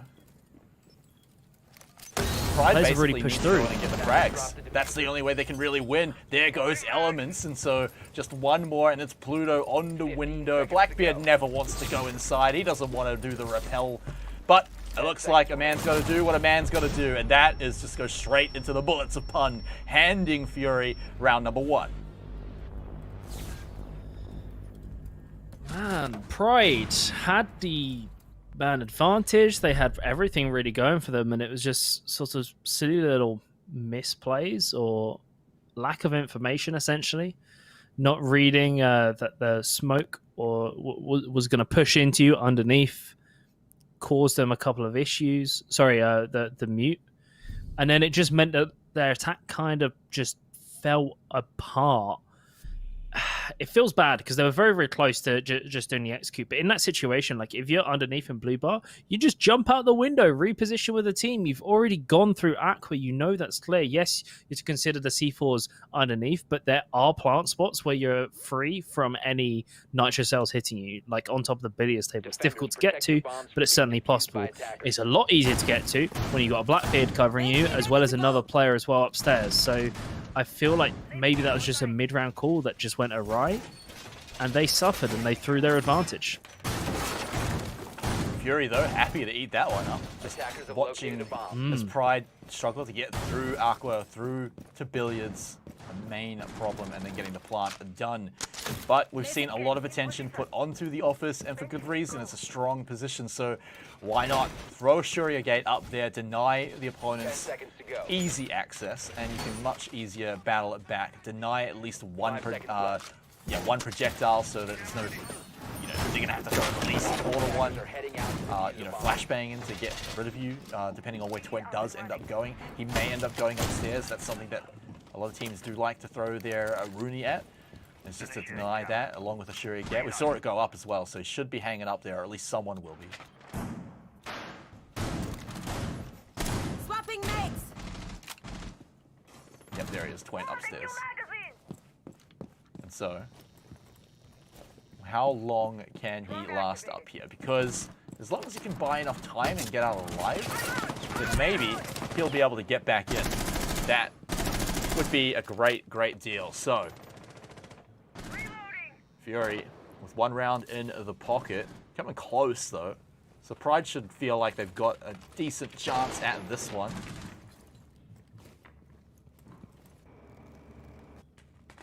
But it's a slow one. You can see both teams taking it nice and cautiously. So what are they going to be able to pull off? They still have not dealt with Twent here. He needs to be dealt with, and oh man, he even gets a frag back in return onto Elements. There's the trade though, so at least it's not all for nothing. Not all for nothing. It's weird seeing all the defenders kind of clumped up into one room. And they're like, wait, we shouldn't all be here. We're very vulnerable from above. The nitro cell's not going to quite clip the Jackal. He survives, and that's actually given him more of an inside angle. President can play it, though. Kills Kieran. That's the advantage over to Fury. Pride. Much pride in themselves right now. Struggling the sledge without the buck available. The sledge is being employed instead to fill the same role. Pluto's going to try and roam around with that Nomad. I don't know where they put the air jabs, though, to help out JCZ. This could be huge. Had a very, very big game last week. Can that performance carry through? Still yet to find the first kill. Oh, Nitro Cell. And this is looking very, very worrisome for Pride. Yeah, this is one of those rounds where, you try and draw it out. You talk about the next round. And maybe you get a few feel-good frags. Maybe you find Edpan down below the stairs, but as we can see, he's sniffing that something is up. But 30 seconds to go, 2v4. I mean, it's clutchable for sure, so I imagine they'll still try. But, I mean, what can you really do? There's not really much breaching you can do. Namni's sort of already done that. Pluto's already got his air jabs down. The problem is Furies don't have to leave. They don't have to do anything, really. Just sit back and wait as Pride are either going to throw themselves at them or just let that clock run down. 5 seconds remain. I think they're going to let the clock run down. They're going to use this time just to talk and get on the same page. Operators, you have run out of time. But there we go. The two strongest sites on coastline have been, won and locked out for the defenders. So presumably we're going to go to Blue Bar. Rarely we see Penthouse as much, but I could be wrong. If they want to mix things up, no. Blue Bar Sunrise. So as expected, Pride should be able to read this ahead and have more of a specialized comp rather than taking a more all-rounder. And there we go, a Ying coming out. If that gets stuck, that'll be quite exciting. We haven't seen a Ying so far today. The rest of the comp stays the same, but then the Tachanka being sixth picked off. But okay, never mind. And now I'll shut up because they've just sixth picked back to the normal stuff. Yeah, paying homage to the earlier pick today on the same site as well. I mean, you never know. It might plant the idea in your opponent's head, like, are they really doing the same thing we saw earlier today? So, like, I love how teams use six picks like that, to actually mess with your opponents a little bit, because it's free. You get a six pick every operator pick phase. You may as well use it, even if you just literally pick the same operator. Teams, I love to see them use them every round. So we're not going to get the Tachanka. It's just a fully standard lineup there. The Jaeger, along with the Wamai, means plenty of projectiles are going to be gobbled up. So it's going to be quite tough to break through any kind of turtle they've got, along with the fact that Goyo is going to be rocking with Angmo there. Drop down all the Vulcans all around the place, and you've got a fortress. Just feels bad. You get really excited. Like when I saw the Ying pit, I was like, ooh. And then, as a caster, as a spectator, your hopes get dashed at the last second. But I was real bad at it when I started casting Siege. I would always eat the bait. I'd see Tachanka. I'd see the Yings. Tachanka! Oh my god, they're going to do it. And then they six pick off. Now I just beg them to do it when they hover it. You dare them. See if they fall for it. A cooked grenade. It hits the wall and it doesn't even matter. He's going to get thrown out as well. And now the Wamai is not going to be displaced. He's got the Vulcan shield as well. Despite the Jackal Pig, he is very, very safe here. Without more utility, even if more utility is thrown, he's got the magnets to make himself survive. He won't get displaced from here. He can hold on to this for so long. A minute has passed. They know exactly where Edpan is, and they can't remove him. They've been tracking him all the way out, but nothing to deal with it, right? They've essentially just got to blind him and maybe perhaps push him, but he's got the hatch to drop down, and we can't really see what's going on. He hasn't dropped down, actually. President is the one getting all the kills as everyone rushes in. We're going to be blind, and everyone else is going to end up falling now. Pride, again, only 2 members remain. Another situation of sit back, talk about next round. What just happened? The screen just went white and everybody died, and Fury are just winning. Like, what just happened? We'll have to ask President. I think he's the only one that could see it. The pride comes before the fall. Fury taking the lead. Pride just... It seems as we're going, Fury are getting more and more comfortable with their defensive side, and Pride's just getting very much edged out of the conversation. At the moment, Fury's just doing what they want, and Pride's along for the ride. If they can pick up a couple of kills, they're going to potentially feel a bit better, but right now, feels a little bit like they're just running that clock out and using it as a timeout. The diffuser's not for them either. Elements might just hop in to see if they can do any damage. But Fury can just sit back, relax, is anyone up there? And ride out the last 30 seconds. They're not even looking after the diffuser. He might actually be able to sneak it out. There's no one really looking at it. He's lost his teammate elements in the background. JCZ has to be quite cautious with this, although you look at all the holes in the floor. So, I mean, diffuser was on the balcony anyway, so it wasn't actually that difficult for them to go up and grab, but at least it makes it so that he has a Hail Mary attempt, but as we can see, it did not go so well. Flawless round for the defenders. I really liked the Wamai setup in Aquarium. I thought it was very, very clever. They finally clocked on, we can use the flashes to try and displace him. But by that point, he'd already called for the rotation. The Jaeger came through from President and got a swift double kill to cement Fury's place in that round and ensure that they had the advantage going on through. Pride yet to get one on the board, hovering the Ying. I'm not going to address it again. I'm just going to assume it's going to be 6 picked off. The Mirror, though, picked up by Edpan, immediately changed for the Valkyrie. I kind of get that. Mirror is very strong, but it feels like it's almost a kind of okay. And now I get baited. They actually keep the Ying. All right, I hate this team. What's going on?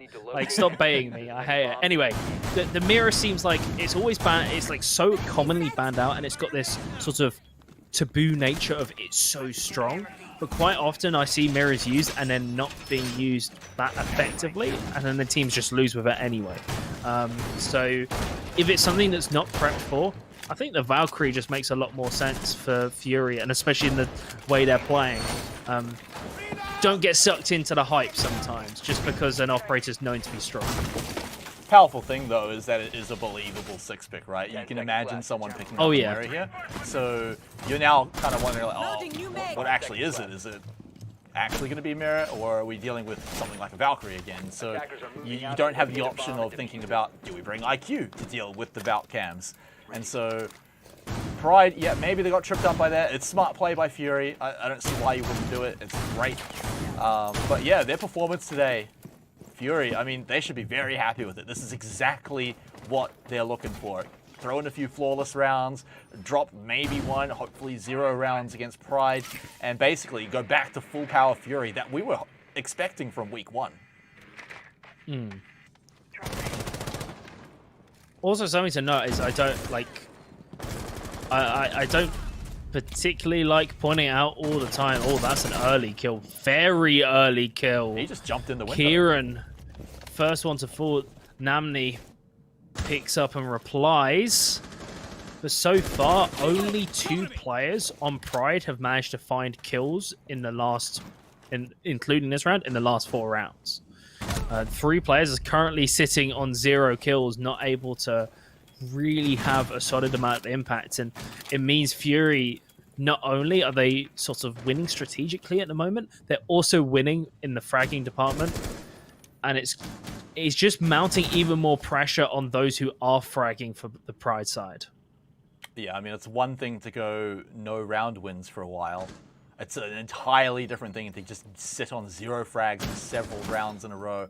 Painful stuff for some of these players who I know have worked really hard to be where they are and do definitely deserve to be here. It's just that going up against Fury, who have found their form, it's just a rough task to handle here in the second last week.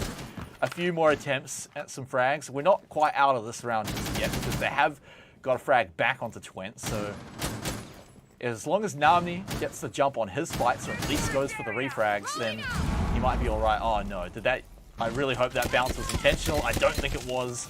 That's got to just sting a little bit more for Pride.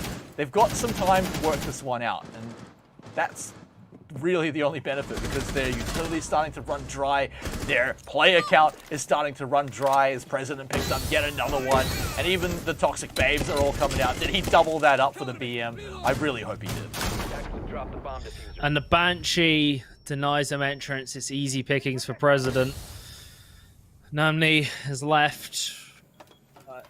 It just feels kind of disappointing because he did really well to find that trade kill right at the start, but unfortunately for the team, they couldn't rally around it. They got caught out. The rotation game's just too strong on that President's Jaeger, and they can't handle it. It feels kind of unfortunate in the way that, you know, Pride, some of the players are having a bad game, but also Fury's having a really, really good one. You know, like, this is the Fury that sort of expected throughout the season, and this is them on like on peak performance where they're all hitting their frags, they're feeling it, and it makes the job and the objective in front of Pride so much harder to even ascertain.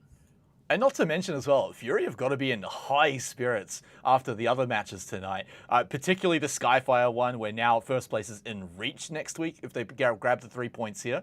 And also the fact that Exto didn't get very many points. They got a single point, so now they don't have to worry about anyone nipping at their heels on the leaderboard. Everything else has gone their way. So now moving into this match, 4 rounds in a row where most of you are just pogging the heck out and everything's going your way. It's just, if momentum was based on happiness, then Fury would have won the game by now somehow. Yeah, that's a really important factor that we haven't touched on. Is, like I said, Fury were going into this game in hugely high spirits. For Pride, they have to win. You know, the pressure is huge. For Fury, they're in such a strong position before even hitting the map. And like I said, that's going to play into the mentality of these players, and they're going to be a lot more sort of comfortable, happy, easygoing. The atmosphere is going to be a little bit better. Potentially there is a technical problem with one of the players. Yeah, it'll come down to, I believe, a ruling from the admin. Because I'm not quite sure when he called it out, whether it was within the time to go for a restart on the round. Would be quite rough. I think it's fine.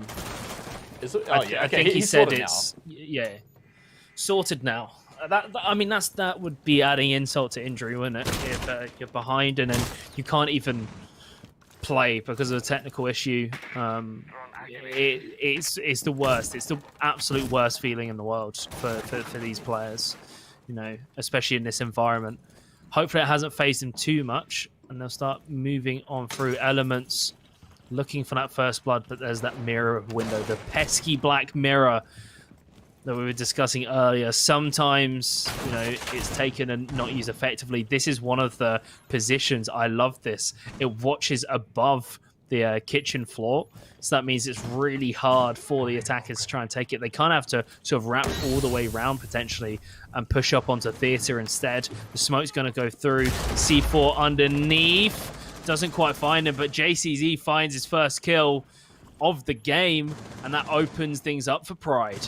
Yeah, and that's on the smoke too. Great early frag to get. They clear out the mirror as well, and things are looking good for Pride. There's a few trades back from Fury. Edpan somehow getting a double kill and staying alive, but for how much longer is the question, and it turns out it was in seconds. And so now one player on Fury remains, and his name is Angmo.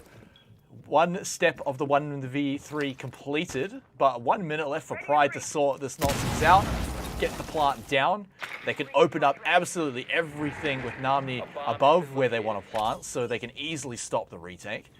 And Angmo, well, he's got to decide what he wants to do. Does he push to stop the plant, or does he wait for the retake? There's certainly a line of sight underneath because Angmo is being pinged out from above. 35 seconds right now, and Namni's just jumped in there trying to pinch him. There we go, the headshots. And Pride, they get their first round, but more importantly, I think for some of these players, 2 of them who are sitting on 0 kills got their first kill. The pressure's off them now. You know, Pluto and JKZ both got a kill. And so JCZ both have a kill, and they both had that impact. So if they carry that momentum forwards with the round win, you know, it's not ideal, but if Pride can pick up a second round, this game's not lost. Pride, I mean, yeah, 1 round, that's what they needed. They needed that one to feel a bit better, stop the bleeding. Even after, you know, having like some minor tech issues at the start of the round 2, like you were saying, that could have brought their spirits down even more. But they'll be on their way back, although I imagine they'll need to make it more than just 1 round for now. They're going to need to perhaps even pick up a few in a row to really get the same kind of momentum that Fury's getting.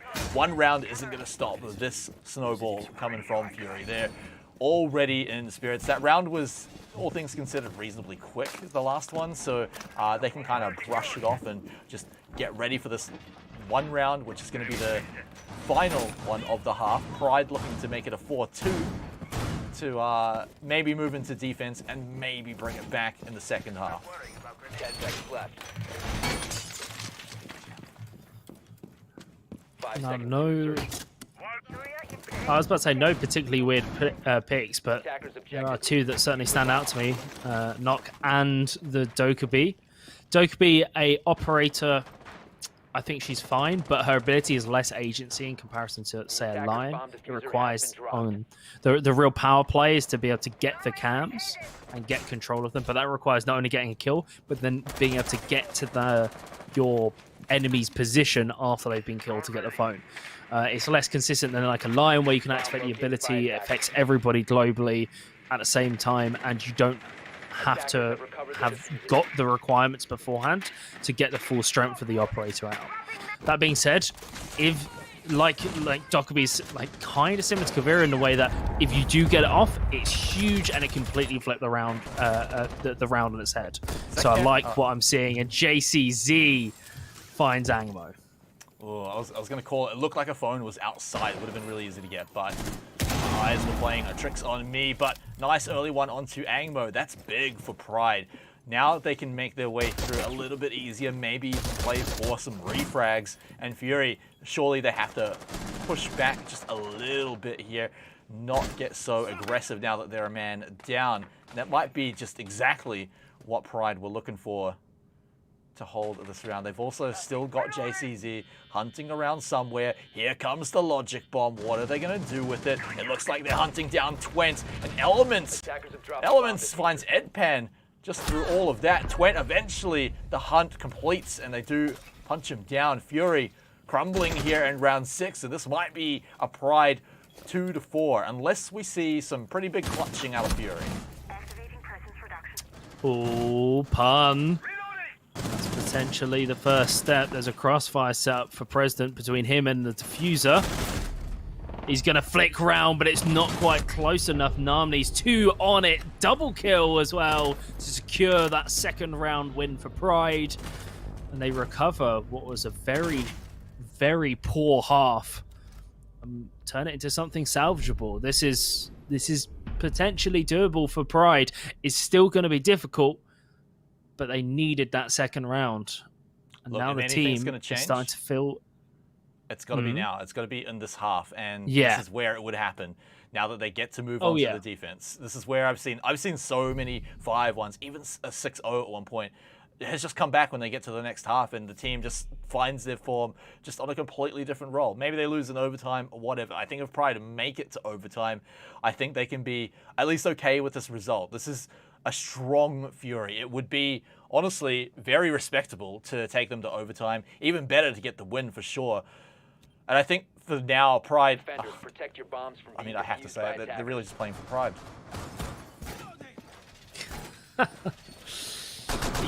He went there with the puns. Speaking yeah, well, puns. You already did a few Pride puns today. So yeah, I've already done it, so I can't... Yeah, I can't throw too much shade. It's fine. It's acceptable. Interesting approach, though, by Pride. They've taken the Maestro and the Capcan, so sort of mixing things up. Also got to shout out Elements as well. He's off that donut. So, you know, when for these kind of players, you know, like you said, they've all been putting in work this season. When you have a game and you're sitting on that 0 kills, it kind of it gets you a little bit, you know? Like you just like, I just want 1 kill. I just don't want to be killless this entire game. And the fact that that's happened, Pride can only really go up from here. Like, that's how they need to think about this. Pluto goes for the spawn peak, backs off, doesn't find anything, but more importantly, he doesn't lose his own head. I wonder, though, because they would have seen it pop up for a split second that he was outside and may have seen, if they've spotted him before, his operator icon, see its Capcan and say, oh, maybe we got a few EEDs on the door up there that he just snuck out of. They should be able to clear that. Hang on. That's the wrong guy, Pluto. And he's sent straight to bed. Elements will shoot the right guy this time. Pick off Angmo on the outside of Office. He's looking for more, though, pushing right up to the door. But, of course, way on the left-hand side is where Pun was hiding, but even he can't hide from Elements. Another one looking fairly decent for Pride, despite the team. Diffuser carrier dropped 2 by Elements. This man, he's certainly feeling it now that he's left that donut alone. And this is what I meant by, you know, when that pressure's off and allowing a player to play their own game, they can really be unleashed. But Fury's still alive and kicking. Edpan So nicely done to shut down the pesky Jaeger. But how do the two Ash and Zofia players, how do they handle this one? How do they approach this? They've got Sunrise control, but still it's not ideal. So they're going to look out to try and open some angles potentially and dislodge some of the defenders. They could push up Cool Vibes, gives them options. They've got a lot of time to play with.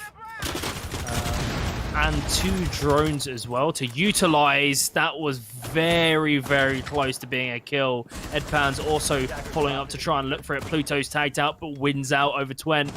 And now Edpan is left in a 1 versus 3 with a minute or less than a minute on the clock. And can only play from below, as well as breaching charge is going to be totally useless unless he wants to walk through a wall, I suppose. So Cool Vibes, it's going to be trying to bait some of the players down, hoping someone's going for a flank and he can pick them off, but instead notices he's got enough time to make a quick little rotate up to the balcony, move on into Hooker. Maybe he can find these franks through here, but I have a sneaking suspicion he might walk in to an EED if he's not careful, if he's not paying. What is that? Is that laser pointing outside the EED? He walks in and dies, by the way. Think it. Yeah. Oh, okay. That was a bleed for a second. The Ash could have done it, but Fury succumbing to Pride's strengths, and they're starting to claw back rounds. They're within 1 of closing up the round discrepancy and evening that scoreline out. And to think that they came back from 4-1. Yeah. Starting to that pressure, that Pride was feeling of, 3 players not able to find any kills and all that. Now Fury is throwing a lead. Well, not throwing. Pride's just playing very well. You haven't been here either. Fury throwing a lead is also a big curse for them. They've had it happen to them a few times. Week number 1 literally went from 5-1 to losing in overtime, 2 hackuations.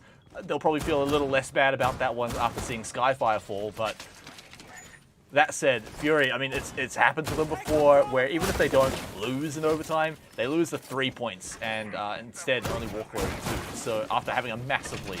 So you might laugh about Fury, throwing a lead with 1 or 2 rounds, but like it's an actual thing that while it might not actually be what's happening, it's what feels like it's happening. And, sometimes that is all that matters to the players in the heat of the moment. 10 seconds remaining.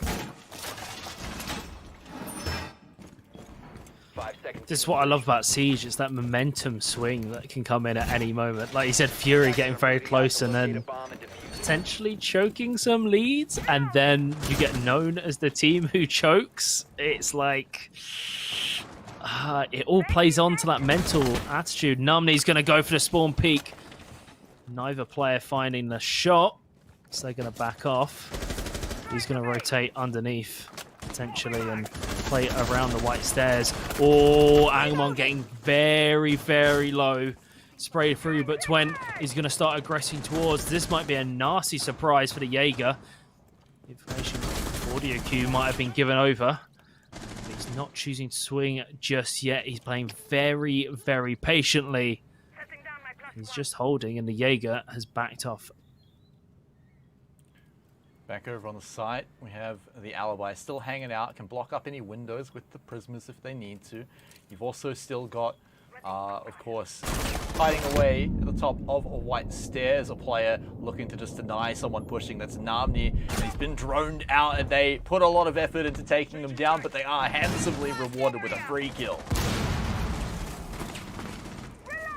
Free kill for Fury. They're going to be pretty happy. That's the pesky Jaeger who's doing so much damage to them.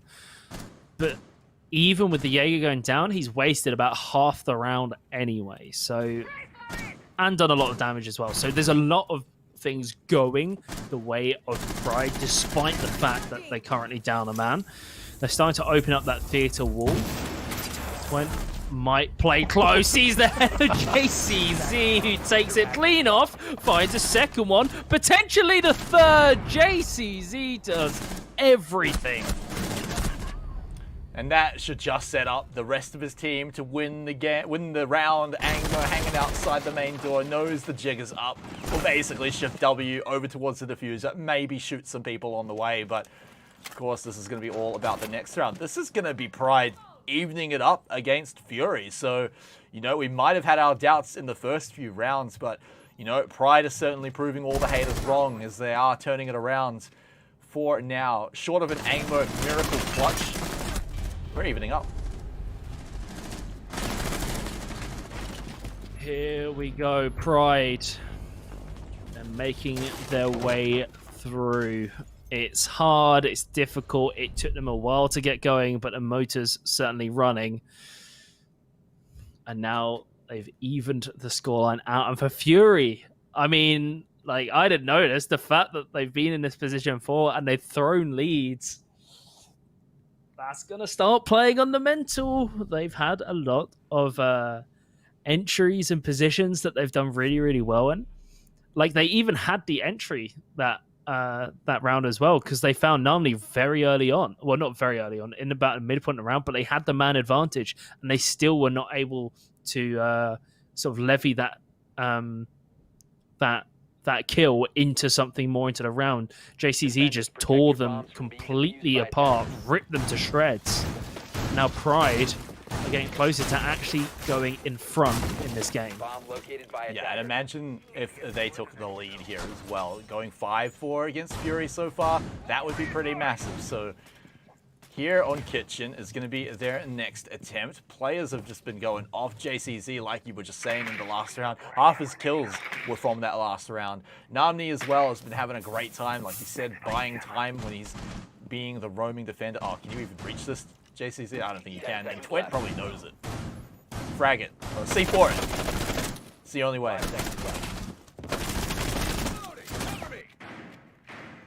Feels bad, man. It's like all the spraying just silence, and then we just cut to the drone.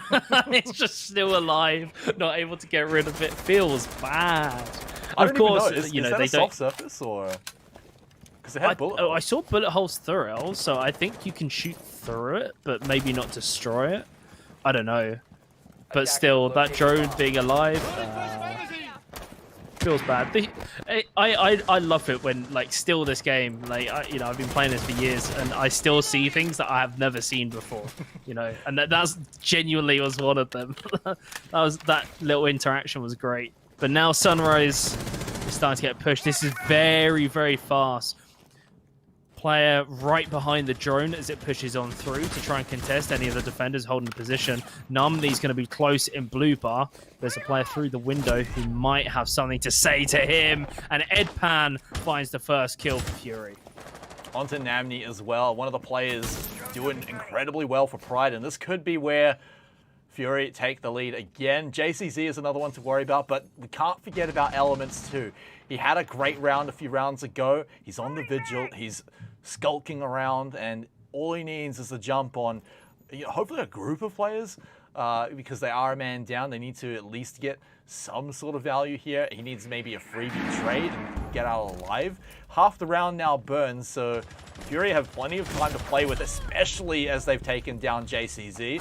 This is giving them all the tools they need. Elements 2, that's got to be done and dusted for this round, unless Pluto and Kieran have something absolutely magical.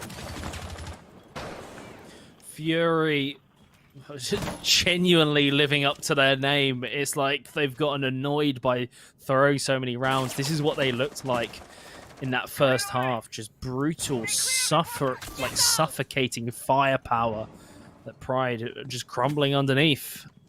Edpan's going to start making his way up Cool Vibe stairs. I don't think there's anyone up there. Pluto's on the other side of the map right now. He's going to start flanking down. Where he finds anyone is a different matter. Kieran is being concussed out. He goes. This is almost a perfect round. A flawless round by Fury. They've got the defuse down as well. It's all on Pluto. Taken down. Fury bounced back in a spectacular fashion. Exactly the type of thing you need to do after your opponents even up. Just tell them who is still boss, who is still the favored team to take this victory out, and who the underdog still is. Pride putting on a great underdog performance so far, but it needs to be just that little bit more. And remember, they could at least take Fury to overtime and be okay with that result. The 3 points would, of course, be almost crucial for their survival in the league, thanks to the other two bottom three teams grabbing their own 3 points, or 2 and 3 points tonight. But I don't think 1 point, even 2 points, is really going to cut it, because Pride, they began tonight on only 3 points. So 2 points behind everyone else at the start of the night, and that's only gotten worse. So really, they're just looking for something to feel good moving into the next week, because 3 points, that feels like a bit of a dream, but maybe not. I mean, they have evened up a few of these rounds. So now that we move to round number 10, I'm noticing a change, and that would be Kieran on that Legion. Legion, nice of you to join us. It's been a while since we've seen them come out, but I dig it with the impacts as well. They're, without the mute or the smoke or the shotguns, they've got all those impacts to help make rotations and mean that they can be a bit more flexible in their setup. They're not restricted, so to say. Fury, how do they carry on with that round win? Because this is, where they want to make their stamp, where they can push themselves onto map point and start closing this game out, not choking. If Pride get this one, and then we're into that, like you said, the 11th round where the game can go either way, and Fury wants to avoid that at all costs. They do not want that pressure. They would rather just keep their lead and start extending it. Yeah, Fury to go to overtime would be definitely a loss in their eyes. They just want to crush Pride. Arguably, even these 4 rounds being dropped is a loss in Fury's eyes. They wanted to come in here and just crush Pride, because they need to show off to every other team that they are someone who's going to contest for that first place position when we come to the playoffs. And so Pride putting up a big fight though, an absolutely respectable performance so far. We want to see those extra steps coming into this round. 1 minute down. Angmo had a pretty sick drone before. Now in a bit of a gun battle, anyone could lose their head at any moment. Would be a massive frag if he could pick that one up. Getting the defender out from pink couches, but even better. What's that? A C4 kill. C4 kill onto Angmo, onto the Jackal. It's taking it out of play. Jackal's really, really good for when you're going to execute, if there's any footprints around, just to make one of the defensive players sweat while you go for that execute. Without him around, it's not going to completely hamper their assault onto the site, but it's certainly going to make it a little bit harder. Edpan's also going to push up Namni. Finds Pun. This is looking very good for Pride. It looks like we're going to go to 5-5. Still got a long time on the clock. Twent's trying to find something, but just cannot get a line of sight. Pride's being very, very disciplined in their approach. This is a very classic take on the coastline hold, but that was a huge kill onto Pluto. President's pushing around, and the amount of crossfires going for Fury right now, this could be devastating for Pride. You've got to remember that Fury only need a few rounds here and there, and the swing from Elements hunt the President down. He couldn't quite get the second one and is traded back. But I was going to say, any of these members on Fury that are still alive could pull off a clutch. They're all capable of it. Even any of the ones that are dead can do it. But Namni going down. We're now into a 2v2 scenario. Twent about as healthy as Namni looks, but unfortunately he will now drop, and it's now up to Edpan to get this job done. He has the option to go for the revive. Namni, I mean, he's got Kieran nearby. He could have the option, but they have not gone for it yet. Dropping Edpan along with the diffuser should be easy enough to pick back up, but in the line of sight of JCZ nonetheless, you're going to be falling down to Pride. 5-all. Pride, they equalised that scoreline, and we're into the infamous 11th round. One of these teams will be on that point by the end of this. Pride have looked very competent on their defense. I'm not entirely sure on how the overtime is going to play out. If it's going to be, they're going to have to go onto the attack for it. But they kind of just want to avoid it at all costs if that is the case. I'm just checking on the sheet. So, yeah, I think they might have to go back onto attack for the overtime. So Pride want to just win this round, win the next, and be done with this game. They don't want to play it anymore. But the Warden being 6th pick too. Interesting. Yeah, I mean, Warden actually popped up like 2 rounds ago and wasn't really relevant in that round. It was one that was a bit of a watch. I actually can't remember if it was, I'm pretty sure it was Pride that got a little bit wiped. That was the one that brought Fury to 5 rounds. So the Warden coming back, not too much of a surprise. Namni definitely likes to pick up this operator occasionally. And of course, being able to make himself immune to flashes is just incredibly useful if you can time it right. Not always the easiest thing to do, but pair that with a powerful gun, Namni can get quite a lot done, particularly depending on where his position is going to be. A lot of them seem to be moving towards this eastern side, and no way is he going to go for a spawn peek. No way on the Warden. Attacker's objective is to defuse. All right, right out. Warden spawn peek. Oh, okay. Nothing comes off it, but I respect it being this this kind of deep into the tournament, into the game actually, and the tournament, and to go for a play like that, just bust that out. I hugely respect it. It shows that Pride's not being shaken by what's going on, and there we go. Angmo first to fall again. Namni is just so consistently good for this team. Yeah, and the angle that Namni was on, it meant there was no real way for Angmo to actually see him. Now live droning in Edpan, they're looking for the next defender to fall. Drone goes down, so now it's the swing battle. Edpan gonna move around. Oh, just barely will get shoulder peek there. Luckily has teammates, so will be traded back. And Pride, they retain that man advantage for now. Just one this time. Last time they had a 2-man advantage. That's a nice cheeky little claymore spot as well. Attackers drop the diffuser. Elements is debating, but Namli is still going. He's on a roll, finds President. Oh, Twent as well, follows by Elements. The claymore actually comes through. He's laughing at it because he was not expecting it. Jumps through. Pride, they move on to match point after being 4-1 down. Holy macaroni, they made it all the way to overtime. Like I was saying, this is fine for them. They are okay, but I imagine now that they've cracked it before Fury have got to overtime, all holds are off now. They're saying, go all the way, boys. One more round and we do it. One more round and we steal 3 points from Fury. Man, that is going to make Week 7 very interesting next week if that is what happens, but we've got to give Fury one more shot here to bring it back to overtime. This is their last round to do it, otherwise they're going to have to fight for 2 points because they've already lost 1 to Pride. And also it's the case of like potentially there is the room to get out. There is the realm of possibility that they manage to get out of the relegation zone, that they can potentially escape. But their win conditions for that is to win before overtime today and next week as well. So for them to stay in this tournament to the next stage as well, they need to win. It is so important. But with their current performance by Namni, just off the backs, the confidence that this player is exuding right now is just incredible and is a luxury for us to watch. Yeah, absolutely. And luxury for Pride too. I mean, we thought risky spawn peak, but he actually picked a fairly risk-averse one from the kitchen run out. So started off with, you know, still a little bit risky, but then also picking up multiple frags later on in the round, keeping Pride in his backpack.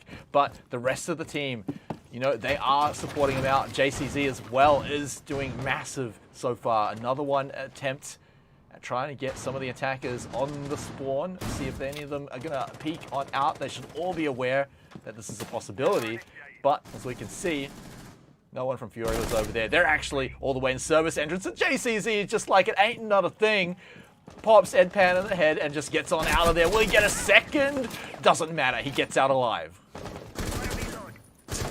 Pride, so that's the first nail in the coffin that they've hammered into Furies. They're being lowered down in 6 feet under. The second nail has been hammered in as well. Pride is really pulling through. They've been so consistent on their defensive side on finding those like opening kills and then sort of backing off and making Fury sweat.